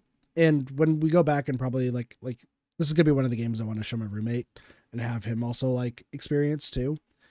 I don't know how you would do this in a game setting, but like after you select one, lock the chart. Like you cannot use the chart until you get like till you get to a specific point. And then afterwards, like you get the specific ending in this path, and then it unlocks it again. That way you can grab what like the other keys are. Or it just gives you like all the keys at the bottom. That way it's closer to werewolf rather than just like, here's all the keys. Have fun figuring out who it is. We already know who 2 of the wolves are. Who's the last one? It's like, okay. Cool. But nah, like I'm doing this because I would just like to have all the information. It just kind of confirms what my suspicions are already. I think the last wolf, if I had to guess, would be I think I originally said that it was the reporter, Mochi, and Chiemi. I'm gonna still say Chiemi. You never know. Also, we should probably end this off here soon. That I can freshen up, and then I got stuff I got to do before next stream. I woke up to yet another day, and got the info I wanted as a snake. You also say the wolves said, let me live. Can I trust that Yasunaga-kun and Mochi were the only ones who suspected me? I could contribute to the human survival by hiding my identity as a snake and gathering information about the others. However, that had me worried. Would everyone believe the snake who survived by hiding his identity and revealing himself late into the game? I was particularly worried about Kanzo-san. He hadn't said anything completely wrong so far, but there was a tendency for anyone to cast suspicion on to be dogpiled by the others. That seemed intentional on his part, but it seemed like a mistake to me. Yasunaga-kun's attempts at resistance hadn't gone well so far. He didn't have many cards to play yet. Perhaps he believed that I could be one of those cards? Would I be able to act today? Weighing my options, opened the door and saw Takumi-san. My surprised gasp quickly became a cry of pain. Knocked backwards, I was thrown back into the hut. Sitting on the floor, I looked up at him. He wasn't saying a thing. His expression was stern, and his eyes seemed to be boiling with hatred. In his left hand, he held a hoe. Even that seemed like a lethal weapon when held by a man with such a threatening visage. He was out of control, and I was clearly in danger. He still wasn't saying anything, not because of hesitation, but because he was waiting for my reaction. He would decide what to do based on what I did. Why are you here? Sitting on the floor, I asked him that. 2 died today. Interesting. His response wasn't an answer to my question, but it was an important thing nonetheless. We had a death that broke the rule of 1 per day, 1 per night, something commonplace during the previous loop. It happened again. Who? It was more or less certain that one of them was Yosuke Oribe. The boy went wild during the first night last time. He tried the same this time, so I assumed that another night was all he needed to gather the resolve to go wolf hunting. Instead of answering, though, Takumi-san just took a step forward and closed the door behind him. He crouched down and looked me in the eyes, but even from that position, he loomed over me. You said you voted for me to protect me yesterday. His voice was quiet, but I hear barely concealed rage in it. Explain that to me in a way even I can understand. He then rested his right hand on the hoe. I couldn't read his true intentions. However, he was definitely in charge here, and a wrong answer would punish harshly. This was to be a tough one. I knew this would happen. Huh? I had to consider what was on his mind. He was probably planning to beat me up no matter how I responded. However, he did seem to leave some space for consideration in case I gave him a good answer. I was now being tested. In the situation, you only understand if I provided him with something unexpected. If I could do that, I could get him to agree with me. I'd already planned a response to this. It was both well-rounded and difficult to pull off. Yesterday, you were at a crossroads. You always believed that Yasumizu was unified and that no one here would kill anyone else. However, since you always valued their words, regardless of which generation they were from, you were unable to commit to a course of action. Pause for a second. Go on. He prodded me with the hoe. It didn't hurt, but seemed antagonistic. However, he was still giving me a chance to talk. The others, especially Tai Yamawaki-san, believed that the feast was a paranormal phenomenon with absolute power over all within, and that death was unavoidable. The legend she recounted to us was the reason why Yasumizu became isolated. Even here in Fujiyoshi, it was also part of its identity. Make it simple. Because of the story about killing the wolves of revenge, Yasumizu was given the unfair role of being the defense against Yomi. However, if he accepted life here and looked at it from an optimistic standpoint, the story was actually something to be proud of. It was why, despite saying that the stories were nonsense, you couldn't just brush them off. You seem to understand me so far. On the other hand, you are better at using your head and thinking logically than most others here, so you're better at telling truth from lie. That was why you could relate to Chemi-chan's and Yasunaga-kun's more modern, logical ways of thinking. One lived in the city while the other had a keen mind. However, they themselves looked at the situation differently. While one calmly thought that you couldn't just go off and murder, the other calmly thought that you can't avoid murder. You relate to them all. That was why you wanted to take the middle road, but that would make it impossible for you to move forward or back. As the leader of Yasumizu and the mediator between the generations, you had to live up to their expectations. That was why you decided to assume who were the enemies of Yasumizu and prioritize attacking them. Fortunately for you, you had a few options. One of them was the mystery girl, Meiko. Another was Rikako-san. She was a village head, and they had a history of prejudice against Yasumizu. And then there was me, the guy with an unknown background. After that, there was Mamiya-san. Her identity was clear, but she was still an outsider. And lastly, Nosato-san, the village head who didn't seem to know anything because he was a second child. Of course, Yamawaki-san and Kaori Aribe-san, both of whom you were close to, were lowest on this list. You simply, wanted to attack them based on this order because you wanted to avoid hurting those you were sympathetic to. I wouldn't call it unreasonable. It's unnatural to believe that the invaders are the enemies, rather than that your neighbors became murderers. You were able to carry on this way of thinking until yesterday morning. No one died that night after all. However, that all crumbled at noon, when Yasumizu's people prioritized killing a local mainstay over an outsider. That's why you locked yourself up. You needed time to rethink your strategy. You considered how to rework your list of enemies and how to determine Tei Yamawaki-san's murderer. My words are cut off when he threw away the hoe and grabbed me by my collar. That's not true. Being shaken by his powerful fist made it hard to breathe, but it wasn't violence just yet. If it really isn't, you can't argue with words instead of threats. That's how you usually are, right? However, you decide to create enemies for yourself. That left you with only one option. Oppose the ones who killed Tai-san and adventure by attacking them. No! Yes, though she claimed to have a guardian, it was clear that Mamiya-san's attitude was weird, yet the only one who was hanged was Tei-san. That was why you thought that the wolves must have banded up and voted for Tei-san. They had to be lurking among those who voted her into her death. I'm sure that's what you thought, and in turn I thought this. At this point, the guilt from not saving her would get to you, and you would go berserk without any regard for yourself. Perhaps to the point of killing all the suspects, even if it meant getting the corruption. That's why I thought about what I had to do. If I voted for Yamawaki-san, I would be your enemy number one. Yet Meiko was young, and while Rikaku-san voted for Yamawaki-san, she accepted that. Me, though, I have nothing. If you went berserk and started killing, I would be the first on your list. That was why I couldn't vote for her. That's your reason? You had another choice, damn it. He was right. Though Tae-san had already had more votes, I saw the difference clearly and could use my vote to take it to the final vote. Even so, I couldn't vote for Hisako Mamiya. Why, you suspected her too, didn't you? And now... What was I to do here? There was no guarantee that no one was listening. It was probably best to assume that someone was. Even if that wasn't, was it a good idea to tell him about my guardian? I didn't have much time to think about this.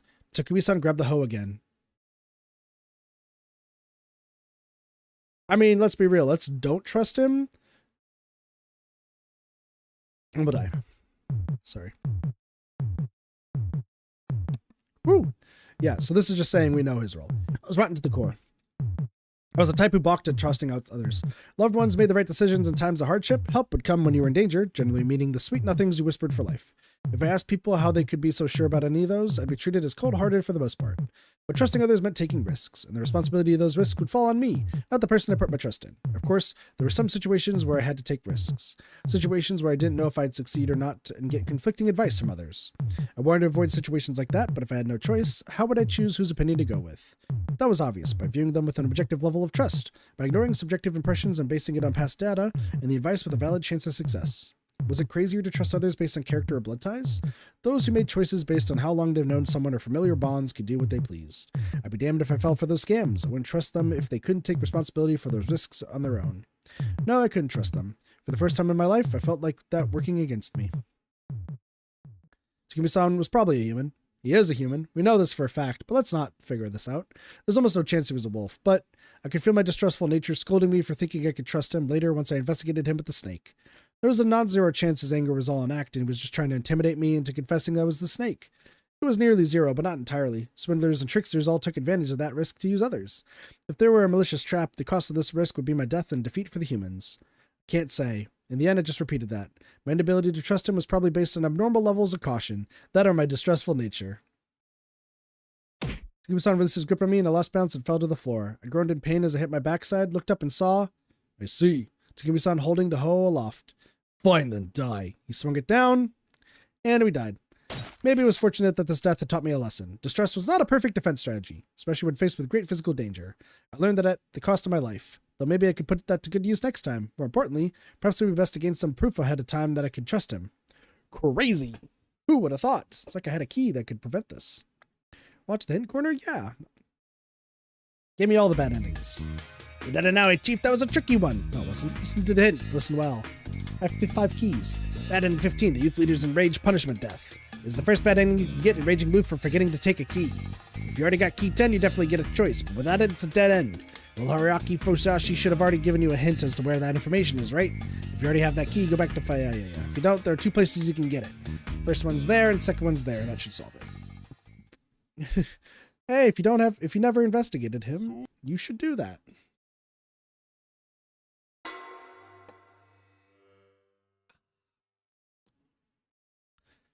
Fun times. I'll trust you. My decision wasn't due to trusting him personally. I did so because I knew he wasn't a wolf. I'm the snake. Still, that wasn't enough info to allow me to reveal it to him. That's why I knew she was a fake right from the start.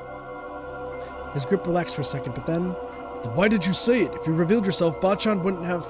It's because I understood that the wolves wanted to know who the snake was, even if it meant sacrificing one of their own. What do you mean? Yesterday, I said that to make an active effort to win, the wolves had to pretend to have guardians, but by that, I meant the wolves as a group. No matter how good of an actor you are, by acting like you have a guardian, you'll be suspected and put in danger. As a result, the faker would eventually be hanged, but it would have bought some time for the remaining wolves. However, pretending to have a guardian when no one had died was way too risky. The real one was still alive after all. That meant that the wolves could have been planning only one thing, to draw out the real snake and kill them that very night. There was also the possibility that she was a badger, but that would have only made it more confusing, so I omitted it. I did nothing to stop Yamawaki-san's death, I won't deny that. However, I thought it was necessary for me to survive and get back to the wolves. I couldn't have voted for Mamiya-san either. It was to keep the wolves from realizing that I actually knew exactly what she was. That was why, instead of using my vote on them, I used it to send you a message. It was a pretty bad plan, if I say so myself. I had no idea if you would understand. But the result is clear. You came to me and gave me a chance to explain myself. This chance was necessary for me. What do you mean? Can you let me go? He did as I asked. We can avenge Tayson by fixing the majority and killing all the wolves. However, for that, I need you to trust me. I already trust you. After all, I used the snake's power to confirm that you are human. Can you trust me? This was very one-sided. However, it was in alignment with his desire. He was conflicted between three things: sympathy for me as an unfortunate outsider, the unfairness of the final vote yesterday, and my suggestion. This was especially hard for him because he wanted to be impartial. You can't decide that so suddenly. I understand, but I kind of believe that you are the snake. Are you sure that's a good idea? The feast's all about whether you believe me or not, right? You got a point. Also, your assumption is right. Which one? I was thinking of killing you yesterday. Ooh. If I'd come here and that's the state it was yesterday, I'd probably killed you before listening to anything you had to say. But I couldn't go through with it, probably because I wanted to know what you meant. So I worked some word magic there, huh? That has nothing to do with whether I trust you or not. And I'll think about your suggestion after you tell me more. It's good enough for me, by the way. You said 2 people died. Who? Oh, I was just thinking of telling you. Come with me. We gotta find the old man. So who's dead? The one who died today were Haru Makishima and Hisako Mamiya. Huh. So one human and a wolf? How'd the wolf die? When Takumi-san told me that, I was more confused than shocked. Why? Why them of all people? However, I couldn't spend a lot of time thinking. Takumi-san predicted that Kanzo-san would go on a frenzy if he saw Haru-chan's corpse. That reminded me of the time he ran up to her when she was acting weird. Mochi had told me that he loved his granddaughter a lot, and that was undoubtedly true. Takumi-san had walked around Yasumizu before coming to me, but he couldn't find Kanzo-san anywhere. It would have been fine if they'd just missed each other, but Kanzo-san always woke up and walked around before anyone else, so he must have already seen Haru-chan's body. Considering the situation, I couldn't help but feel that something bad was happening with him right now. He's got a rifle, guy's more dangerous than me. Even Takumi-san, who almost killed me himself, deemed him a huge threat. Yeah, I already kind of considered this, so what'd you say? Yeah, no, that, like, this was already said, because I was like, you can take down Yoshitsugu to get Kaori to go crazy, but Kaori possibly is a wolf. Oh, that's who I said the third wolf was. I didn't mean Chimmy, I said Kaori, and I just wasn't fucking paying attention.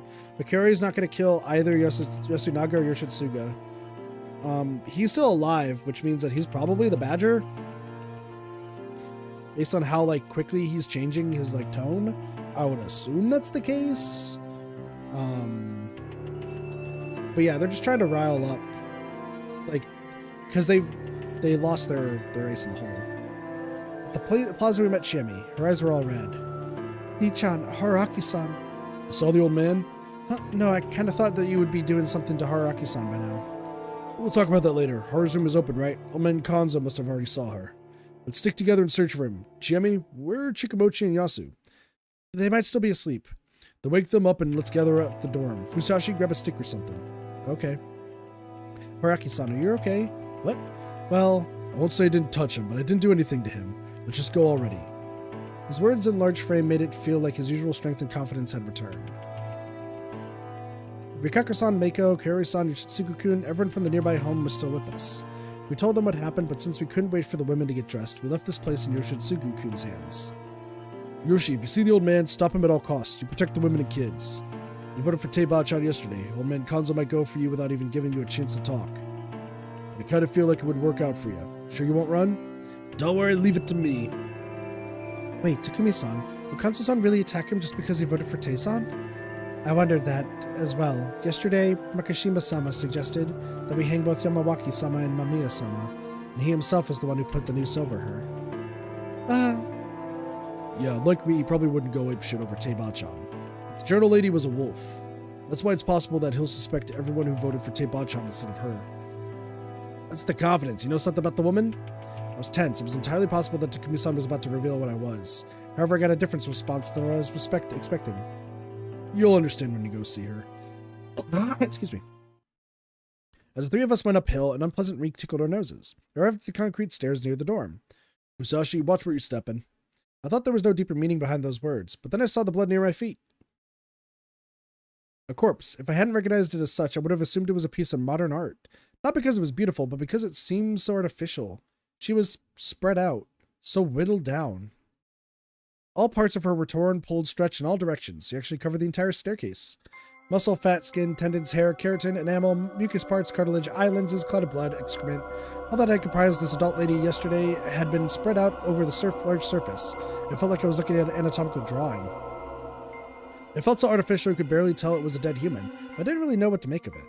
One thing was clear, though. There was no special knowledge or intent behind this. It was pure, unadulterated violence that simply departed once it was complete. At the center of it all, you could find half the bones needed to complete a human being. But a part of the face was still intact. It was clearly revealed that the corpse belonged to Hisako Mamiya. She died outside her room. You'll understand when you see her. That's why he said that. Okay. Chimmy covered her mouth. I told her she could vomit if she wanted, but she said she had nothing left in her stomach. She must have seen this when leaving the dorm and passing through here. We ended up avoiding the stairs and went up the steep slope instead. The grass below was wet. Thinking that some of it was caused by her fluids, I became somewhat disturbed. Haruchan would have fainted if she saw this. That thought reminded me that she too was no longer with us, casting an even deeper pall over the scene.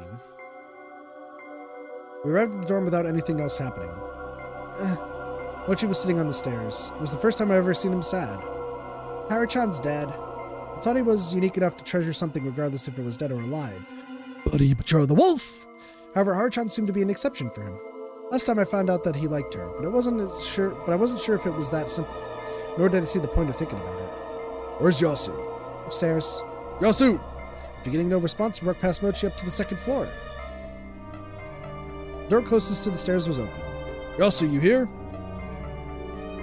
He was. He was on his knees, spacing out, looking utterly powerless. Get a grip. We're all gonna look out for old man Konzo. Yasu! Takumi-san rather violently shook him, and Yasunaga-kun made his first sound, a whimper. He didn't want to accept the despair before his eyes, and kept his emotions from blowing up. I could see that in his face. It's my fault. The first thing he blamed was himself. It's the third day, and I still haven't found a single wolf. No! Takumi-san shook him again. This is all the wolves' fault. It's not that, then it's my fault for not stopping old man Konzo. Your work has just begun. Get a grip, Yasu. Chimmy, take over. Yasu-kun. She opened her arms. Yasunaga-kun refused the embrace, slightly pushed her aside and left. She glanced back at me for a moment. Her expression felt hesitant to me, or was I being too conceited? We'll be downstairs. Yasu-kun, wait up! Chimmy chased after her and tried to take his hand, and then I lost sight of them. Man, this is just horrible. I heard it from Chimmy, but still. Takumi-san looked back into the room. It's messed up. I felt the same way. Glad Takumi kind of lives through a lot of these. He's a good guy. There was nothing like the work of the wolves from last time. Hanzo-san had his face crushed, and Takumi-san had been shot in the head. Last time, Yasunaga-kun and Tei-san had both been prioritized the head. It was a brutal yet efficient way of quickly taking their targets' lives. This, however, was the reverse. Haruchan's empty, somewhat sad expression was preserved perfectly. Though stained by blood from her mouth, her deathly visage was even beautiful in a sense. The rest of the body, though, was a complete mess. She was lying on a futon, covered in age-casual clothes. For some reason, it didn't seem like she bled much. It was clear that she was beat up with a blunt instrument. Everything besides her head had been thoroughly crushed by something heavy. She was like a pancake from the neck down. Her limbs were bent in unnatural ways that made it seem like she had no bones. It was an excessive way to kill someone, and her face was clearly left untouched on purpose. It was openly malicious, and like the killer was toying with their victim. Profiling wasn't my area of expertise, nor was I particularly good at it. However, I couldn't help drawing a certain conclusion. The wet, bloody footprints made it clear that this was, like last time, the work of the wolves. However, these wolves were far crueler than the previous bunch. Yeah, Kaori's the last one. Prioritizing the search for Konzo-san, we left the cleanup for later and quickly returned to gather the others. Mochi and Yasunaga-kun joined us, and the five of us went to the Sato mansion next to meet up with Kiyonosuke-shi, who was just passing through the gate. He was surprised that 2 people had died, but he was more bothered by the fact Kanjo-shi was nowhere to be found. It seemed to scare him. He's got a gun, doesn't he? It seems dangerous. The old man I know would never use it on people. He's like a different person with the mist around, though, he added. Konzo-san had already pointed his gun at people. Takumi-san didn't want to see Konzo-san as a threat, but it was clear he didn't trust him completely. His blind faith in the locals had vanished overnight. It probably wasn't virtuous in the general sense, but in the current situation, that naivete had been his only weakness. We then went to Tei-san's house, passing the supposedly empty construction site along the way. We still couldn't find Konzo-san or anything out of the ordinary.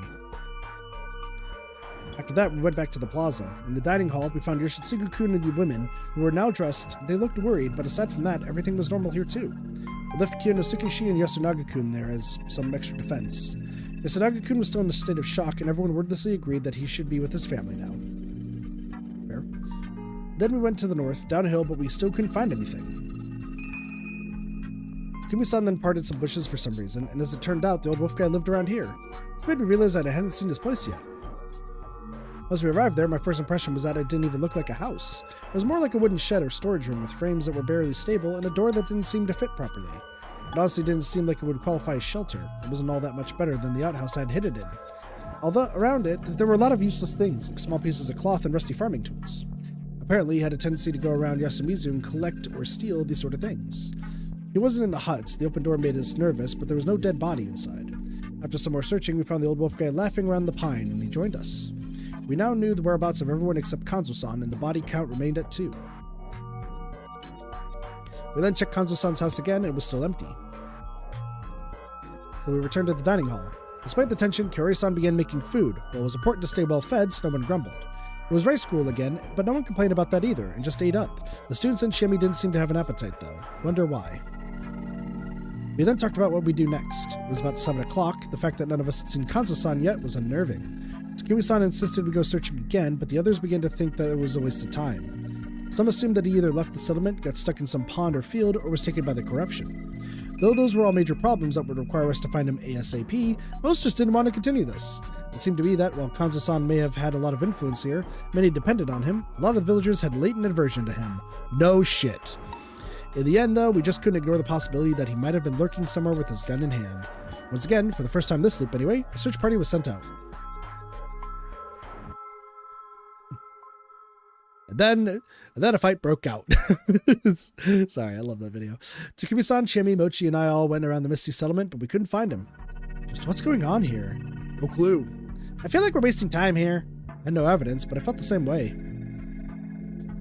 Soon enough, we just went back to the plaza. Sayuki-san! Close! Miko-chan. It was a while since I last spoken to her. We hadn't talked once yesterday, and it seemed like it'd be a while until she found out my name. What's wrong? Where's Rikako-san? Oh, Oni-chan's talking about some difficult stuff, so I'm playing outside. What are the people in the dining hall doing? What if something happened to this girl? Miko-chan voted for Teiba as well, yeah? Huh? Anyway, what's up? Saoji-chan. What? Old man, what are you doing? He'd been right under our noses, specifically the hall where we had the feasts. He was exactly where he would be during the feast. Right next to him, there was an empty bottle of divine sake. Kanzoji-chan, about heart... Don't say it. He pushed away the bottle and stood up. He didn't seem the least bit drunk. In fact, his eyes were even sharper than usual. Haru's gone. All that's left is to bring an end to the feast. That's it. In other words, the daily morning patrols he was always doing were for Haru-chan's sake. So now that she was gone, this was the only place for him. So you're waiting? He replied with silence and sat down again, bringing his hunting rifle closer to him. I'll call everyone. It ain't time yet. If I let you wait here, everyone's gonna get being nervous. Don't care. Give me the gun, we'll put it back. Go back. Give me the gun. Instead of replying, Kanzo-san took his gun and aimed it to Takumi-san. Go back to the dining hall and wait till noon. The scene seemed symbolic to me. Kanzo-san wanted to lead by force and demonstrated it with his killing instrument. At this point, no one could get in the way of him leading the feast. But then something I didn't expect happened. Oh! It was right when Kanzo-san seemed to have finished talking. Takumi-san grabbed the front of the gun with his hand, pushed it aside, then took a step forward and punched Kanzo-san right in the face. Also didn't expect the old man to instantly retaliate. In less than a second, Kanzo-san let go of the gun and threw a punch into Takumi-san's face. No! Blood gushed out as Takumi-san's face was distorted in pain. However, that wasn't enough to take him out. Grr! A shot from the left hand, the base of the palm cleanly hit Kanzo-san's face, and the old man was thrown backwards. Hit the wall behind him with a loud crunch, but even then, Kanzo-san stood up, clearly ready for more. There was an opening. He grabbed the hunting rifle. Huh? And gave it to Chiemi. Things are going so fast I forgot that I wasn't supposed to know that she knew her way around guns yet. Cheat! Take it apart and throw it away. But Takumi-san understood my intention. Right! Chiemi turned around. Kanzo-san tried to chase after her, but Takumi-san, Mochi, and I held him back. I know how you feel, but guns are unfair. So what? Can't trust no one. I gotta protect Yasumizu. What else can I do, huh? You can trust someone. Takumi-san glanced at me, but I couldn't agree with him in this situation. I could reveal myself to Kanzo-san, but not in front of Mochi. Even if someone had been eavesdropping on us when I told Takumi-san, it still wasn't the time to reveal it. There's one thing that's clear. The wolves went for Haru-chan to get to you, Makishima-san. You understand that, don't you? Making the situation even harsher, like you are right now, is exactly what they want. Don't act like you know. I do. After all, everyone is starting to fear you. You're the ones who started it. If it weren't for the gun, I'd be apologizing for suspecting you by now. They then fell silent and glared at each other. Mochi, get everyone here. We should start the feast right now. You're right. Wouldn't want to leave the old man alone. Kanzo-san grunted, displeased, but offered no more protests towards starting the feast. Honestly, there was no real reason why the time for when the feast started had been decided when it was. Kanzo-san was only doing it on the same time as the first day. The fact that he insisted on the usual time so strongly that he brandishes his gun over it made me feel like he was more obsessed with control over the situation than actually thinking things through. At the base of it all, there was mistrust. He couldn't trust anyone, so he simply repeated whatever had brought him success so far. It'd be good if that led to our victory, but the feast really had to be approached like a game. There was no single way to win, and there was competition. If you could read the enemy's strategy, you could also outplay them. That was significantly easier for the wolves. It was best to assume they understood exactly how Kanzo-san thought. That was why they targeted Haru-chan. It was necessary to rethink our own strategy. It would all depend on how today's feast went, especially for myself since I was the snake and had to survive no matter what. Alright. This is where we end it, unfortunately. I know that there's another feast.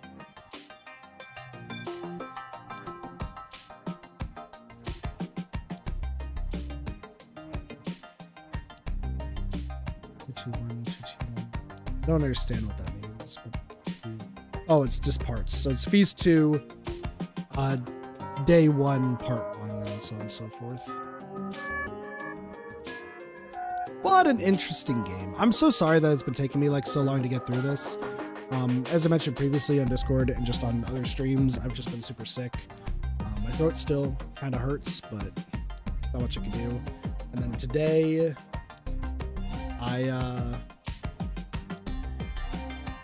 let's just say this morning, after like I woke up early, I was like, I'm gonna get shit done, things are gonna be good. I was like reading through things, I checked my phone, and then I got really sad, and then also realized that I had no food for breakfast or lunch, and I passed out. Man, I should be eating better, but I've only been eating supper lately, and I need to at least start eating breakfast. So I think tomorrow morning, ideally, I'm gonna go to the store to like pick up some groceries, so that way I can like maybe consistently eat cereal or something. That's the goal. That way I don't keep passing out like in the middle of the day. And then hopefully I'll start making enough money with this new job to actually be able to eat like breakfast, lunch, and dinner. However, because training departments shouldn't tell you about money, things did not go well this morning. So that should tell you what happened. But yeah, we're gonna end things off here. There's still gonna be another stream tonight. I am thinking of probably doing Binding of Isaac or Dave the Diver or Graveyard Keeper. Probably Dave the Diver because I really want to like finish it. So we'll see. But there's supposed to be more streams. I just need to take care of my health first and foremost. I hope you all understand that. Yeah, health comes first. And right now things are like putting it this way, health aside, these next 2 weeks are going to be terrifying for a few reasons. There's only 20 keys, that makes sense. So I'm gonna go to the title because we already saved. Yeah, these next 2 weeks are going to be nerve-wracking. Pretty much not this upcoming Friday, but the Friday after. Either things are going to be great and happy and awesome, and you'll get healthy, happy kit that Friday, or you're not going to do good. So, anyway, I'm going to end off the stream here, but we'll be back, like I said, later. So thank you all so much for watching. Hope you enjoyed Raging Loop. We will be playing more of this game. I do want to get through it ASAP, so keep a lookout, but have a wonderful day, night, morning, afternoon, or evening. Of course, my name is Katafi, and I'll see you next time for some more Ready Gaming. See you later. Peace. Bye, everyone.